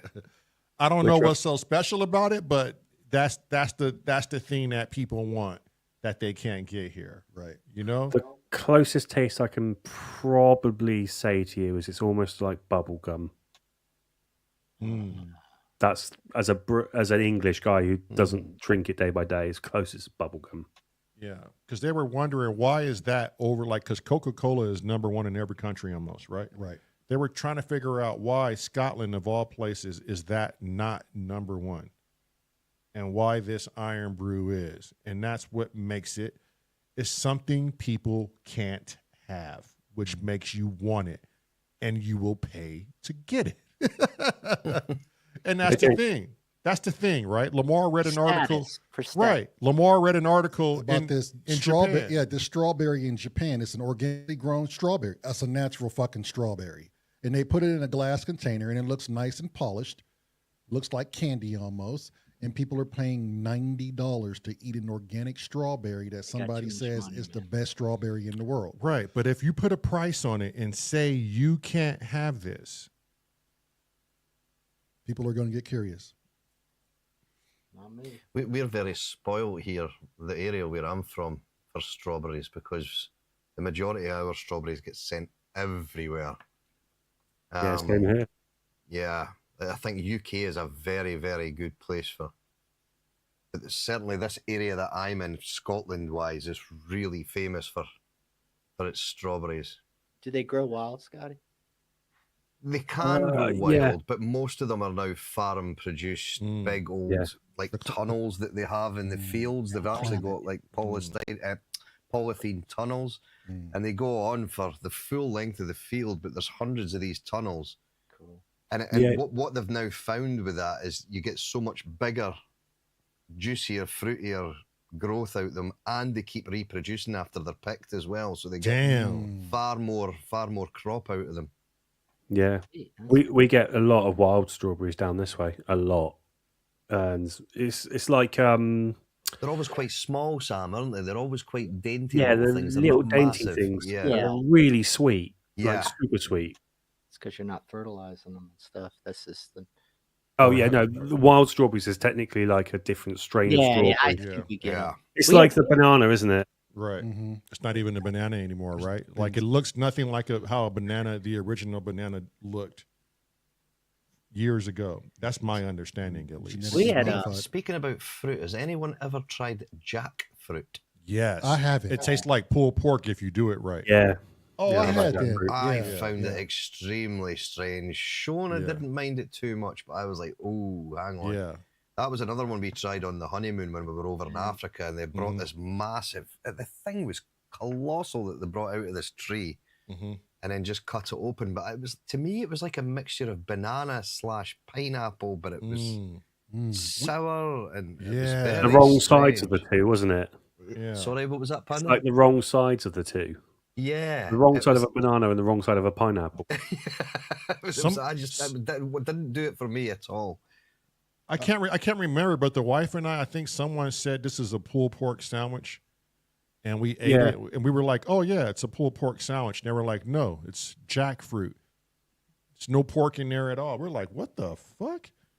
And so we went to the store and we bought jackfruit pulled pork substitute because we were big into keto, Right. and okay. you couldn't tell the fucking difference. That's amazing. I swore up and down I was eating pulled pork barbecue sandwiches. Yeah, there's one fruit I want to try, and I haven't tried it. Is a dragon fruit, Yeah, I haven't tried a dragon. Oh, they look good. They do look good. Yeah, but I never haven't tried tried one. it. Yeah, I No. need to try one. I don't even know how you would eat a dragon Yeah, how do you fruit. eat a freaking dragon fruit? Well, there's Wagyu saying you should try durian fruit from Thailand. And then Chrome's come back saying public durian / jackfruit is illegal in certain Asian areas. Why is that, Chrome? Why? Shit, Chrome, investigate. Why is that? Use your math skills. Come on, Chrome, get to it. Why? I hope is I that? didn't consume something that we shouldn't be consuming because Did not. According to Trivial Pursuit. Oh shit, bastard! God damn you, Chrome. Hey, in the UK, I'm curious about this. This is one thing I'm very curious about. Does it seem like every other day are you guys getting a food recall on something? Or heavy iron in your toothpaste. We're not too bad in the UK. Our food regs in the UK are pretty strict. Mm. The only they're sort more- of big one we had over here was the horse meat thing. Remember, Panda? Remember all that? Oh Was- god, yeah, IKEA got absolutely fucking Yeah. annihilated for it. We're getting heavy metals in all major toothpaste brands. And a lot of food recalls, like yeah. meats and veggies, and like The ones we get mainly are rusk biscuits for children, I find. I'll see in Tesco, where is our local store, it's normally something like a Farley's or something like that. It's weird. I don't know why it's babies, but I think it's actually because the UK's food standards is even stricter than the EU's. And one of the things the EU was trying to impose on the UK was softer food restrictions so that, that we could keep trading further into the food market. That's why you won't find us Brits wanting your food from America, because we like our milk as we do, we like our meat as we do, not non-bleached and all that.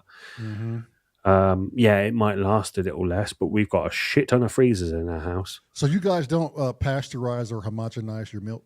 We pasteurize. I think we homogenize as well. There's been a bit of a push back on it from people though to try and come back to the old milk bottle days of it not being all that. Yeah, cooked down to like nothing. Just about old enough to remember the electric milk floats going around, rattling away at 5 a.m, and the milkman would drop off milk at the front door. That was my first job. Was it? Was on a milk van. Yeah, there was 4 of us in total used to stand on the back of this. It was a Mercedes. It was a petrol thing. But yeah, when I was, I think must have been 15 years old, I used to get up at 5 o'clock in the morning in the forest, all weathers you were out. And we actually preferred it in the winter time because you had like a handlebar that was all the way across the back. And we just stood on this wooden board at the back and we would fill up the crates with milk bottles. And then the driver would never stop. He would slow down in the street that he was dropping you off at. And you kind of learned to hold these crates in your hands and just step off the back of this van as it was moving, but then run onto the tarmac as you were coming off the back of the van. But the winter time was great because you could actually hold onto this bar. If you were on the outside of the wooden plank on the back of this van, you could hold onto the bar and ski in the snow that was at the side of the van. So we would be, and at the driver, our driver, Skell was his nickname, Bruce was his real name. He would go absolutely nuts because we would all take turns of swapping place and going on along all these snow beside the road. But we came down one street in Kirriemuir, the village that I used to stay in, and we turned into Woodend Drive. In the street that I was off the van, had a balaclava on because it was winter time. So it was just my eyes that were showing because when the van's moving, it was so cold. And I'm holding onto the back of this, feet off, skiing in the snow. And we turned into one street and all the snow had gone because the snowplows had been in there. And my feet hit the tarmac. And I just went head first. Oh, and Bruce, the driver, was going absolutely mad. And I'm flat on my back going, I've gone blind. I've gone blind. but what had happened is when I tumbled down this road, my balaclava had twisted round so the back of my...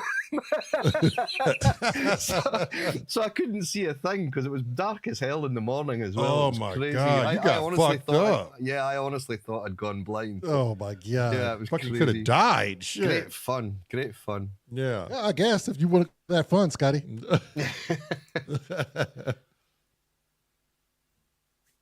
What happened? Oh, Dave's just disappeared. Oh no, I think he just Turned his his screen camera. Yeah. Ah, good old. What did Marilyn say? We are the only species that continues to consume milk after weaned off it. And not only do we continue to drink milk, we don't even drink it from our own bloody species. Well, that's true, yeah.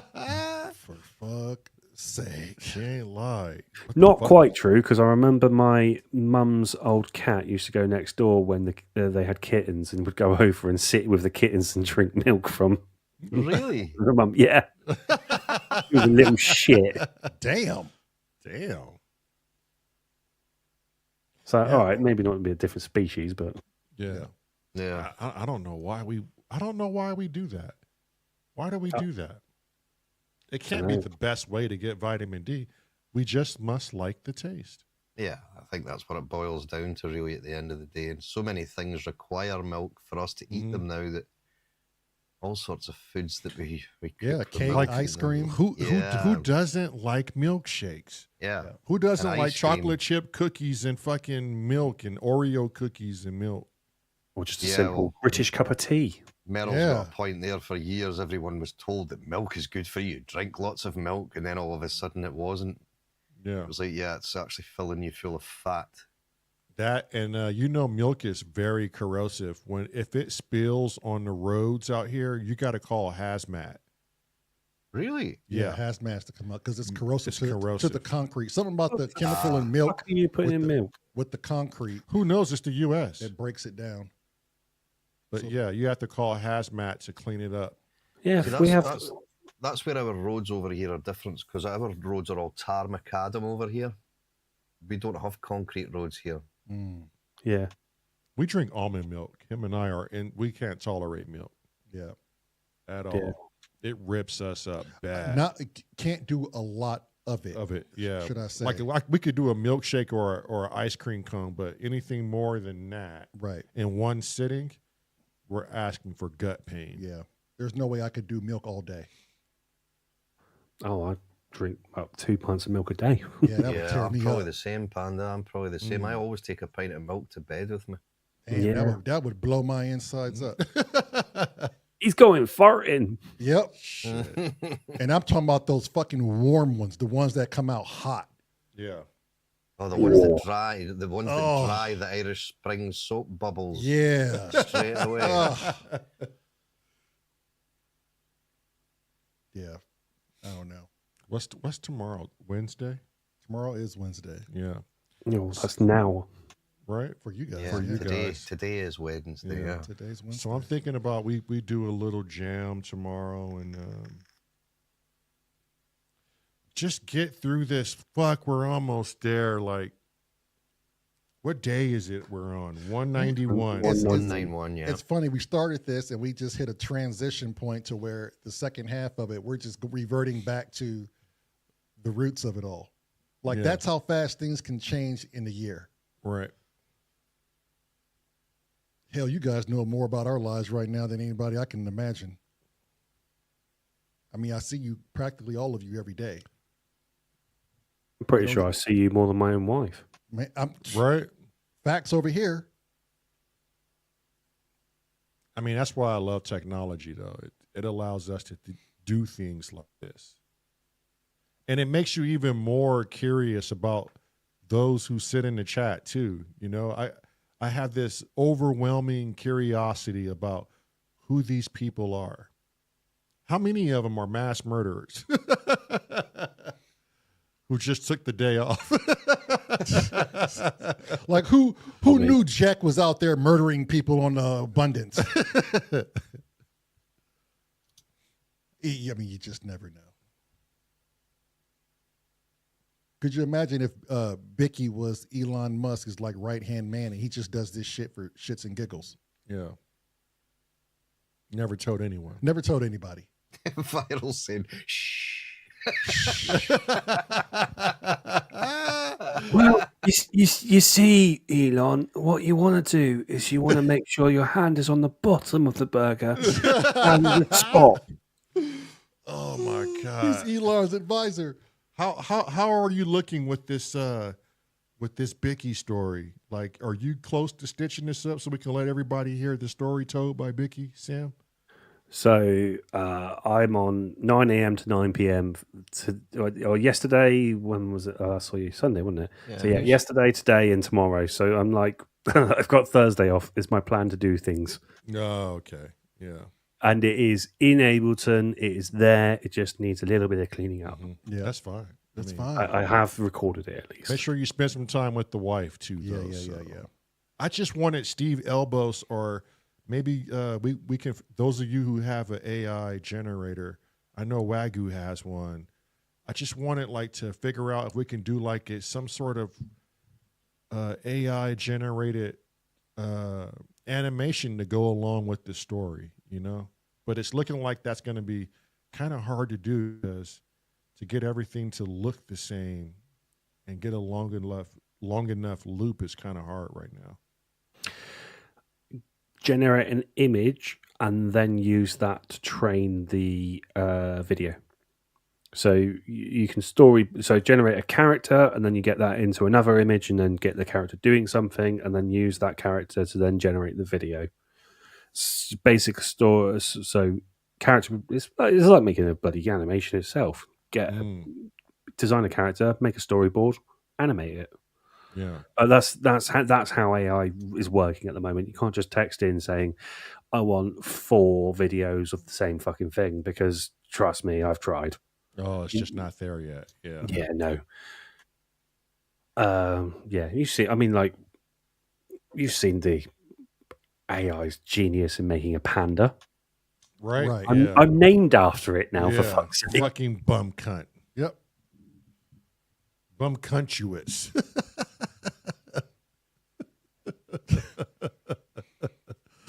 Oh shit. I'll never unsee that again. Like that was and the tails on those fucking Oh my things God. were- Bye, MZ Clara. You're not welcome here. Fuck off. Yeah, absolute fucking twat. I missed it. I didn't see it. Yeah, you guys are fast. You guys are quick. Chrome caught it, actually, to be fair. Yeah. But yeah, no, that has definitely gone Chrome. Don't worry. It's only because we've got it in StreamYard I can still see it. Oh, okay. Yeah, and we're not back there, so we can't see it. Good. You guys are on it. I love you guys.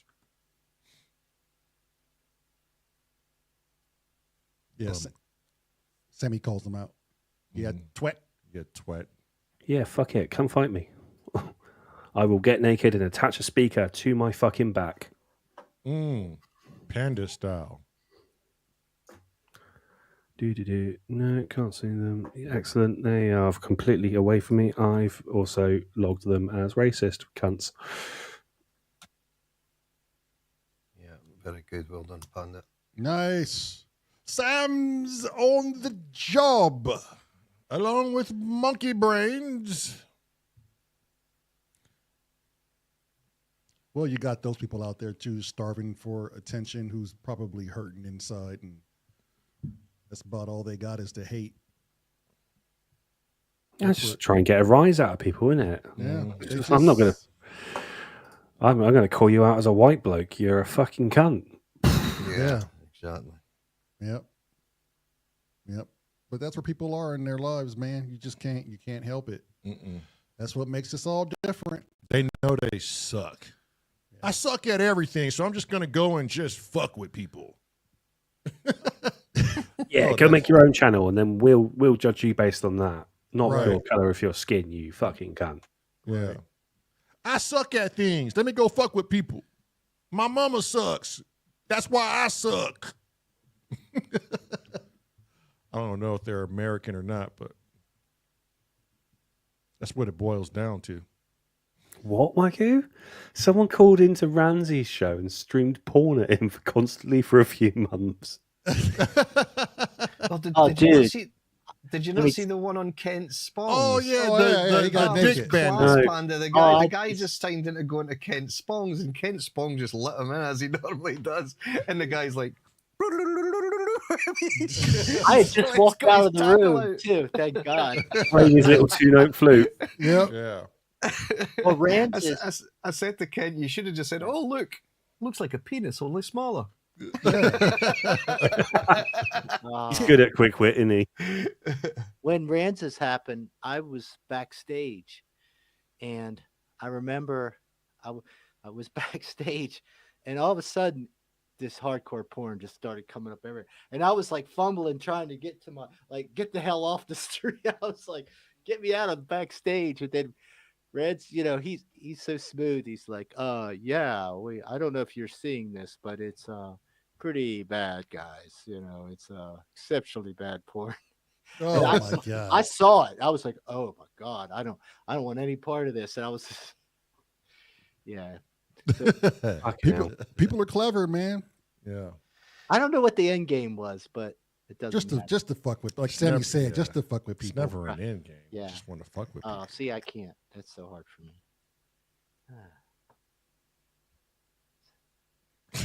I mean, sorry, I'm just telling the dog to shut the door before she comes back in. You were just telling your dog to close the door before she came back.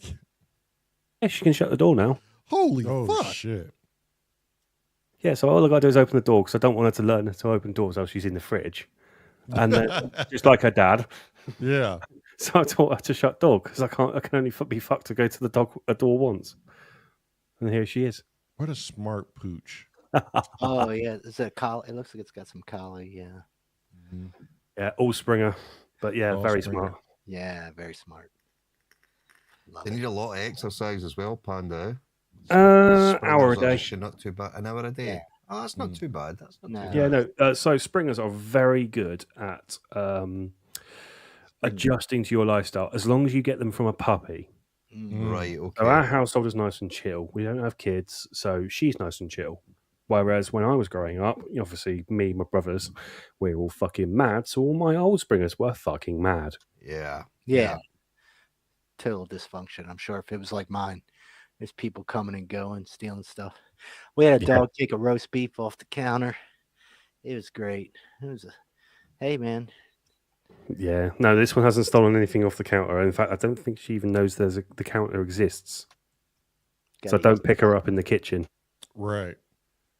But an entire roast beef, Jesus, Dave, come on. Sitting at the, I was walking up the steps, and I said, "Damn, the dog's got some kind of big piece of wood or something." Because that was pretty normal, because we live kind of out in the woods, right? And dogs are coming and going, and so you don't make any mind of it, And I looked at it close, and I was like, "Oh no, you didn't take the roast beef." Now I didn't like the roast beef because it was always overcooked, Mhm. So I wasn't personally offended. Ah, there you For the go. dog. I was scared for the dog. I was like, oh, when Oh. Dad sees you took the roast beef, man, this. She's only ever stolen food once. Mm, Once, and she has never done it again. mm. Because afterwards, I've got a little trick for trading it out of dogs. But when she was dinky, she managed to get into my rucksack, into the paper bag where a sausage roll sat, and she sat there happily munching, got halfway through. And so I just grabbed her by the scruff, grabbed the sausage roll, put it in the bin. And then afterwards, the trick to training it out is you hold food in your hand, Mhm. and then you pretend you're asleep, and you leave a crack open in your eye. And as soon as they start going, oh, can I? Oh, yeah, getting closer, you just go, no. And then she backs down, and then she'll try again. And then it gets longer and longer and longer. And afterwards, they just don't take food. That's Mm. cool. Oh, wow, That's that was good. Yep. Yep. And So- you hear so- that, people? okay. Our old shepherd Max never ever did, but he was quite a short German. He was short haired, but he was quite low in stature, and he was never really one for jumping up at the counter. And then when we got Zach, but just not long after we moved into this house, actually, I was building the decking out the back, and Shona was preparing stuff for a barbecue, and she'd marinated chicken, salmon, and all bits and bobs to go into this barbecue. And she came out and she's yapping with me, brought me a beer out. It was middle of summer, cracking day. And I just heard her when she went back into the kitchen. Where's it gone? And then she comes out to me and she's like, have you been in that kitchen and moved the food? And I said, no, because we've never had this happen to us in the 10 years that we had Max. Yeah. But all of a sudden we've got Zach. And yeah, he'd picked it up and pulled it all off the bunker, and him and Max both ate it. That's got Yeah. all. But it was like spicy chicken and all sorts. And I said to Shona, we're going to pay for this one. This is going to be bad. Oh, The shit. two of them Pay were for that fine. They stuff. were absolutely fine. Thank Oh, you. gotcha. Really? Their stomach can handle spice. Really? Yeah. Our Well, fucking shepherds have got quite a delicate Delicacy- stomach, yeah. Sam. So Yeah. I was thinking we were going to pay for this one, but no, they were superb, both of them. But Our the tea Rhodesian- was gone, but Our Rhodesian Ridgeback has got a sensitive stomach, and Bicky's right. His word is niet. But he decided he wanted to, when we were living in Washington and he was young, he wanted to take, I forgot what he took, but it drove me crazy. I picked him up by the back of his neck and brought him up to eye level, and I looked him right into his eye as he's still chewing, and I said, niet, with the ferocious niet, and put him back down. Marilyn's looking at me. He sensed that his life could have came very close to ending, and he has not done it since. And he's a big fucking dog right Yeah, now. he has to be. I was gonna say. He's Yeah, a we saw. big fucking dog right now. Although he does some things that piss Marilyn off every time we have dinner. We go down to the basement and she brings her plate down and she puts it on the arm of the couch and gets her little seat prepped. And this little cocksucker gets off of his bed and he gets within maybe 2 feet from her plate and just sniffs nonstop, right? It just annoys her. And she'll sit down and grab her plate and look at him, and she'll be like, bad. And he'll stay there for like, I shit you not, 15 seconds and keep staring at her like she never said a word. And then she'll look at me and I'll look at him, and I want to tell him in my own way, but I don't. I let her do it. yeah. And she that's the looks best back thing. at him, yeah, and she says it one more time, and then Saren looks at me. It's funny how dog eyes, Yeah. Oh, yeah. they tell you that, they tell you everything, right? Oh yeah. And he fixated on her, and he looked at me, and I looked at him, and he just did a complete 180 and got into bed. It was like, right, I'm not going to push the issue any further, Yeah. but tomorrow I'll be back. we'll restart this process. Oh, And that's what he does. He keeps trying to claim dominance Yeah. over one of us.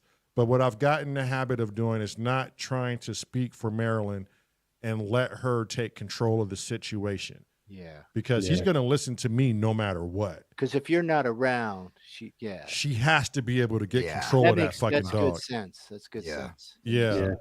And he's a big Yeah. fucking dog. He already fucking bit our daughter for being too fucking nice after Marilyn told her stop letting this dog sit on you. He's claiming dominance. Pretty soon, if you want to push him off, he will fucking turn around and bite your ass. Yeah. He's claimed dominance over you. She kept being nice, and we're like, you don't do this with a Rhodesian. Yeah. And she learned the hard way. She tried to get him off of her one day. He turned around and growled and bit at her. And luckily, Marilyn was down there to see it all unfold. Good. She would have had a fucking issue on her hands if she wasn't down there. Yeah. That dog would have had her pinned in her room. And God forbid, something would have happened to her. But some dogs you can be nice to. But there are some breeds. They're different. They're different, and they're going to keep challenging you over and over and over because that's what's instilled in them. That's what they're doing. They're checking in, making sure they got the strongest still in charge.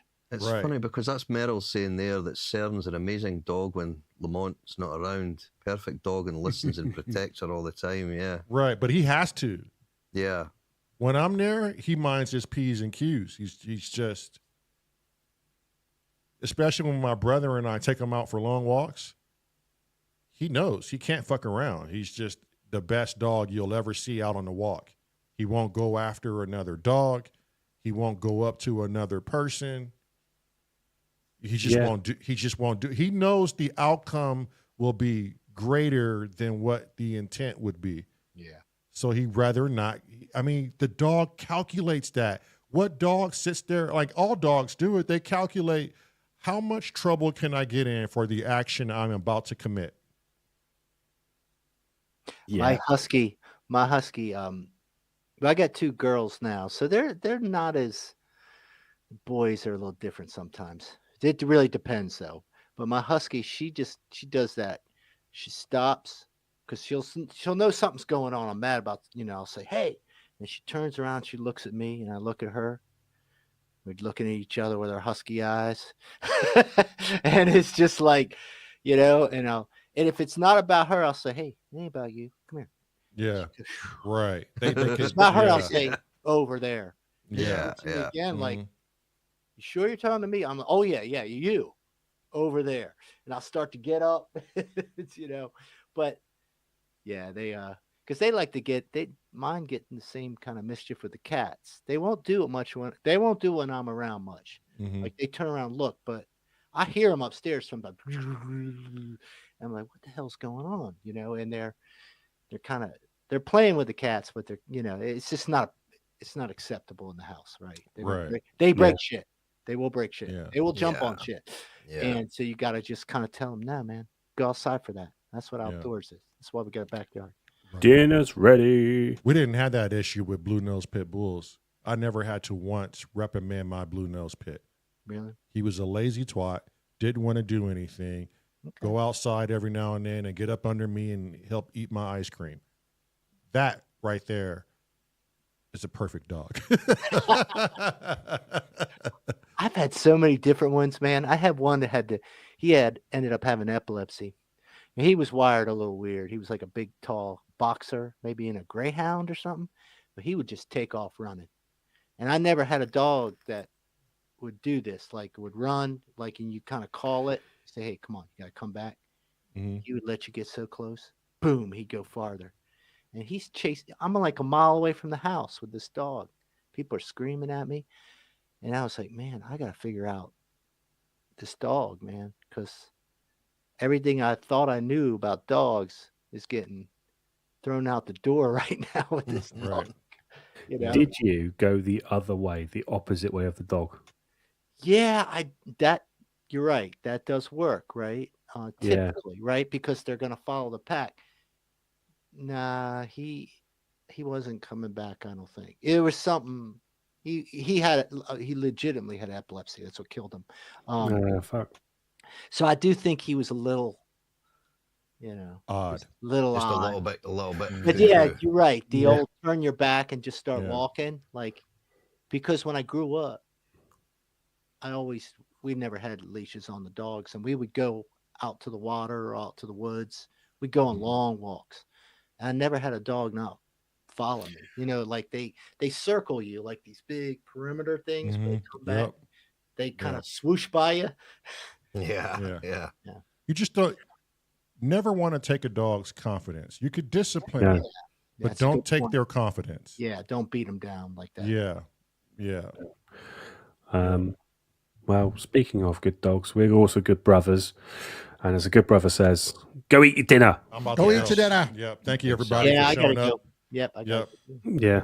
Right, Love you thanks, all. guys, for the Yep. chat. Yeah, I don't want to be woken up with a slap tomorrow morning. But Scotty Yeah, will. but Scotty will. Scotty will take it for all of us. I've still got a split lip from the last one.